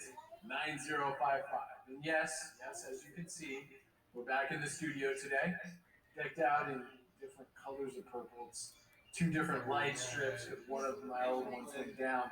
But the point is that I've been listening to a lot of Prince lately. So we're decked out in Purple Rain today. So Josh, go ahead and hit it. Purple Rain by Prince. Go. One of my all-time favorite songs. And now that you know that I love Prince, you have either shut off this channel completely, or you are sticking around to find out the answer to the question, which I posed at the beginning of this video. Which is the better city, Kansas City, Kansas, or Kansas City, Missouri? I'm going to put Josh to work today in random clips of Purple Rain. Yeah, gotta add some fun in here, or it's too cold outside to go outside. That's why we're inside. I said at the beginning, we're going to attempt to answer this question. And spoiler alert, here's a spoiler. In 3, 2, 1, is no answer to the question. Let me tell you why. I know it, like you hooked us in, and now you're not going to tell us an answer. I am going to give you perspective. I'm going to give you perspective on the 2 cities. You know, when I first moved here, people often ask me, what's the difference between Kansas City, Kansas, and Kansas City, Missouri? And sometimes when my dad comes out and visits, he has a very, very difficult time telling, are we in the Kansas side or are we on the Missouri side? And I remember a lot of people first told me when I moved out here, well, Missouri is so much better. Stay away from the Kansas side, and vice versa. A lot of people are saying Kansas is better than Missouri. It's an age-old question. But let me tell you why that you really can't compare the 2 cities of Kansas City, Kansas, and Kansas City, Missouri. One is extremely large, about 450,000 people, just in the Kansas City, Missouri area alone. And the whole metro is about over 1 million people. And I know some of you are going to be like, well, according to the latest census, Josh, put the scientists from The Simpsons up there. That's who this impression is of. Oh, there you go. But, you know, according to the last census, there's actually 530,000 people. Yeah. The point being is Kansas City, Missouri is a lot bigger than Kansas City, Kansas. So you really can't compare the 2 cities, especially, really want to get confused about this whole situation, is that Kansas City, Kansas is actually technically a part of the Kansas City metro. You confused yet? I'll help clarify things. So what we're going to do on today's video, since we can't declare an official winner, although by default Kansas City, Missouri is the winner. Kansas City, Missouri is the winner, just like we're going to win the Super Bowl here in 2 weeks or a week and a half, something like that. But although we can't declare an official winner, what I can do is I can help guide you in the right path of what you're looking for when you're moving into the area. I think you'll be surprised that Kansas City, Kansas has a lot to offer, although it is a much smaller city. Let's talk about some of the great things about Kansas City, Kansas. Now, although Kansas City, Kansas is a much more industrial area, much more blue collar, much more working class, and again, much smaller than Kansas City, Missouri, the one thing that they have over Kansas City, Missouri is the fact that they have that working class ethos, that working class ethic. And because it is years and years and years behind the development of Kansas City, Missouri, you can still get in at the ground level on some absolutely fantastic neighborhoods in Kansas City, Kansas. One of my favorite neighborhoods, which I will do a video on, in all of the Kansas City metro area, actually is in Kansas City, Kansas, and it's an area called Strawberry Hill. Just look it up on Google. Strawberry Hill is one of the coolest, most insanely up and coming neighborhoods in all of the metro area. And it's incredibly hard to find houses in the area because everybody knows that it's just a couple of years away from really exploding. And trust me, it's already exploded quite a bit. Purple Rain. That's why I pay Josh all the big bucks. Now, Strawberry Hill is also home to one of my favorite places to hang out in all of the metro, and that's a place called the 403 Club. The 403 Club is a pinball bar. That's right, a pinball bar located in the heart, smack dab, of Strawberry Hill. It's got pinball. It's got a great jukebox where you can play things like Prince, or you can play things like Kid Rock. Just kidding. Don't play Kid Rock. I really, no offense to any Kid Rock fans out there, just not my cup of tea. I wonder if he has, his fans call themselves something. Josh, do they call themselves something like rockers or anything? All great fans have to have a name. Anyways, but also Strawberry Hill is home to Split Log Coffee, which has amazing coffee. It also is home to Slaps Barbecue. And I know a lot of you have heard the legend of Kansas City Barbecue, and Slaps is continuing that legend very, very proudly. You want to talk about more amenities not located in Strawberry Hill? Look no further than out west, where there's the Legends Outlet Mall as well as the Speedway. Now, the Speedway is a full-size NASCAR track where they've had NASCAR races before. I think at least one almost every season, but don't quote me on that. I mean, they've had NASCAR races out there. The Legends Mall is a great place where you can go to Cabela's, there's Nebraska Furniture Mart, and there's also outlet stores like the Levi's outlet store, which is a place that I shop a lot. Also, one great thing, or one of the many great things about Kansas City, Kansas, is it's kind of up on a hill. So there are certain parts of the city where you can get a dynamite view of the beautiful skyline of Kansas City, Missouri, which in my estimation is one of the most underrated skylines in all of the United States. As I said earlier in this video, we can go on and on about the amenities that happen over on the Kansas City, Missouri side. But again, you can't really compare the two. It's just too vast of a size difference, differences all the way around to really crown a winner in the battle of Kansas City, Kansas versus Kansas City, Missouri. But the one thing I will tell you is that Kansas City, Kansas does have a much lower cost of housing. So it is $40,000 cheaper on a median level to get into a house in Kansas City, Kansas, as opposed to Kansas City, Missouri. And let's not forget that Kansas City, Kansas is a quick jump over to Kansas City, Missouri from all those amenities that you may be missing being on the other side of the river, so to speak. So $40,000 cheaper is a great price point to get into one of the fastest growing, best, most undiscovered cities / regions in all of the United States. Now in Strawberry Hill, you're not going to find anything for a low cost of like $100,000. But the further out you go, the more west you go, you're more likely to find a great house on a nice, sizable piece of land. So you got Kansas City, Missouri with all the bells and whistles, all the amenities, everything you could ever want in a big, major metropolitan city without any of the headaches of overcrowded places like Denver or Boulder or Austin or any of those places that all these former Californians are flooding right now. And you got a lower cost of living, which is attracting a lot of people from the coast and from those areas. So to sum it up, I predict in the next 5 years, Kansas City, Kansas, because of all this influx of people, is going to be unrecognizable in the best possible way. So if I were to declare a winner, which we can't between the two cities as I've stated, I declare the winner to be you in your next housing adventure if you choose Kansas City, Missouri or Kansas City, Kansas as your destination to lay down some roots. That's it for me. I hope you guys enjoyed the video. Alright, so we can skip the rest of his outro. No sense of hearing that. You know what I'm saying, TWC? I already know what I'm gonna do because I ain't gonna do it that way. Did I forget to hit the butter?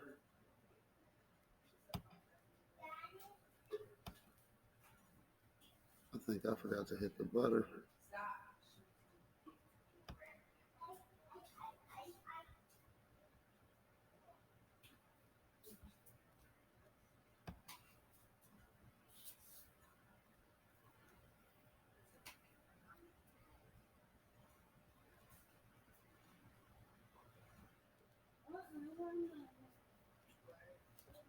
Anyways, like I was gonna say before I remember that I forgot something. Team DWC, we would prefer the Missouri side because Kansas ain't got no medical yet. They getting closer to legalizing. There was an article I think I posted about a couple weeks ago now. Don't know when that is when y'all watching, so keep track. Because Kansas might have got close this year. So I mean, it's a good thing if they do because yeah, go ahead and move to Kansas City. Go ahead. We'll be right here waiting on you. Come to Missouri, get your deep water set up. Watch how I do. And keep it medical. But y'all know, I'll see y'all Wednesday, 6 p.m. Unless I hit y'all in the comments on one of the shorts. Those are going to be running between 10, 2, or 6 daily on the day that I remember making. Or I've already pre-made them. And y'all know how shorts is. If they up, they up. Regular post schedule in the description.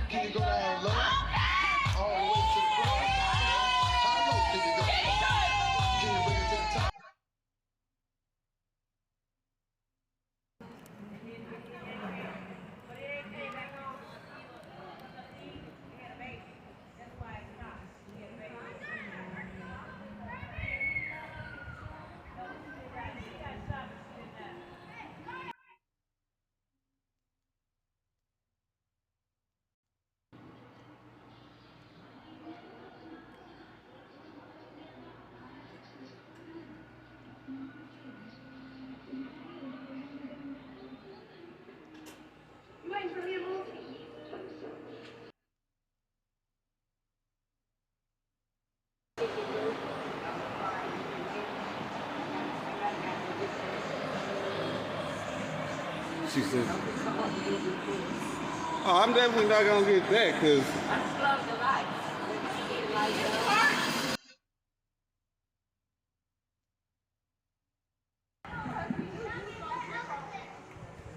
got the water slide. I'm over here getting the grill ready.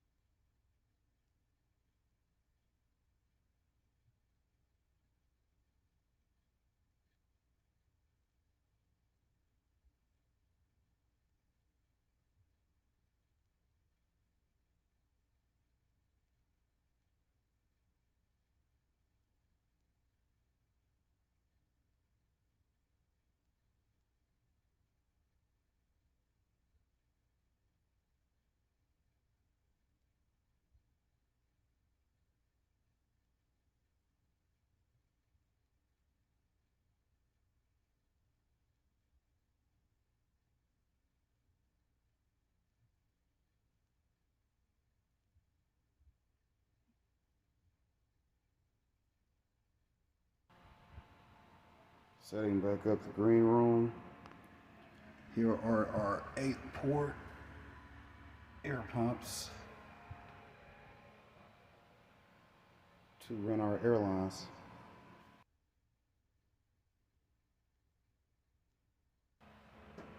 Alright, so the next part is setting up our DWC grow. It's going to be our air stones, which work with our air pump inside our DWC bucket.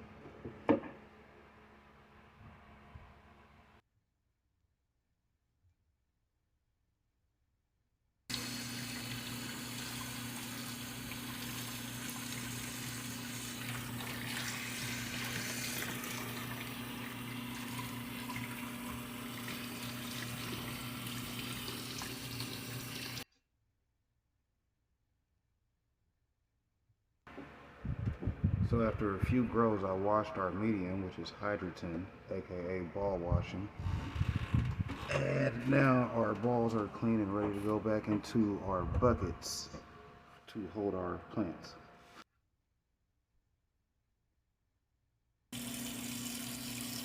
Alright, net parts are done.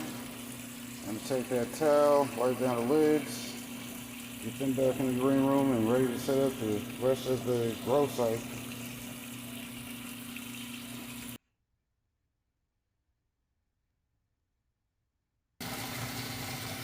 Last but not least, as far as our pre-cleaning and setting up this grow site for deep water culture grow, we got our buckets left.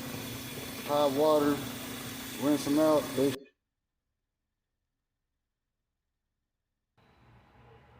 Alright, next Team DWC, what we're going to do to set up our grow site and grow area is put our lids and net pots on each of our buckets. Lid, net pot.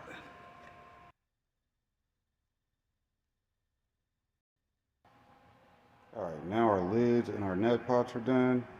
The next thing we're going to do is fill each net pot with hydrogen and then run our air line.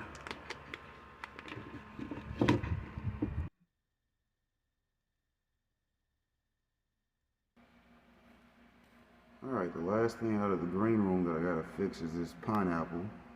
As you can see, these are the roots. They're heavily hit by the mold, but I've got them in hydrogen peroxide and water.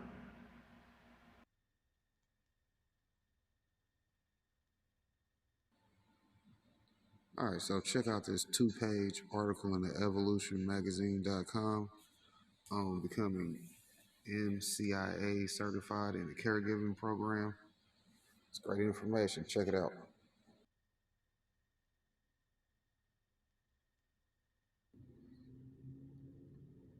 Uh-oh, Team DWC got us a new snapback. We think we linking.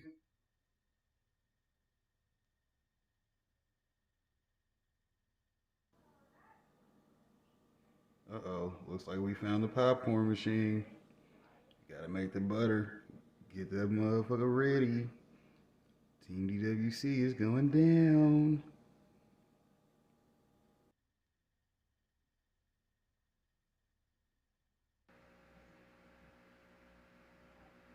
Major Melon Mountain Dew.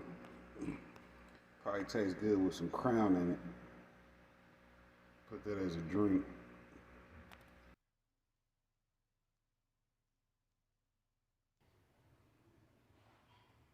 So when you ask the homie for a couple slaps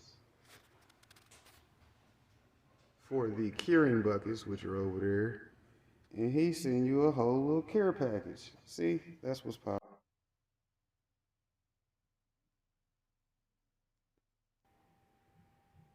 All right, Team DWC, big shout out to the big homie. He helped me hit the numbers. Help me hit them numbers. Check him out. James Guy, if y'all don't know, y'all missing out. That's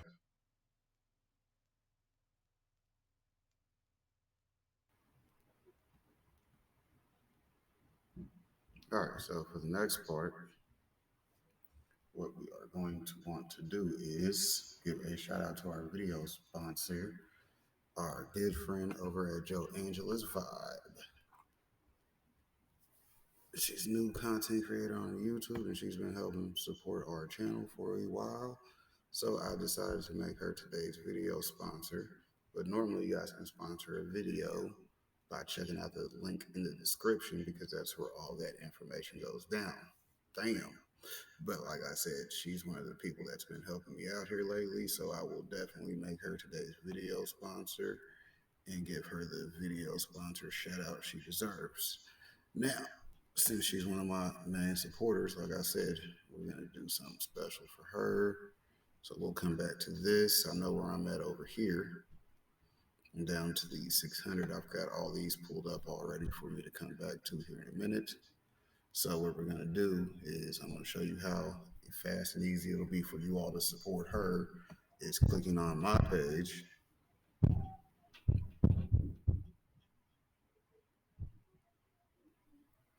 Bam, here we go, Team DWC. You guys all know this. This is very familiar to you, but I've recently updated it for what I've got going on as far as videos, supporters, and all that good stuff.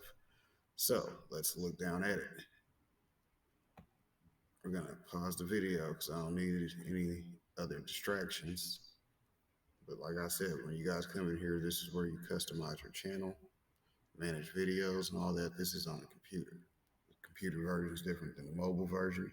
So whichever one you're on, it's easier if you're on the laptop, like I said earlier in the video. So we're going to keep moving. So on my page, I'll cover this quickly as I'm going through it because I was meaning to say something about this earlier. When I customize my channel, I have picked this video to play every time you come to my page. So it's automatically giving you a view as long as they watch more than 30 seconds of that video or leave it running for the first 30 seconds, which is something I suggest to everybody because, you know, people, they'll get a direct introduction to your content immediately. So you set that up in the channel customization. We'll go over that later after we cover our video sponsor. The next thing you want to do is I have my playlist set to the first thing that's underneath that video. Because if you see my main Team DWC playlist, which I recommend to everybody in every video, one way or another, is right there in the top 3 playlists that I have created. I have more playlists that are unavailable to the public, but you get what I'm saying. I want my playlist to come up first because that's a longer way for you to get more views if they can watch multiple videos in one setting versus just clicking on one. So then after that, like I said, I have my popular uploads, which are basically my videos with the highest view counts on them. Bam. Then we go down to shorts. And shorts are what they are. Either people like them or they don't. So now going back to our video sponsor, she is currently right here on my page down at the bottom. So as you see, I've got my Team DWC supporters, which are down here. And these are also pages that I subscribe to myself. So we're going to go to Joe's Vibes. And she currently has 3 videos, 22 subscribers. So with her being the sponsor of our video, we're going to go in and watch one of her videos.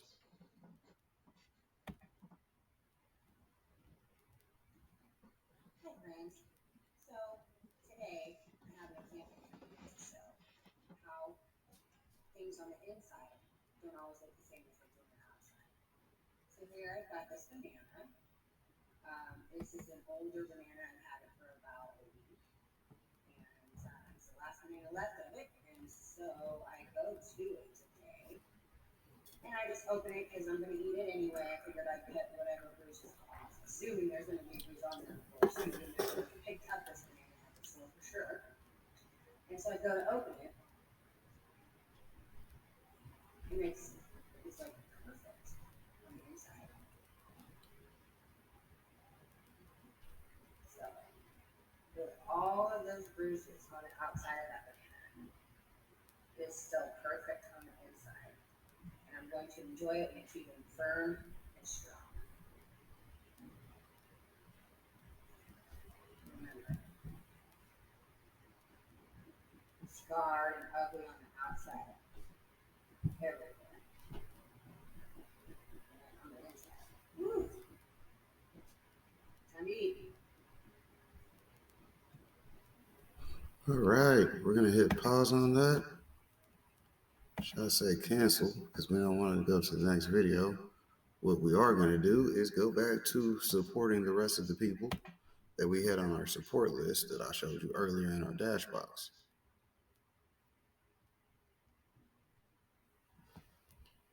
And we're also gonna put some music on because, you know, it's better to work with music.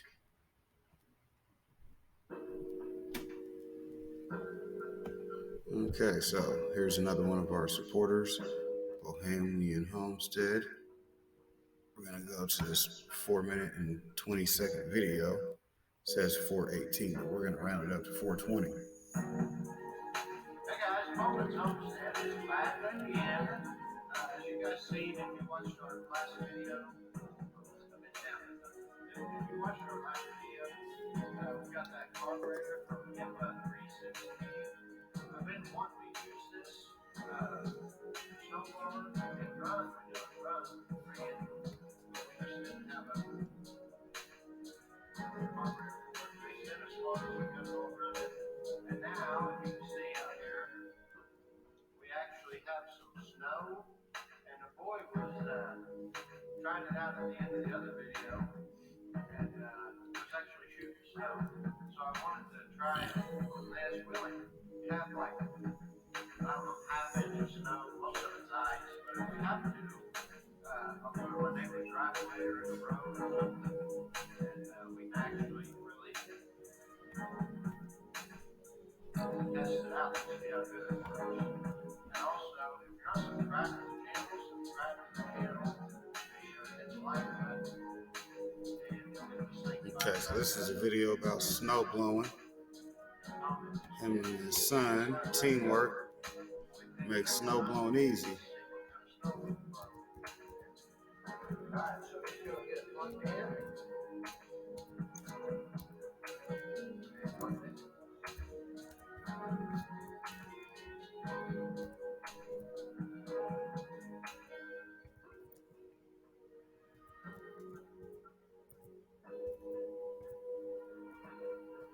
Bam. So we've got him supported. We've like, comment, and subscribe. Watch a minute and something of his video. Now we'll go over here to Big Bob's, get his video playing.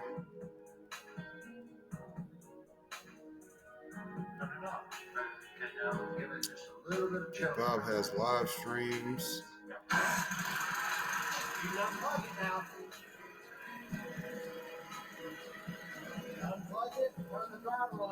Let's go into this one. All the way. Alright, now we're going to see if it'll throw some snow. I don't think it's deep enough. Hey, here, I broke my pipe before I had it. I'm glad you got it. Get back to the I'm going to go grab the snow and bring it. Grab it all the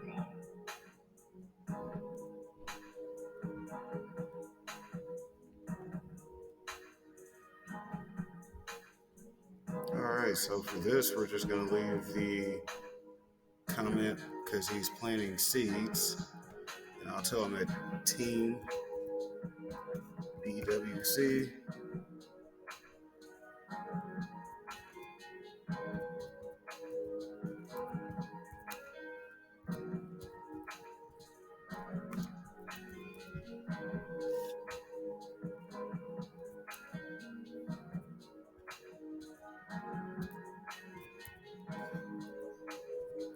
Final pot method. This hopefully gets me plenty of questions from his other commenters due to the relevance of them not knowing what deep water cultivation might be and all that good stuff. But on to the next one.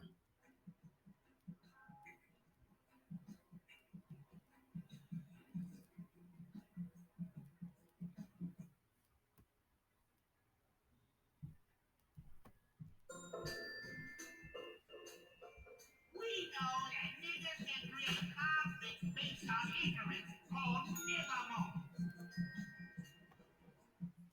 Keep that playing in the background. All right, let me find some more music.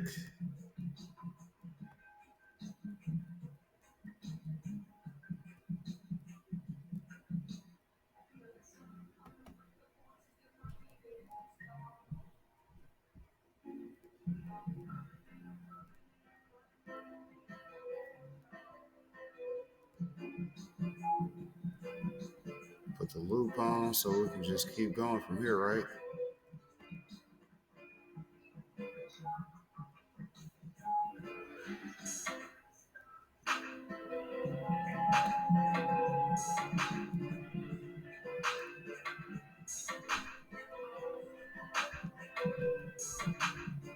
Uh-oh.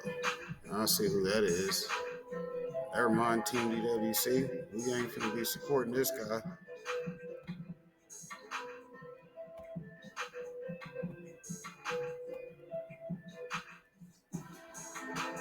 My homie No Fly is one of my people, so I see what his comment says on there. So we're just going to unsubscribe and back away from this person. Bam. Let's get the fuck out of here. I got certain people I vibe with over here on YouTube. And if you are one of my friends or supporters, haters, and I see that stuff, I'm not going to address it because they will. But, you know, I'm not going to ride with you either. So that's just me being smart and staying out of stuff that I don't have any business getting in. I mean, I don't have no problem with him, but if he's got a problem with somebody I know, I'm going to keep to my own business and do my own adding. It's cool if he wants to support me, but I won't be supporting him. Team DWC, we try to stay on the positive.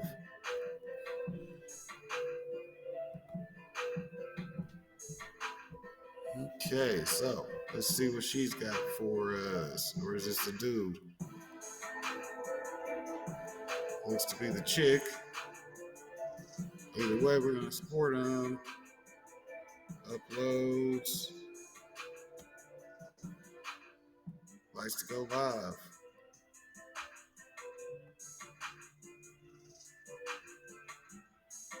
All right, we're going to go back over here to this channel and find a video to start. Also,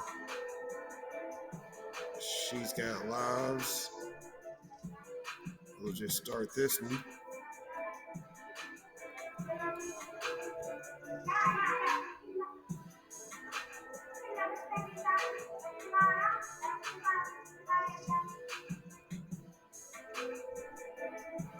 We can close that page out.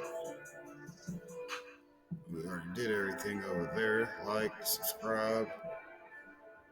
It's a silent live stream, so we don't have to worry too much about continuity of this.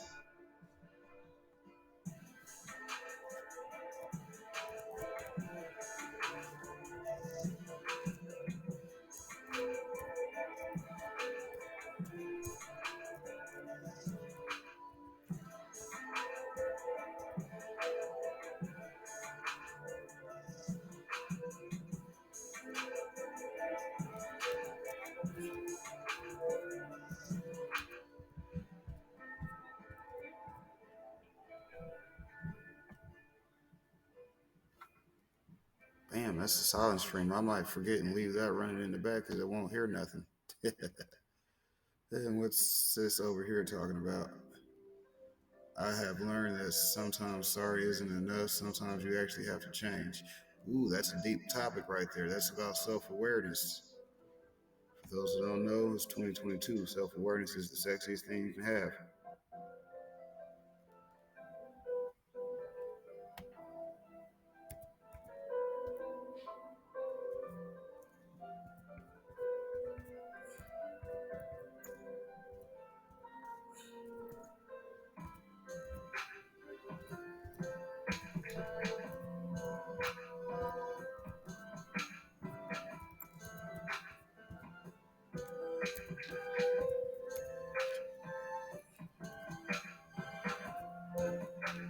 Bam! Self-awareness is a major factor at Team DWC.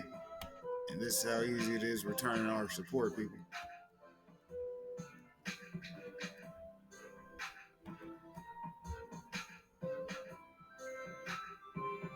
2 minutes and X seconds. Bam, close that down. Now we come back to our channel dashboard. That's been going long enough. We can shut it down also.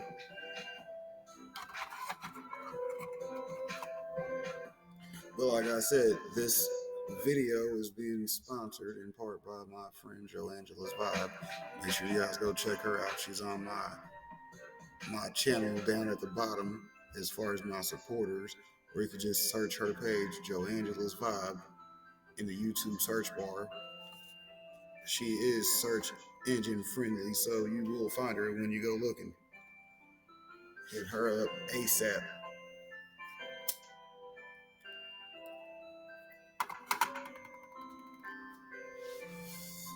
Let's see.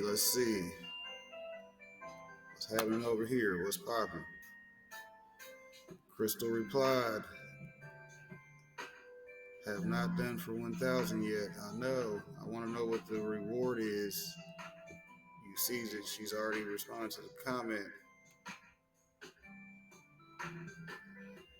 Telling her to look to the future.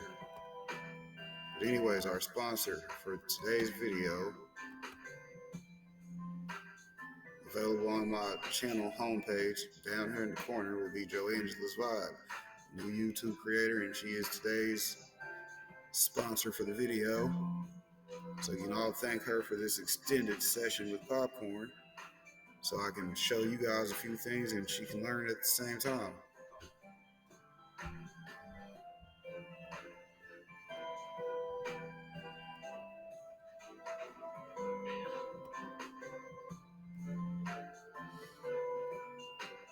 And once again, we might as well just go back to her channel since we are here. Boom. Like I said, she's got 3 videos currently. We're going to work on getting her a playlist and an about section and all that good stuff. But for now, she is on here. She's got about 15 views. And you see she's joined December 20th, 2021.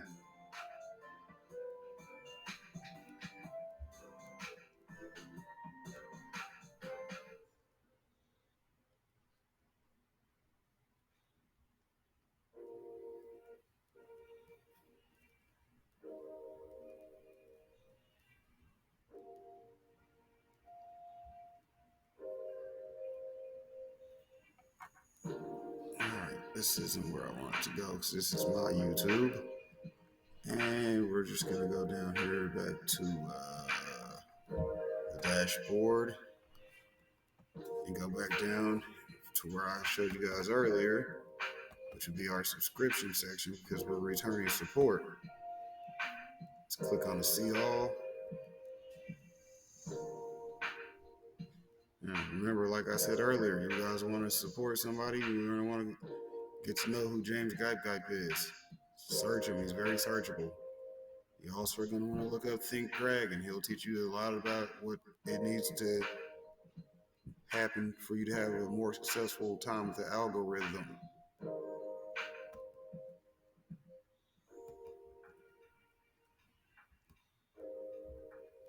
So we're going to skip a couple pages because I know where I was. I was down to the 600s in the subscriber count. As you see here, everybody says subscribed, right? If I hit unsubscribe, it means I've already subscribed to them and returned the appreciation.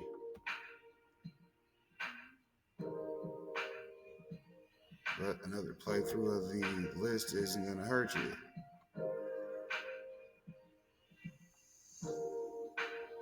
Big Bob Rose says I missed him.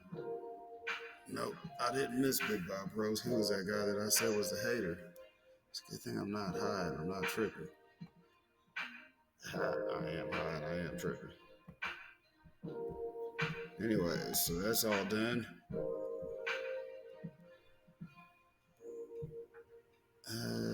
Let's see. We're going to go here.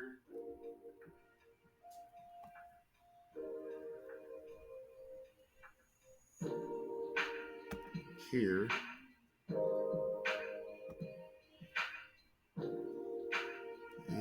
here.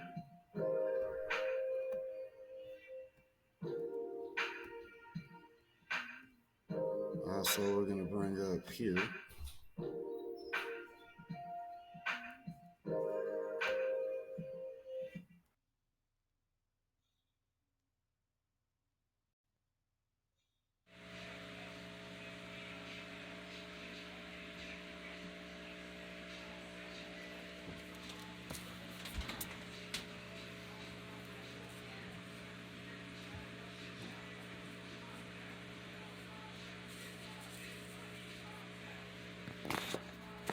I think I like it.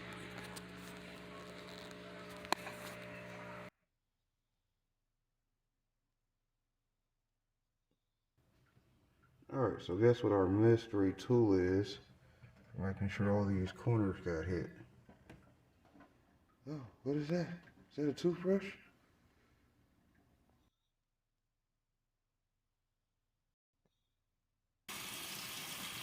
Cleaning up the crime scene. As you see, this is our culprit caught in the act of fucking my vibe.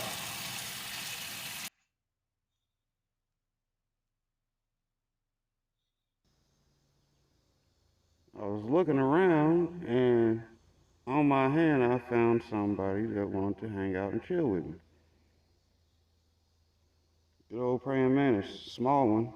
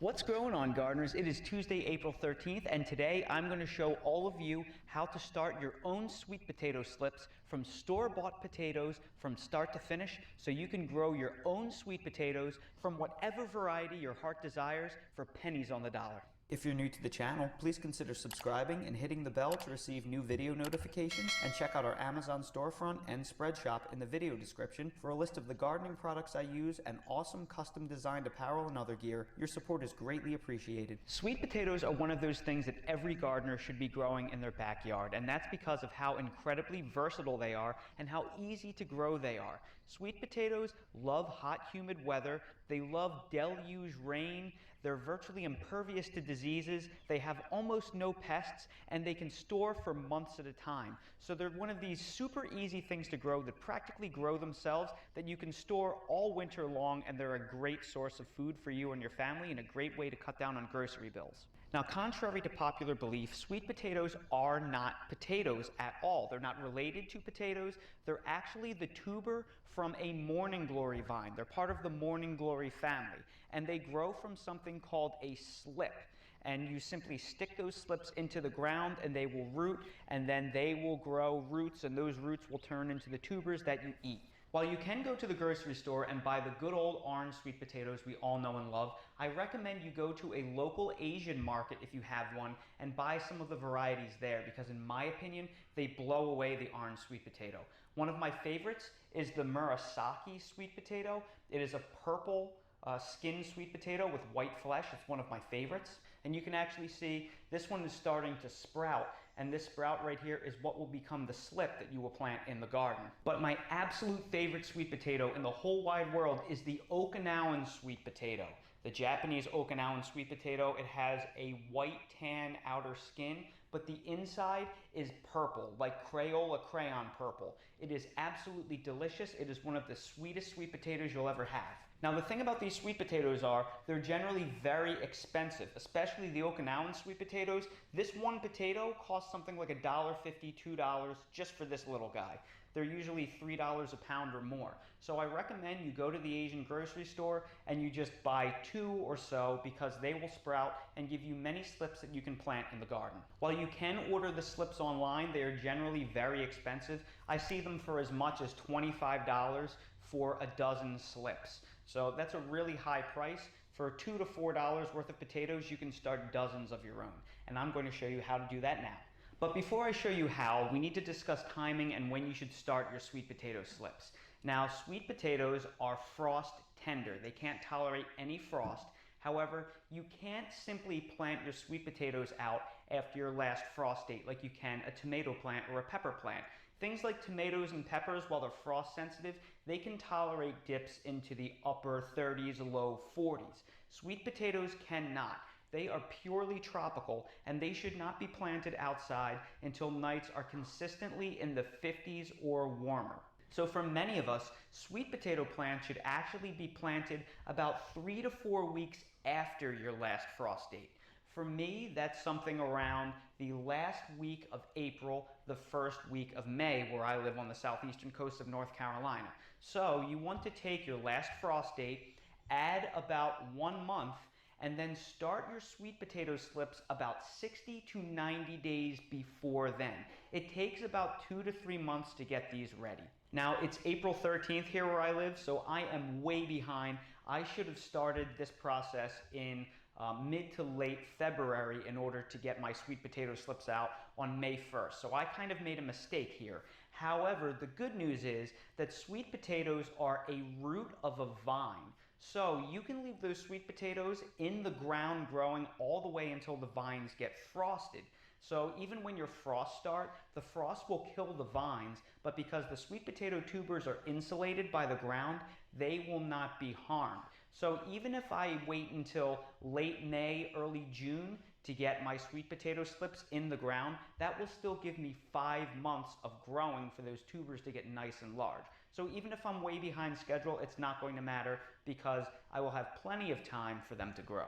To start your sweet potato slips, the most popular method that you'll find online is usually most people will stick toothpicks inside their sweet potatoes and they'll stick them halfway into a glass of water and let them root inside the glass of water. And while this will work, it generally takes a long period of time. The superior method is to take a moisture retaining potting mix like you see right here. This is simply a compressed cube of HP Pro Mix that I moistened to the point where it is adequately moist but it's not wet.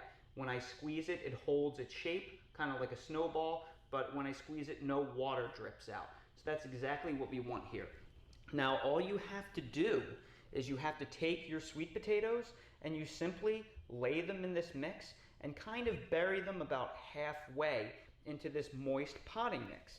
And these sweet potatoes will root for you like this. And they will develop these slips all over the place. So we're going to place our sweet potatoes so they're half buried.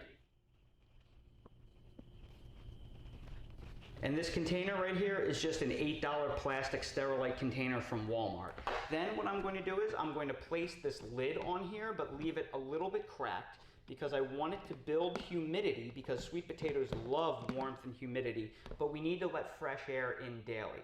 So what I'm going to do is, I'm in my sunroom right now.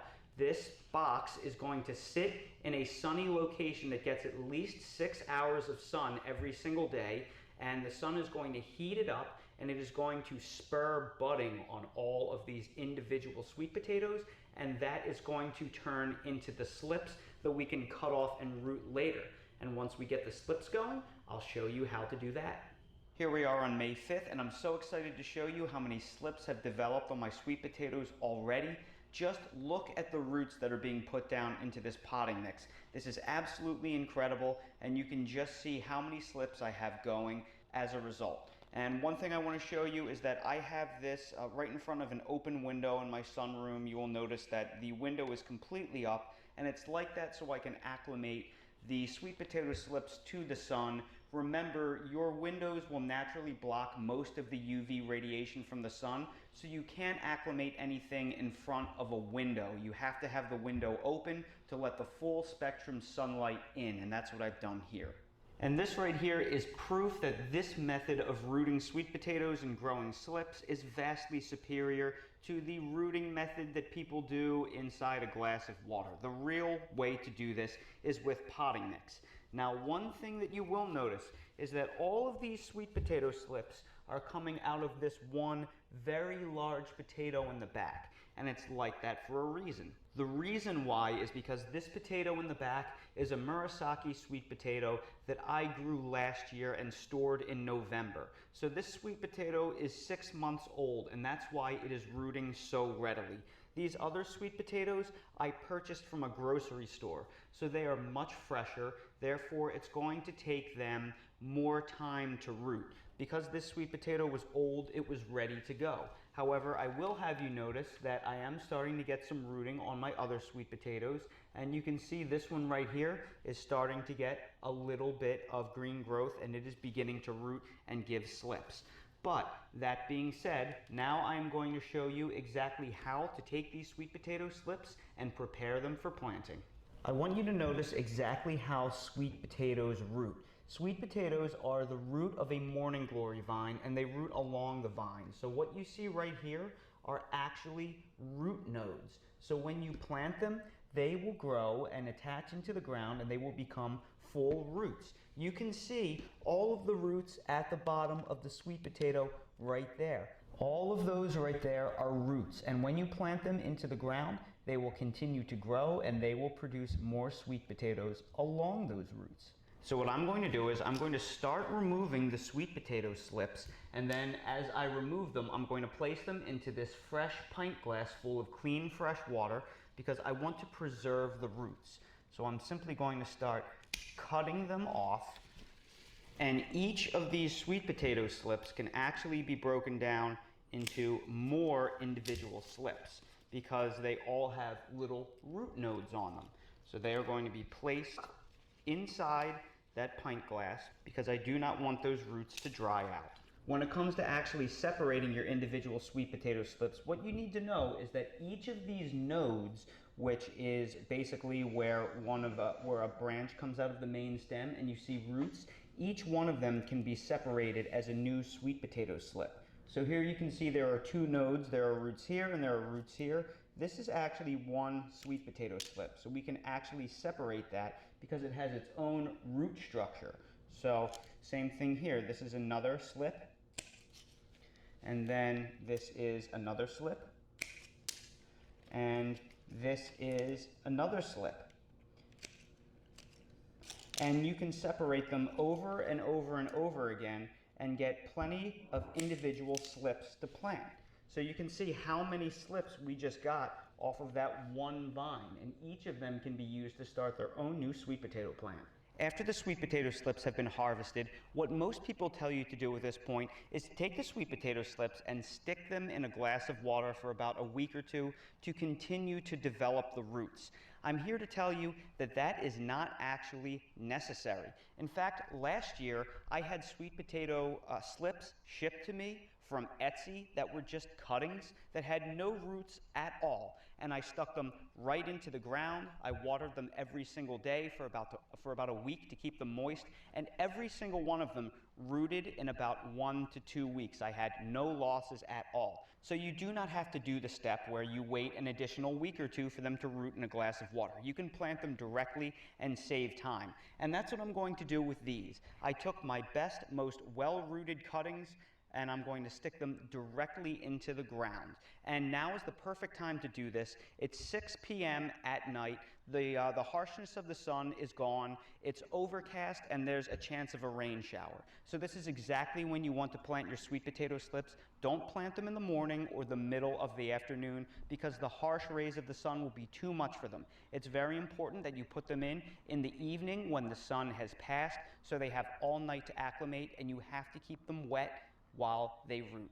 Now, each one of these sweet potato slips will be planted 1 foot apart from each other, so each sweet potato slip will have a full 1 square foot to grow in. And they are going to go directly in these planting holes that I have amended with an organic 555 slow-release fertilizer, as well as a light dusting of bone meal to help aid in the root development. So I'm simply going to take the slips and I'm going to place them directly into the planting hole, making sure that where the root nodes are, that they are completely buried, and I'm going to compact them all into the ground just like that.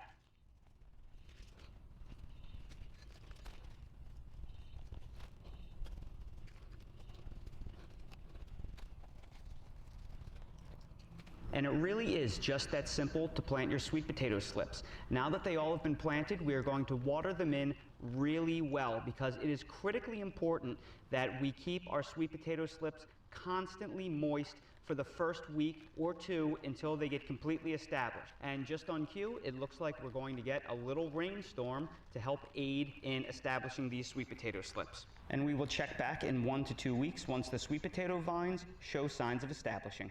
Here we are on May 12th. You can see how far the sweet potato slips have come along in such a short period of time. This slip right here is actually putting out new leaves. This one is starting to put out a new leaf here. It's established. These are all established as well, as you can tell by the way they're standing upright. This one's putting on new leaves. This one's developing new leaves. These are new leaves that are starting to develop. You can see them forming in between the nodes of the sweet potato slip. This one's upright and established. This one's upright and established. So it looks like that we have 100% transplant success. They all look great, and now that they've established, we will expect them to come to life even more quickly as temperatures warm. And as a fun little experiment, while those sweet potato slips were establishing in ground in my raised garden bed, I also took some excess slips and I placed them in this cup right here, right by the light of my sunroom window, and they've been sitting here for the same amount of time, and you can see the amount of root development that has formed on the sweet potato slips. They're looking pretty good. So if you don't want to go the direct planting method, you can get pretty good root development in about 1 to 2 weeks if you cut the slips off and place them in water. Again, I like the direct planting method better because I think it saves a step, but if you don't want to go that way, you can go this way as well and get good results in a short amount of time. Just keep in mind that if you do want to root them in a cup of water, you will have to change the water every 2 to 3 days. If you let the water get murky, the cuttings could fail and rot. And amazingly enough, look how many new slips I now have on my sweet potato all over again. I picked most of them off, and now I have dozens once again. And to make matters even more awesome, this sweet potato right here has started to sprout slips as well, so I'll get even more off of that sweet potato. And this one down here is still firm as a rock, so it should probably produce another 50 to 100 individual sweet potato slips. So there you have it. You can get many dozens of sweet potato slips off of one single potato. One single potato could literally produce enough sweet potato slips for dozens of pounds of individual sweet potatoes, and that is just amazing. As for the other sweet potatoes, they are all so fresh from the market that they obviously will need a little bit more time to sprout slips, but I'm in no rush. We have long summers here, and I can't wait to get some of the Okinawan slips. They are my favorite sweet potato. I don't know about you, but I am blown away by how many individual sweet potato slips that one large sweet potato has produced. I'm going to get literally dozens upon dozens of slips off of that one large sweet potato. And if you factor in that each individual slip will probably give you a couple of pounds of sweet potatoes, it is not inconceivable for that one sweet potato to deliver me something like 50 to 100 pounds of sweet potatoes if I were to religiously collect all of those individual slips slips and root them. Of course, I don't have enough room in my garden to do that, but if you have a very large garden, it is not inconceivable for one sweet potato to give you an entire row's worth of slips and multiply into an entire row's worth of sweet potato plants. That is how productive they are and how great they are at multiplying. And that right there is how you can turn one sweet potato into dozens of sweet potato slips, or dozens, if not 100 pounds of sweet potatoes. They are that productive, and it is easy to do, and I hope that you got a lot out of this video and learned a lot along the way. If you did find this video helpful, please make sure to hit the like button.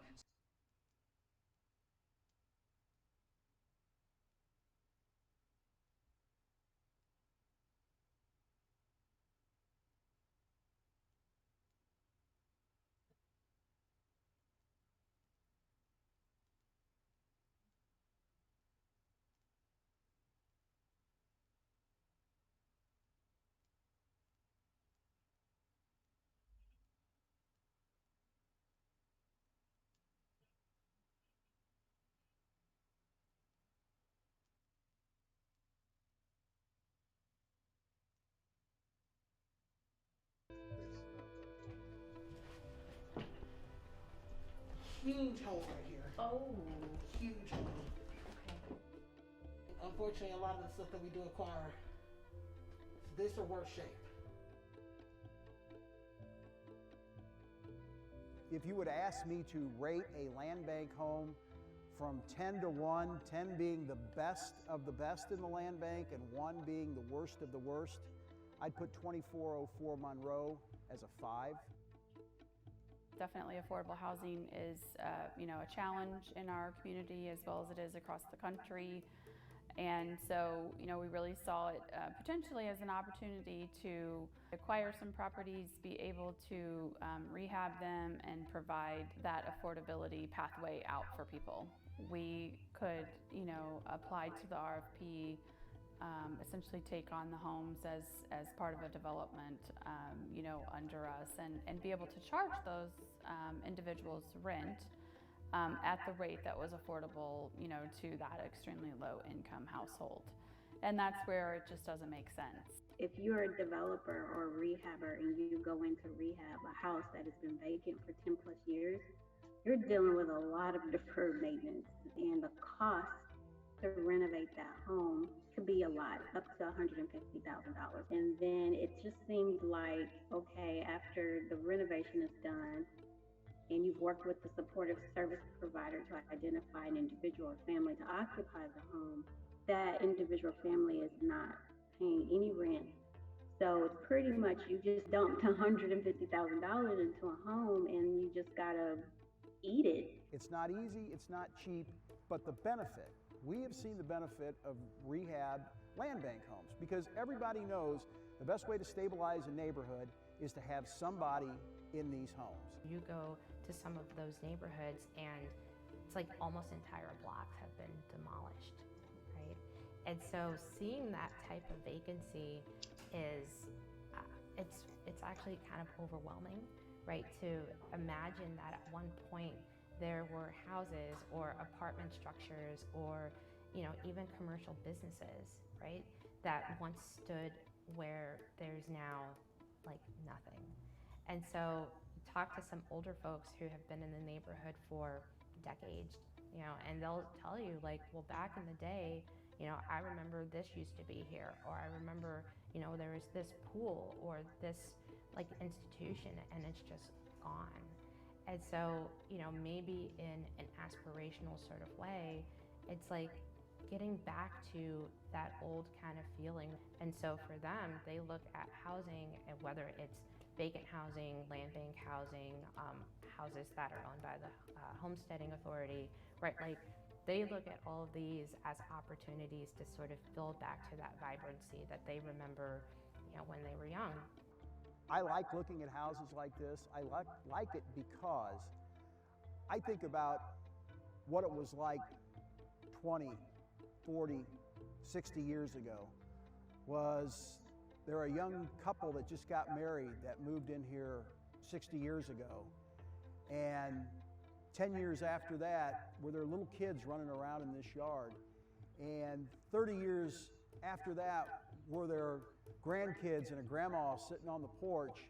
And that's what I try to visualize when I look at these land bank homes and what they can become. We can transform the neighborhood and almost start from the beginning again if we get this right. And I think we're on the right track to getting it right.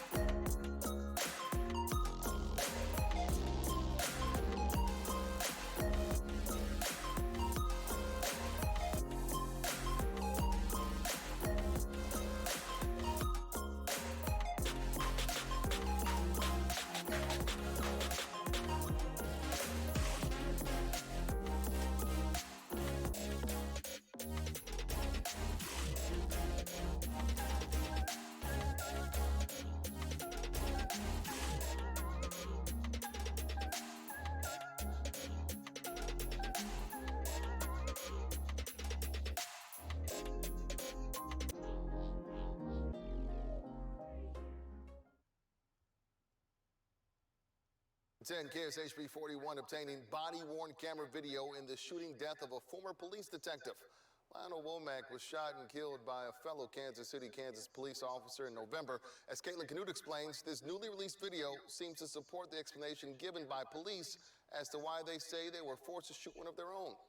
First, we should warn you, what you're about to see may be graphic and upsetting to some. On November 21st, 2021, Lionel Womack was shot and killed by Kansas City police. They'd been called to the area on a report of a man walking in the middle of the road, acting strange. When the first officer arrives, you see in this video, Womack starts running toward him before then trying to get into the passenger side of his police car. Then Womack comes around the front of the car and appears to charge toward the officer, who raises his gun. As Womack gets in and out of the car, the officer again raises his weapon, and Womack appears to grab for the gun, engaging the officer in a struggle. Watching that scene again from the body camera of the second officer offers an even clearer look at what prompted the fatal shots to be fired. First, as officer number 2 gets out of the car and approaches Womack, he can be heard trying to calm him down. Hey, relax. But as Womack reverses course around the front of the car, the second officer comes around the back in time to capture the two men grappling over the gun. Womack falls to the ground and appears to point the gun at the first officer, who either fell or intentionally threw his body to the side to take cover. From there, Womack seems to swing the gun toward the second officer, who opens fire, shooting Womack. Okay, buddy. Yeah, I'm good. I think I got hit in the toe. 1038. Lost 1038. You saved my life. After Womack died, his family questioned the shooting, asking whether more could have been done to de-escalate the situation. It's the hard part. It's not so much as he was a black man. He was one of them. They called him brother once upon a time. And now you're gonna kill your brother? Why? Just last month, the Wyandotte County District Attorney's Office confirmed the two officers would not face charges. Although not commenting specifically on this case, a special agent with the ATF has previously explained to us that de-escalation is not a mandatory tactic. Instead, he says it's something officers try if safety and time are on their side. Situations can go from very calm to very threatening and, life or death situations in a split second. And that's one of the reasons that the Supreme Court, even in Graham versus Connor, they said that people have to make allowances for the fact that officers are making these decisions, these use of force decisions, in situations that are tense, uncertain, and rapidly evolving. For the I-Team, Caitlin Canute, KSHB 41 News. Support for Civic Affairs programming on Kansas City PBS is made possible in part by AARP Kansas City. Hi, I'm D. Rashawn Gilmore. Welcome to Flatland. Every month we dig into one issue, raising questions, causing tensions, or quite frankly has gone curiously unexplored in our area. For this episode, we'll be talking about houselessness in Kansas City.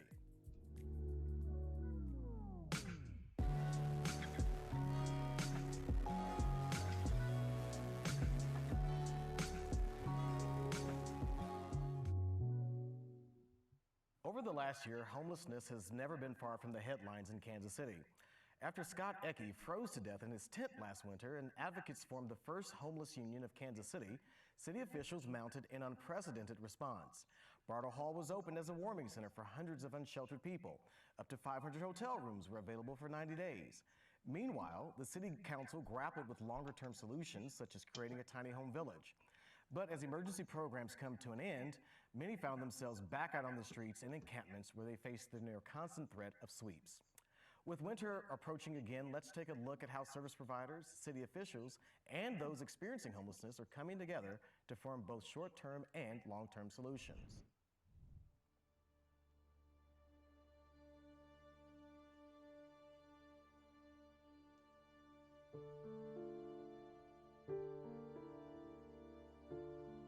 Bartle Hall was a great idea in theory, and we met our goal and objective of the winter of having nobody die on the streets of our city because they didn't have a place to stay. Bartle Hall at some point ended, and the hotel program we did this spring at some point ended. Through those two things, we provided a lot of services and support to people who did not have it. Where are they after that? There are still people that we weren't able to serve.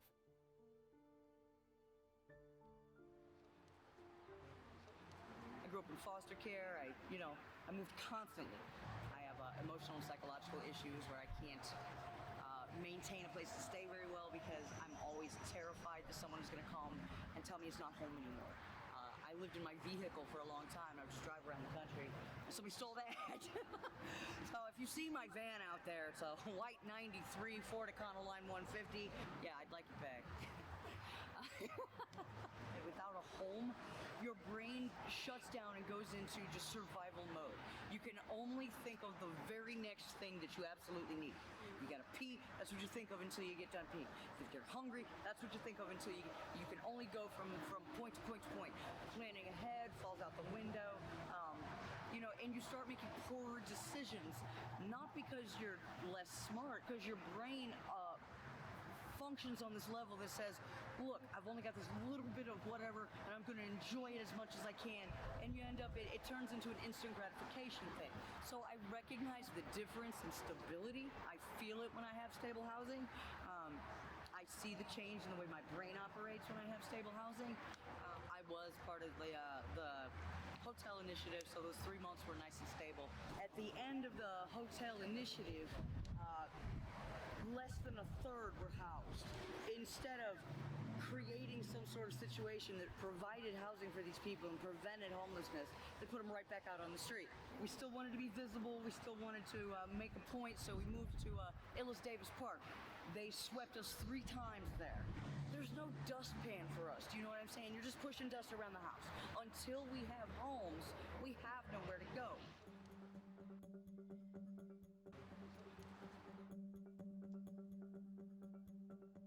The pallet shelter order is actually completed. It's been completed for a couple months. It's sitting in Washington. When Verge first started being in planning, we met with different HOAs for months and just said, hey, we're in the area. We're talking about building this project somewhere around Northeast, or it could be in the East Bottoms, West Bottoms. We're not sure. We just want to keep it somewhat centrally located. And everybody was super supportive right out the gate. They had a special committee that was created. And then when it went to city council as a whole, that's when kind of the naysayers were kind of twisting their own council member's arm, saying, no, we don't want this because it's going to be too close to our neighborhood. That wasn't ever the plan. We've actually been looking at commercial zone properties since the start. And then it was like more pushback, like, well, this is going to cause too much crime near the neighborhoods. When in reality, police departments in cities that have done this are showing a huge drop in calls. Just like KCPD has thousands of suspicious party calls, a lot of those would start going away if there's nobody suspicious hanging around downtown who's really just a houseless guy trying to be warm. People see tents and they see homeless people living in certain places out on the street, and they ask cities to remove them. But they also don't want to build facilities and structures and resources locally in those neighborhoods. They're everywhere, and they're in all neighborhoods, and we need to provide those types of services and housing and support in all neighborhoods. We are here because we want to utilize our knowledge and our experience to change the way they do things at the top of the hill. You know what I'm saying? A housing first approach, get them off the street. Creating that stability is the first step in being able to find out what's really wrong. The system is set up for you to go from street to shelter, from shelter to transitional living, and from transitional living to permanent housing. But there are massive barriers between each one that prevent success from happening, that prevents street from becoming permanently housed. Let's just start with shelter. Shelters fill up really, really quickly.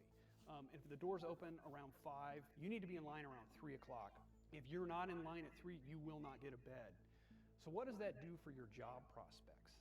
Do I quit my job so I can have somewhere to sleep tonight? Or do I keep my job and I sleep on the streets? And it's a barrier that's in conflict with what the general public believes that the homeless people should do. They should work. Now, let's go from shelter to transitional living. So think about all the things that you need to get into an apartment. You need an ID, you need credit history, you need references. I have never met a homeless individual that hasn't had every one of their identifying documents stolen while at a shelter. You have to attend classes, there's often a religious component, and you have to do UAs frequently. They're gonna look and see if you've done drugs or alcohol. And if you fail that UA, you don't go back to the shelter, you go back to the street, and you have to start that entire process over again. Now let's say you manage to get all the way through TOP, and you have enough money saved, and you're able to go into permanent housing. Let's describe the type of person that is effective through this system. It's someone who has gainful employment from the hours of 7 to 3. It's someone who has all their identifying documents. It's someone who doesn't drink or smoke. It's someone that has good references, has good credit, and is able to routinely keep a schedule. Because it doesn't sound like we're describing people who need help. It sounds like we're helping people who have it pretty good, and they send you back to the streets with this thought, that'll show them. That'll show them. Next time, they won't do that. But on the streets, what are they getting? You sleep about 3 hours a night. It's unsafe. You're not eating. You're probably self-medicating. You're probably going to lose your job. How are you going to pay for that phone that you got? You need to stay in communication with the network that you're building. It's a failed system. It's completely failed, and it's backwards. And that's why moving permanent housing closer to street is the right move. My name's Jamal Collier. I'm from Kansas City, Missouri. Been homeless 3 years, and now I'm with the Lotus team, Lotus Care House. There go the little Lotus cat. She's pregnant.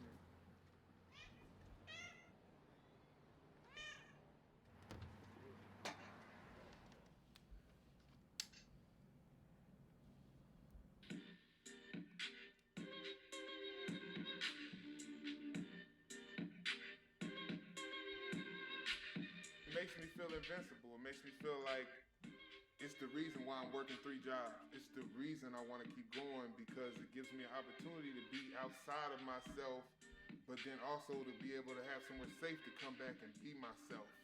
And that's everything, man. And I was a waiter for 5 years. I got laid off because of COVID. When you actually want to go look for work, it doesn't come easy. Yes, I have felonies. Yes, I'm big, black, got tattoos. So a lot of those are bad marks for me. And even though I paid my debts to society, some people are intimidated by that. I can't really see a way out of that other than to really build a community. This right here is the closest I've seen, and that's the first for me. How are you? So what we're trying to do is really define kind of what the values we hold here at Lotus Care House. What do you think are the 6 most kind of values that resonate with you? Humility, community, creativity, balance, stewardship, compassion, growth, and resilience. think there's been a lot of lessons learned this past year. The Navigation Center is just one part of a housing employment ecosystem that we're trying to build. Figuring out how do we all work together, because we all come from very different points of experiences, different points of expertise, but how do we really work through those challenges so that, more importantly, no one dies this winter and that we can keep people safe. The gears of government turn slowly, to be honest, but they do turn. And we are making some progress, and we're really excited about, over even the next few weeks, some initiatives that we're going to announce here to build more permanent housing, things that we've never had before, and to incorporate it into our standard practices of finding homes for people. You know, we're still in the final stages of doing the RFP evaluation process on it, related to building permanent supportive housing at a large scale in several parts of the city. We're hopefully soon going to be hiring for the first time, first ever tenant advocates, first ever people dedicated to homelessness support and reducing homelessness, creating and preserving affordable housing, staff that we've never had dedicated to this stuff. We're collaborating with KC Tenants to make sure that we get the right structure in place to make sure that those new residents have the rights and responsibilities and authority that they need to live self-sustaining, sufficient lives in their homes, to make sure that we're doing it right. The city is eager to do something about it, you know. However, you know, time is sensitive right now, and we have to act accordingly. We not out here trying to die. The cavalry ain't coming. We all we got. Winter's coming. Every day is getting a step closer, and we don't know where the city stand or nothing, and we in a race for our lives, you know.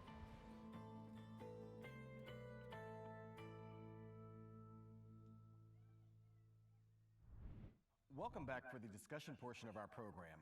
With us in studio today is Brian Platt, City Manager of Kansas City, Markeia Watson, Director of the Greater Kansas City Coalition to End Homelessness, Jamal Collier, Program Advisor at Lotus Care House, who has experienced homelessness himself, and Miranda Agnew, Director of the Leavenworth Interfaith Community of Hope. What do you wish city leaders in particular understood about what it's like to experience homelessness?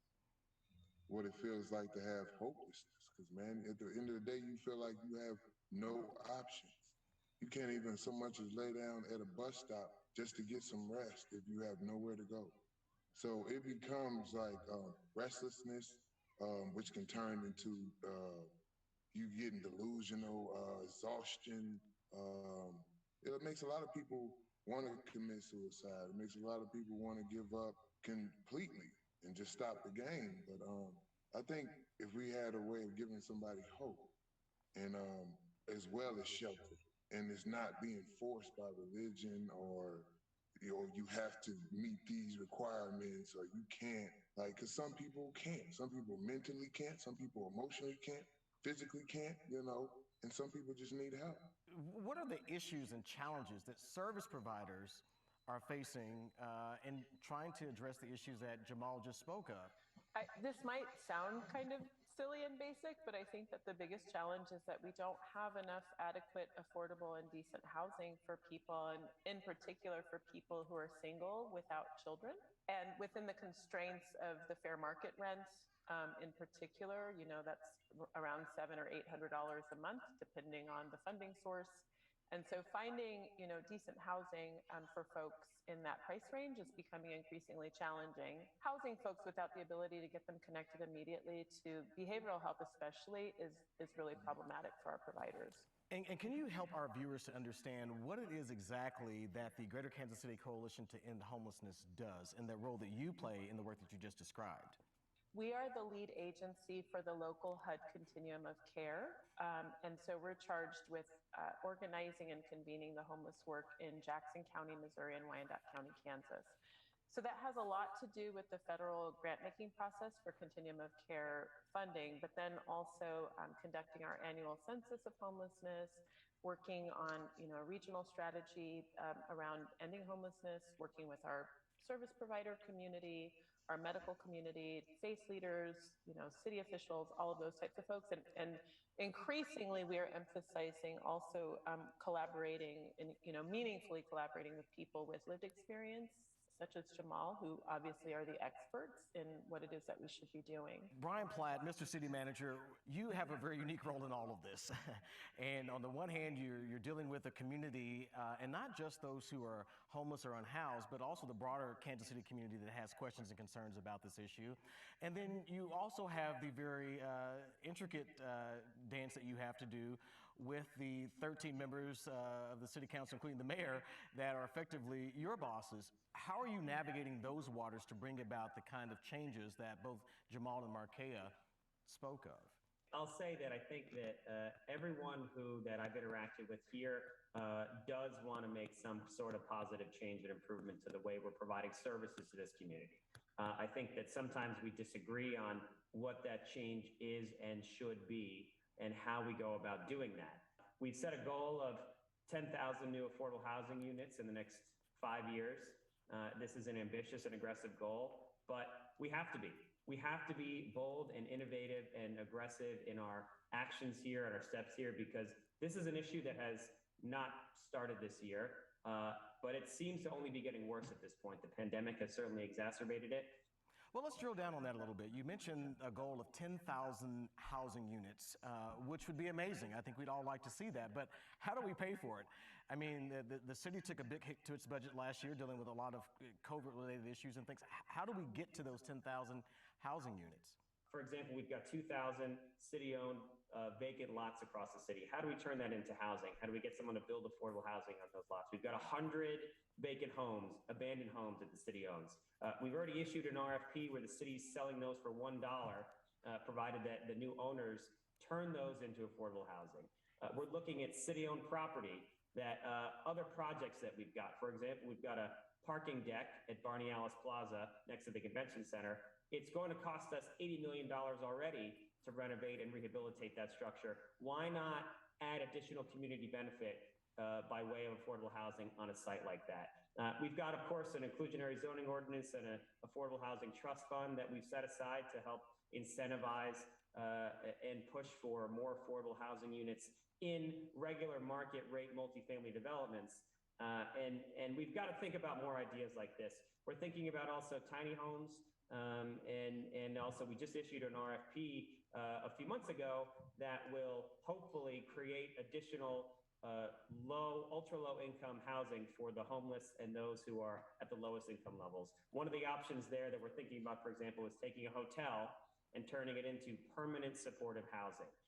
The units are a little smaller, but at least you're getting a roof over someone's head and at a fraction of the cost of building new housing. But Jamal, I'm wondering, you have experienced houselessness before. You are working with others who do as well. Does this sound like some new, ambitious, aggressive, innovative goal, or does it sound like more of the same to you? Be honest, it does sound like they're trying, but it is more of the same, because none of the things that I've heard have worked. Because yes, like the lady was saying earlier, there is a lot of mental issues that people are dealing with. There's drug issues. There's people deal with neglect, batter, things that, to where they feel like there's no hope. And the whole thing is giving a person hope. I had hope. I've been chasing my music career before I was homeless, while I was homeless, and after. It's a little bit more aggressive now because I have a little bit more force. I'm working 3 jobs. But without that hope, a person be like, what's the point of even trying? If the program came with something to incentivize, or something that would touch on passion, or touch on creativity, or touch on things that people really live for, like you give a person that option in the midst of where they're at, to where it's something that they can smile or look forward to, or see a better version of themselves, that is going to create momentum within their spirit. It's going to push them. It's going to make them be more. I think you raised something very, very important here. And I want to bring Miranda Agnew into the conversation here. The interfaith community of hope. I mean, hope is at the core of what Jamal just described, because if you have hope, you have options. What is the role of the faith community in all of this? And do those things, I know there are a lot of places that have those sort of litmus tests. I mean, you've got to be these 5 things before you can even walk in the door and get a roof over your head. How are you approaching that work in Leavenworth, and what lessons from your work might we be able to learn from or apply here in Kansas City? ultimately, if I could sum it up, it's relationships. Because I think when we talk about housing, one, here in a smaller community, housing is tough because, like everybody's mentioned, when rent is $700-800 and you're somebody that has gotten disability and your disability check is $700, you're never going, like, we're crazy to think that you're ever going to keep succeeding when your income matches just paying the bills for your house. So we really here are focused on attainable, even an affordable housing. But even more than that, it's listening to our individuals, because we've got plenty of individuals that could move out tomorrow. And if they, we could help them with the funding, they would be fine. We've got other individuals who we have moved out. They lost their community. They were completely alienated. We're the only public transportation in Leavenworth. So when we put them in a home, in an apartment, they almost lose every service that's available to them, because to get back to us, they have to have housing, and the free, food pantries are all downtown Leavenworth. And maybe that's not in walking distance, especially for our individuals who are in wheelchairs.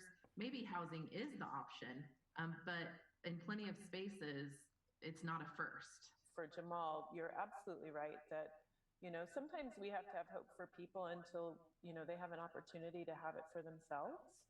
And I think thinking more aspirationally about people's potential and their possibilities rather than what's wrong with them is a big part of, I think, what's broken about the system that's designed to help people. And in fact, that we often harm people by not seeing them in their fullest potential, or limiting them in such ways that, getting SSDI or SSI and getting a Section 8 voucher is, the end goal for people. And we all have so much more human potential than that. So I'm curious, though, when we talk about issues around the local ordinances and things, what can be changed to minimize the harm that comes to people who experience homelessness so they're not criminalized for simply not having a roof over their head? Yeah, this this is an issue that really harasses my thoughts quite a bit, because most systems, or most legal systems, are punitive towards people who don't have housing, when really it's not the fault of the person that we've created these structural barriers that harm people and keep them isolated and alienated from the rest of us. And so I'm actually on the Kansas City Health Commission and on the ad hoc committee on housing. That's an offshoot of that commission, as well as the mayor's appointed task force. And so we're all talking about these issues, and in particular around a houseless bill of rights, which is right now it's at the city's legal department being scrutinized, and I think that at some point in the very near future it will go in front of council for consideration. But essentially, it's predicated on the UN's Charter on Human Rights, and the idea that housing is a human right, and that, people have the right to dignity and safety and all of those things. But then also we've identified through the pandemic that we have a significant issue around race that's driving our homelessness, and that we have to be mindful of those isms that are keeping people out of housing. So, homophobism, cisgenderism, all of that type of stuff, in addition to racism, is also embedded in the charter. And I'm really excited to see that we've been working also with our houseless community on vetting the language and ensuring that it really speaks to their needs. But at the end of the day, really, we just don't want to be a society that punishes people for not having enough. And that people need to, like Brian said, have a place to live and to sleep, and before they can start working on those other challenges. I'm wondering if you would be willing to just speak to the audience, just sort of broadly, not just the panel assembled here. What do you most wish that people understood about homelessness and what it is like to experience it? I wish that people understood, just like they enjoy getting off of work, coming home, relaxing in their comfort of their bed in their own living space, another human person would like to feel those same things, whether they have mental issues, whether they've been raped, abused, cast out, or judged. I think if we had a lot more compassion in our community, it would help a lot of things. Showing compassion and literally becoming a fan of every homeless person, because they have nobody that cares. So if they had at least one fan, who knows? It could start a wildfire and everybody could feel that way about this person. because one person saw potential in it. Every month on our website, we answer your questions about life in Kansas City and issues you care about through our Curious KC initiative. Let's hear from our community reporter, Vicky Diaz Camacho, about our question of the month. This month's Curious KC question was submitted by John M. He asked, isn't it cheaper to provide free housing for Kansas City's unhoused population rather than spending money on 911 calls and emergency medical services? It's less expensive in all the ways, not just from a fiscal perspective, but also the human cost of, having people living on our streets, I think is incalculable.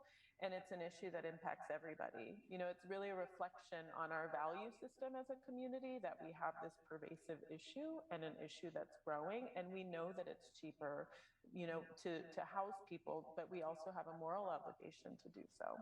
And that's where we wrap up today's conversation and this episode of Flatland. You've been listening to City Manager Brian Platt, Markea Watson from the Greater Kansas City Coalition to End Homelessness, Jamal Collier of Lotus Care House, and Miranda Agnew from Leavenworth Interfaith Community of Hope. Thank you for joining us. Please stay up to date on our series and submit your Curious KC question for our next episode's topic on flatlandshow.org.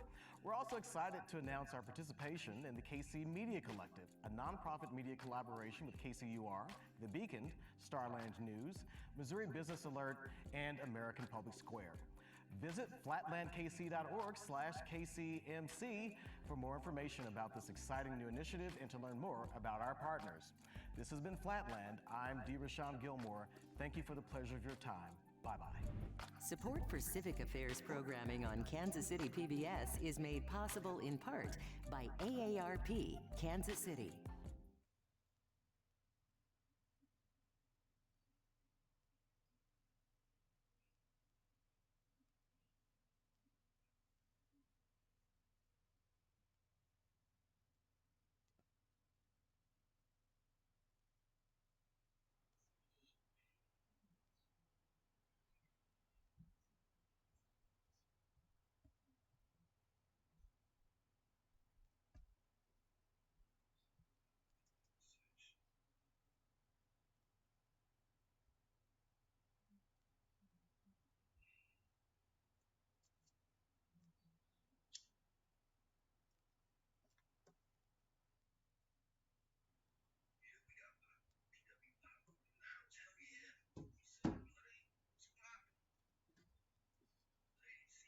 These desktop rockets might be tiny, but they're impressively powerful, leave a cool trail of smoke, and shoot up to 40 feet away.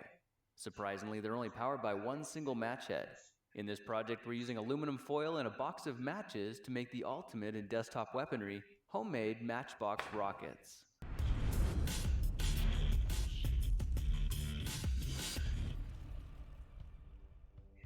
All we need to start this project is a box of matches, aluminum foil, and a wooden skewer. I'm using these green strike-on box matches, but the red ones will work just as well. Okay, it's time to get to work, and the first thing we need to do is grab a few of these matches and set them to the side because we'll still need a bundle of those for our kit when it's finished. Now, amazingly, these rockets are only powered by one single match head, but they only work if we get rid of the stick first. Of course, that's not much of a challenge as long as you have a pair of scissors. And if you try lining your container with something like a sock, the match heads won't bounce out. Instead, they just collect conveniently at the bottom. Here are all the match heads I got from this box, and to store them, why don't we try using one of these soda cap containers made in a previous project. These things have all kinds of applications, so look for how to make them in another project video. Alright, to start making our assembly kit, we're going to need a single bamboo skewer and this template, which I'm going to give you for free. Just look in the description for a link on where to get that. Transfer the marks from the diagram onto the skewer, then carefully cut the ends off so when it's modified, it looks like this. The next step is to tape the body template to a piece of paperboard like this one I got from a cereal box. Make sure to cut the edges as cleanly as you can because this is going to be our tracing template. The little square I'm cutting out now is the guide for tracing the rocket's fins, and for those I use aluminum foil tape I got at the hardware store. Each square I'll make one set of rocket fins, so cut as many as you want, then fold them point to point from both directions. Pinch them at the base and push your fingers together so when you crease them down it looks like a little X-wing. When you snip off the point at the very tip, the rocket fins are ready for application, and by now you should have an idea of how this is going to work. Now I made a whole bunch more and loaded them into the other side of the soda cap container, so I have them on hand whenever I need one. Okay, let's bust out the aluminum foil and tear off a sheet to start creating the rocket bodies. I'm laying a sheet of paper towel over top, then carefully folding the stack up 3 times so it's 4 layers deep and just a bit larger than the cardboard template. You probably figured out already that we're going to trace around the edges, then cut the shape out of all the layers at the same time. Normally the edges would stick together after the foil's been cut, but you can see the paper towel solves that problem and makes it super easy to separate. I tried making 13 pieces at the same time and it actually worked, so you can see how quick and easy it is to make a whole stack in no time flat. And check this out, the assembly station is completely portable as well. I designed the patterns and the templates so they'd fit perfectly inside the matchbox, and you can see there's a little place for the skewer in there as well. Now to finish our rocket factory, the only thing left to do is make a small hole in the top of the box about ½ inch from the end. Now if we bring back any matches we saved from earlier and add a candle, we've created a portable assembly station that you can take just about anywhere. Alright, let's get to work and build some rockets. Here you can see what the finished rocket will look like. It's light as a feather but surprisingly stable in flight. You might have noticed there are 2 markings on the template that indicate how to roll the body tube. With the skewer in position, place a single match head on top and make sure it's pointing upward without any gaps. Now slowly and carefully roll the foil tube as tightly and neatly as possible. When you get to the end, pinch the tube right above the match head, then push the foil down flat. There should be about ½ inch of foil at the top, and this gets rolled toward the match head. The most important part here is crimping the tip with something like a pair of pliers, and you might want to crimp multiple times and from different angles just to make sure it's completely sealed. At this point, let's attach the rocket fins we made earlier by peeling off the sticky stuff on the back, then pushing the rocket body through the hole in the center. Just work the fins around until they stick firmly in place near the bottom of the rocket, and with that final step, you're done. That's how easy it is to make a matchbox rocket, so while you're at it, why not make a few more? I just made 13 of them in about 10 minutes, and you can see they fit perfectly into the kit as well. So now you have the option of building rockets on location as you need them, or creating them all in advance so you can just show up and start shooting within seconds. The rockets get loaded by pushing the tapered end of the skewer into the nozzle, then twisting upward until it touches the match head inside.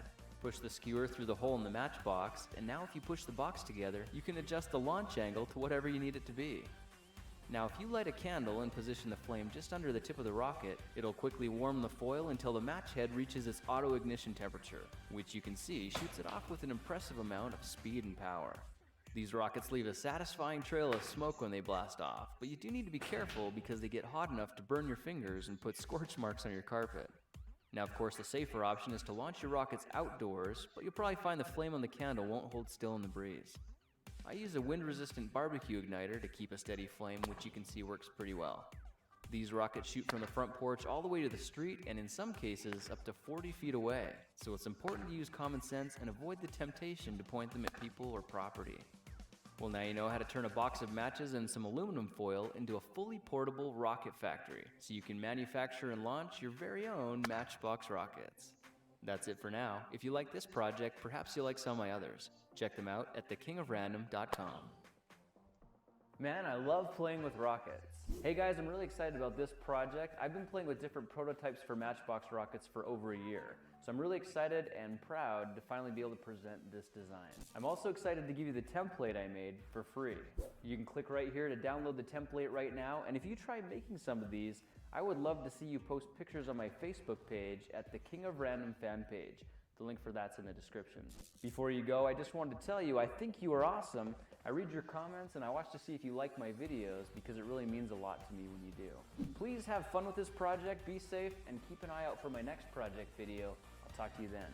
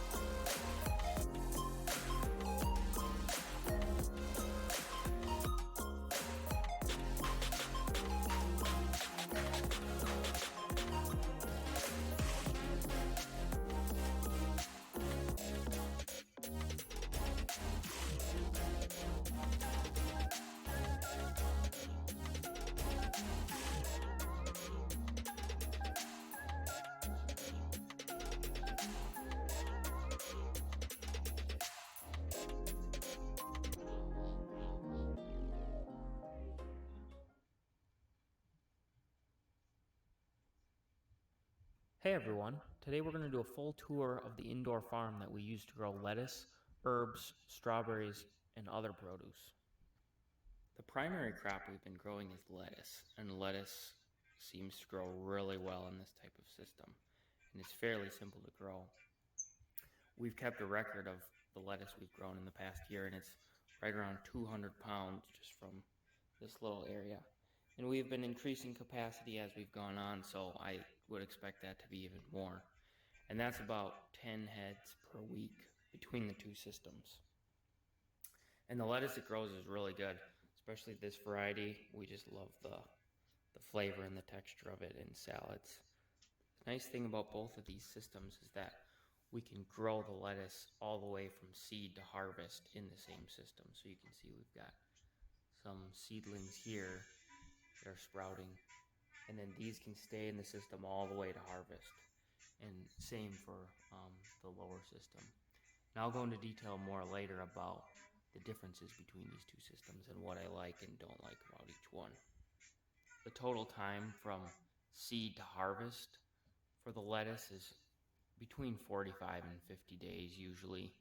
So these in this middle row here, we're going to harvest tomorrow, and they've been in there almost 7 weeks. And the heads that we do grow this way, they get very large. Some of them are over half a pound each. It's not as fast as sometimes hydroponic lettuce is advertised with 30 days or whatever, but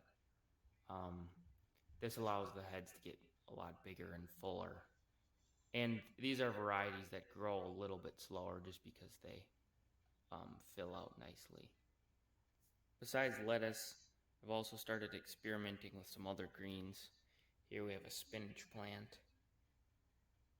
It definitely doesn't grow as fast as the lettuce has been growing, but there may be some tweaks that I could do to grow it even better. Then we also have kale. Kale's grown pretty nice, but it spreads out a lot more than the lettuce, so it takes up a lot more space. I like the lettuce because it's nice and compact and uses the space up really well. But the kale we have harvested has excellent flavor. It's just a little bit harder to grow in a smaller spot like this. The last thing we're trying to grow is strawberries. So strawberries are the newest one for us. I've read that they can grow successfully through hydroponics, so I wanted to give it a try. Still in the learning phases of it. I bought bare root strawberries and then planted those right into the system, and they grew really fast right away. But then I think my nutrients got a little bit too dense, too high of nutrient levels, and I think they didn't like that, so some of them got some brown spots on the tips of their leaves. So they don't look super great, but they still have been growing pretty well. And as you can see, some of them have blossoms. This one's got blossom and a small berry starting. There's another one back here that had a berry. Small, it's actually starting to turn red, so we do have some berries starting, but I'm still in the process of zeroing in exactly what they like. My goal with this is to try to grow as many plants as I can with just one system, so I don't have to run a whole bunch of systems, because I honestly don't have a whole lot of space. This is all the space I've got, so I need to make it worth it. One other thing we've done, I'm not currently doing it, but I've grown microgreens in this tray here. So I can use up this little space that's receiving light, but it has no spots for plants, and I can grow microgreens there. So I've done that several times now, and it works pretty well there. As you can see, we're able to grow quite a few different things in a pretty small area here. So this is about just over 4 feet long, each of these systems, and then about 2.5 feet deep. So total, you're looking right around 10 square feet total. And we're able to grow a lot of lettuce, a lot of herbs, and then some other things. We'll see what the strawberry production is like. But it's been really nice because we have a fairly small house. So being able to grow all this produce for our family in this small area has been really cool. So this is the harvest that I took the next day, and this is pretty typical of what we get for a harvest on a weekly basis. So as you can see, there's quite a bit of lettuce, 8 or 9 heads, and then picked some kale, and then some spinach. And it's quite a bit of leafy greens. This is our kitchen table, so it just about covers it. We also picked some herbs, mostly basil. The basil's growing so fast we can't even keep up. But we also picked some sage and oregano. So you definitely have a lot of potential for growing a lot of food even in a small area. We also harvested our first strawberry today. Not a very big one, so we got a ways to go yet, but it's a good sign. Now I'll talk about how the systems work. Both systems are hydroponic systems, which means that the plants draw nutrients directly from water and therefore don't need to use dirt. So both of these rail systems, they just have water flowing through them.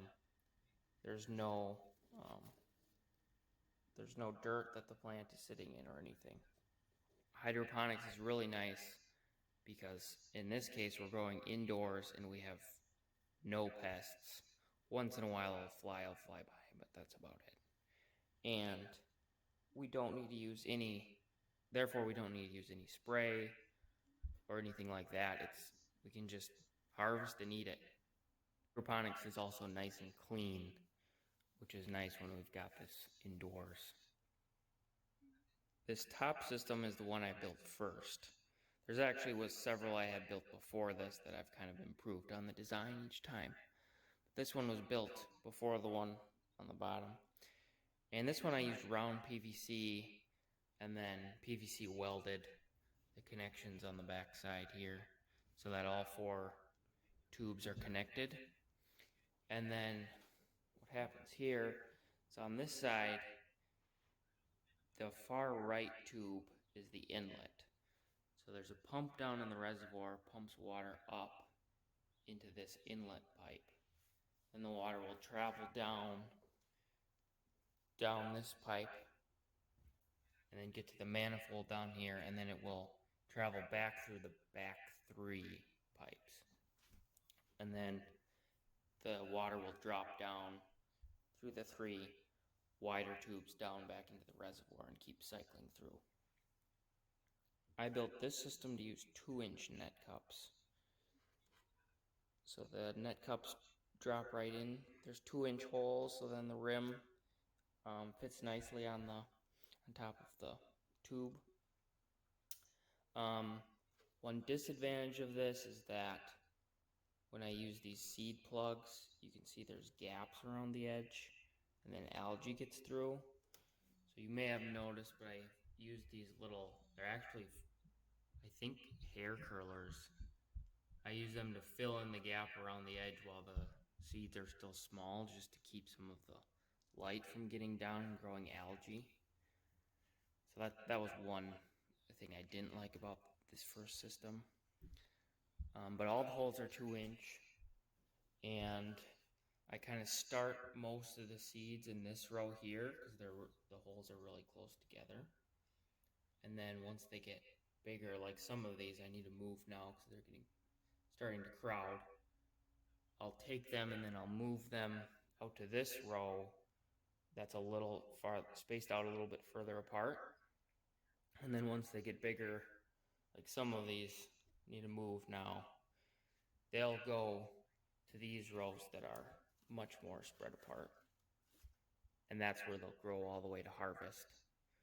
So once I harvest some of these tomorrow, I will take For plants that we aren't harvesting regularly, such as the strawberries or the herbs, plants that are staying in the system, The lower system is I like to use 2-inch pretty net similar cups to for the those upper because that system. allows a little bit more room for However, the roots. I made it after the upper system, so there's some improvements.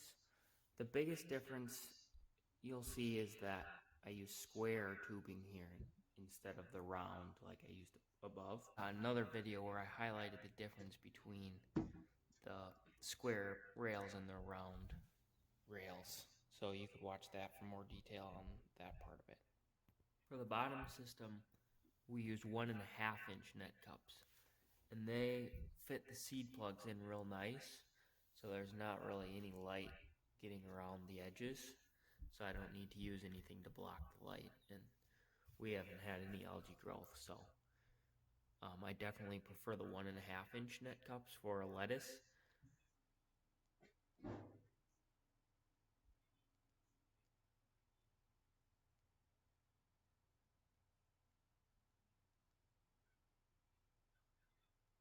The bottom system also does a zigzag, so the water still comes in to this first one, comes in on the side here, and then it goes down the length of the rail. Then it's hard to see with all this lettuce in the way, but then it goes across back to the second rail, which is where these are growing from.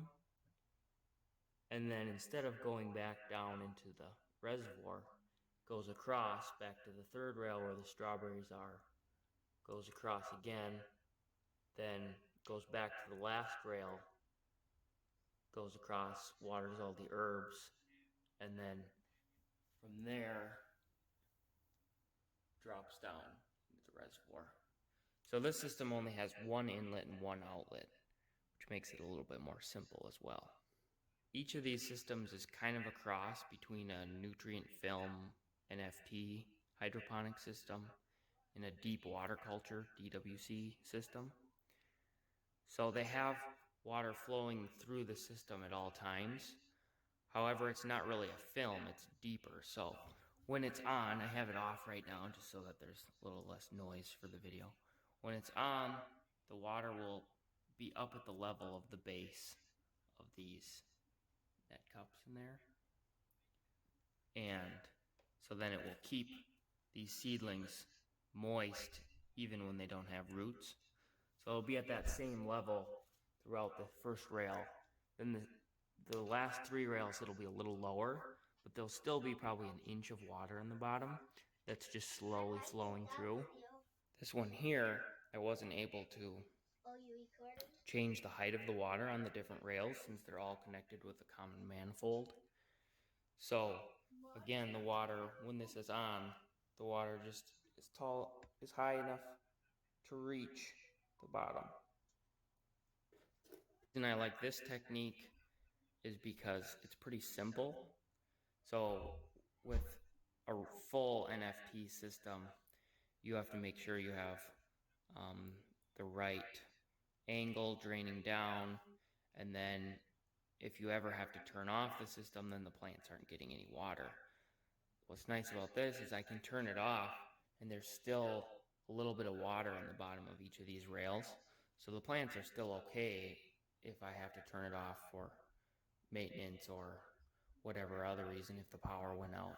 They're still okay for a while until they either sucked up all the water or the nutrients were depleted in the water that is still left in the rails. So it gives you a buffer in case something happens.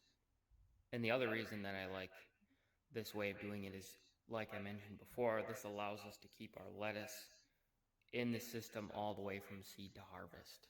So that makes it just a lot more simple. Then I don't have to run another system or keep some sort of seeding tray under a separate light all the time. I can just do everything right here in this area. I really like that. It's nice and simple. And the lettuce seems to grow just fine this way. So there may be other plants that wouldn't like that amount of submersion all the time, but the lettuce doesn't seem to mind. The reservoir I use is pretty simple. This is just a regular heavy-duty tote, 27 gallons. And I fill this up with nutrients. What I've done recently, since I've been adding more capacity, I needed more reservoir capacity.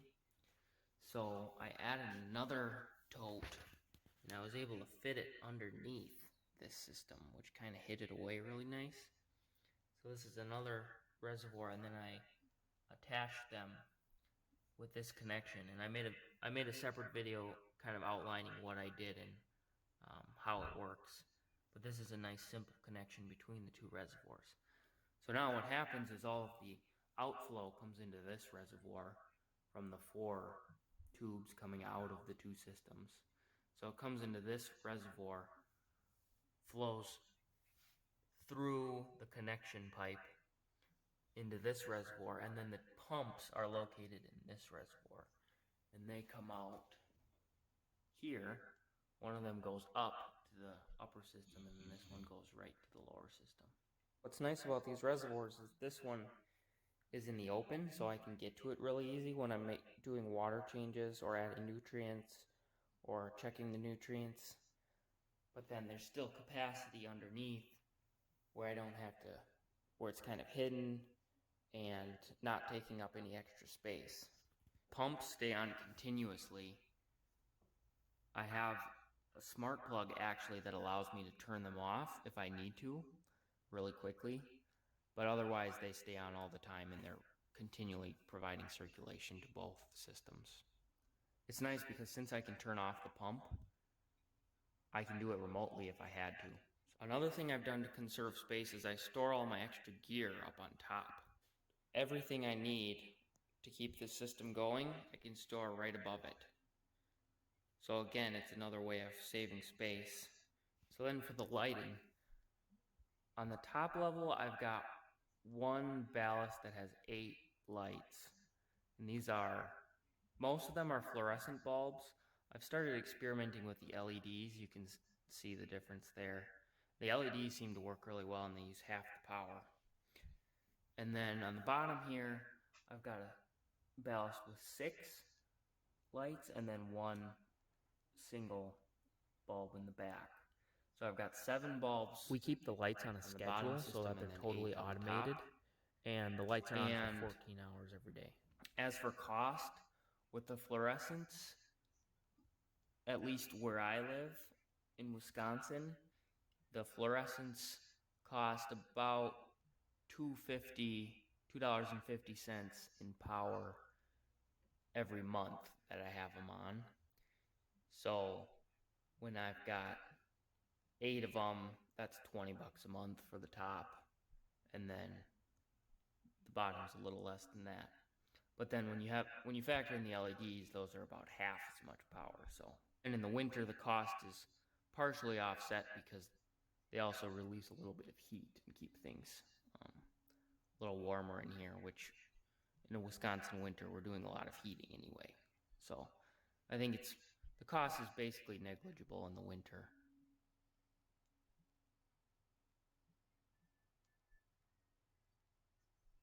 We have 2 fans, one on each level. Those just keep the temperature constant and then improve the air circulation, and those are pretty simple. They just clip right on and then turn them on and forget about them. So for this whole system, I probably spend maybe an hour a week maintaining it. So the main maintenance is actually what takes the longest is harvesting, which, I mean, that's kind of a good problem to have. So we pick quite a bit every week and then give it a quick rinse, bag it up, put it in the fridge, or bring it to others. The only other maintenance really is keeping up with the water changes, and I only do that about once a week, and that doesn't take really more than half an hour. So it's really low maintenance. I try to keep the thing running as autonomous as possible. We can go on vacations for a week or half a week, and I honestly don't even have to think about it. It just keeps on growing. The cool thing about this kind of farming is I think that just about anyone can do it. You don't need a really large space. You don't need a lot of money. You don't need a degree in agricultural engineering to figure it out. Once you get it down, it's pretty simple and inexpensive, and you can do it, as you see here, in 10 square feet. You can grow a whole bunch of stuff right inside your home. So if you're considering this sort of thing, I would definitely recommend it. You could start small, just build a small system, grow some lettuce, get the hang of it, and then expand from there. On our website, we have a full tutorial on how to build this lower system, at least part of it. So these first 2 rows that are the lettuce, I made a full tutorial step by step exactly how I built it and all the materials I used to make it. You could extend it to build the full 4 rail system as well. I'm hoping to do a tutorial on that as well at some point. You should check out our website, simplegreens.hydroponics.com, and yeah, we've got some things there that I think would be really helpful. Feel free to comment or contact us if you've got any questions, and I hope you enjoyed this video.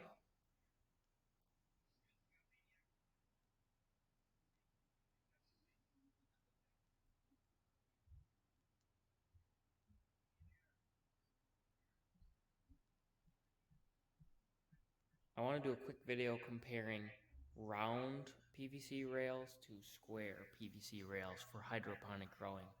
I've been using both systems now for a while. I had built the round ones first and then later on moved towards square. And overall I like the square better, but I wanted to go into detail about what the advantages of it are. So the first thing is stability. One disadvantage of the round rails is that the net cups can never fully rest on the rail. So you can see they can bounce back and forth. And so that becomes a bigger problem as the plants get bigger. You can see this one's top heavy, so it kind of leans over. So when they get really big, they can really start leaning. And I don't like that as much. It's not a huge deal, but it is a disadvantage. The square rails allow for very stable cups. So these can't rock back and forth because the entire edge of the net cup is resting on top of the flat square rail. Another advantage of the square rails is that you can put more net cups into the same area. So here I can go double wide for the seedlings when they don't really need to be spaced very far apart. And then later on, it's hard to see, but I have these staggered. So there's a plant here, then I go back and then back toward the front of the rail and back. So that allows me again to use this space more efficiently. Whereas with round, you have to put all of your holes on one line right along the top. If you try to put your hole anywhere besides right in the middle, if you tried to put one here, then everything would be tilted and it wouldn't work. So I had to do my seedlings all just in one line down the center of the pipe. Other factor is external connections. So with the round, the only place you can really get a flat, watertight connection into the rail is on the ends. That's the only flat spot on the whole rail is right on the ends. So that's where I had to put all my connections. And then the only way to connect the round PVC together is with full PVC tees like this. And these are permanent, so you can't take these apart. With the square tubing, the only spot that you can't connect to is on the ends. You might be able to do it, but that's the hardest spot to connect to. So I made all my connections onto the side of it. The nice thing about connecting to the side is that you can connect just about anywhere you need to, and at whatever height you want to. It also allows you to make connections that are removable. So here I have a union, and I can unscrew this union and then separate these two. So all 4 of my rails can be separated apart easily and then moved or cleaned or whatever else I need to do. Whereas the ones on the top, they're together for life. This also makes the square tubing more modular. So you could create 2 rails and then decide later on you want to add 2 more and you don't have to completely rebuild the system. So I've actually done that. I used to just have 2 rails here growing lettuce. Then I decided I wanted to add another 2 rails for herbs and for strawberries. So I went ahead and did that and then just made 2 extra ones and then attached them on. So that's a big advantage of using the square. The square also has more room for the roots to grow. So the roots can utilize the entire 4-inch by 4-inch square, whereas in the round tube, the roots have space. They have a full 4 inches wide to use in the middle, but then as you go toward the bottom, it constricts back down again. So there's not as much room inside of the tube for the roots to grow on the round versus the square. Of course, the disadvantage of this is that it means that the square tubes have more water in them at any given time, which makes them heavier, and they take more water out of the reservoir to keep circulation going. Probably the biggest disadvantage of the square tubing is just the construction is a little more difficult. So the square tubing I use here is fence posts. And the thing about fence posts is that they're not necessarily made to be watertight. So when you put these caps on, there's going to be little gaps in the corners because it's not a tight plumbing fitting. So I had to use some silicone to fill in the gaps in the corners. So that just took a little practice when I was first building these square systems. Whereas the round tubing, you're using PVC fittings that are made to be watertight. So as long as you use the PVC glue, they attach together real nice and extremely watertight right away. And they're extremely strong. So the construction is probably a little bit easier with the round tubing. Round tubing also could be a little bit easier to find depending on where you are. Home improvement stores seem to generally carry both, but this one's always in stock where you may have to order the fence posts online. So overall, I would say that definitely both methods will work, using round or square. But overall, I definitely would recommend going with the square tubing if you can. We hope you found this video helpful. If so, please give it a like. Also, check out our website, simplegreens.hydroponics.com, where we have some tutorials on how to build a system just like this with the square tubing. And it kind of goes into detail about how I work through the extra challenges that you have with using the square PVC for building. Thanks.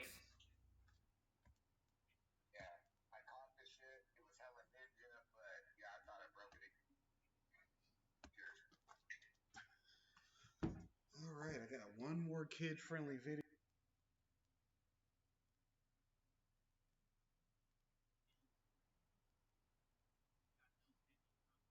You only have one more video to put out? One more that I'm recording this week. That'll give me fucking damn near a kid-friendly video every day this week. In case they do fuck up and try to monetize me on YouTube, 'cause, you know, one of these days I might shoot the moon. Ben had my watch time hours.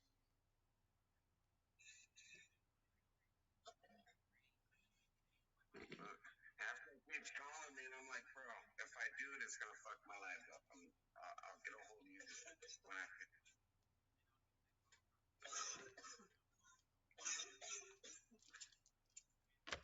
Well, don't let me hold you up. I still gotta go grab something to eat here in a minute.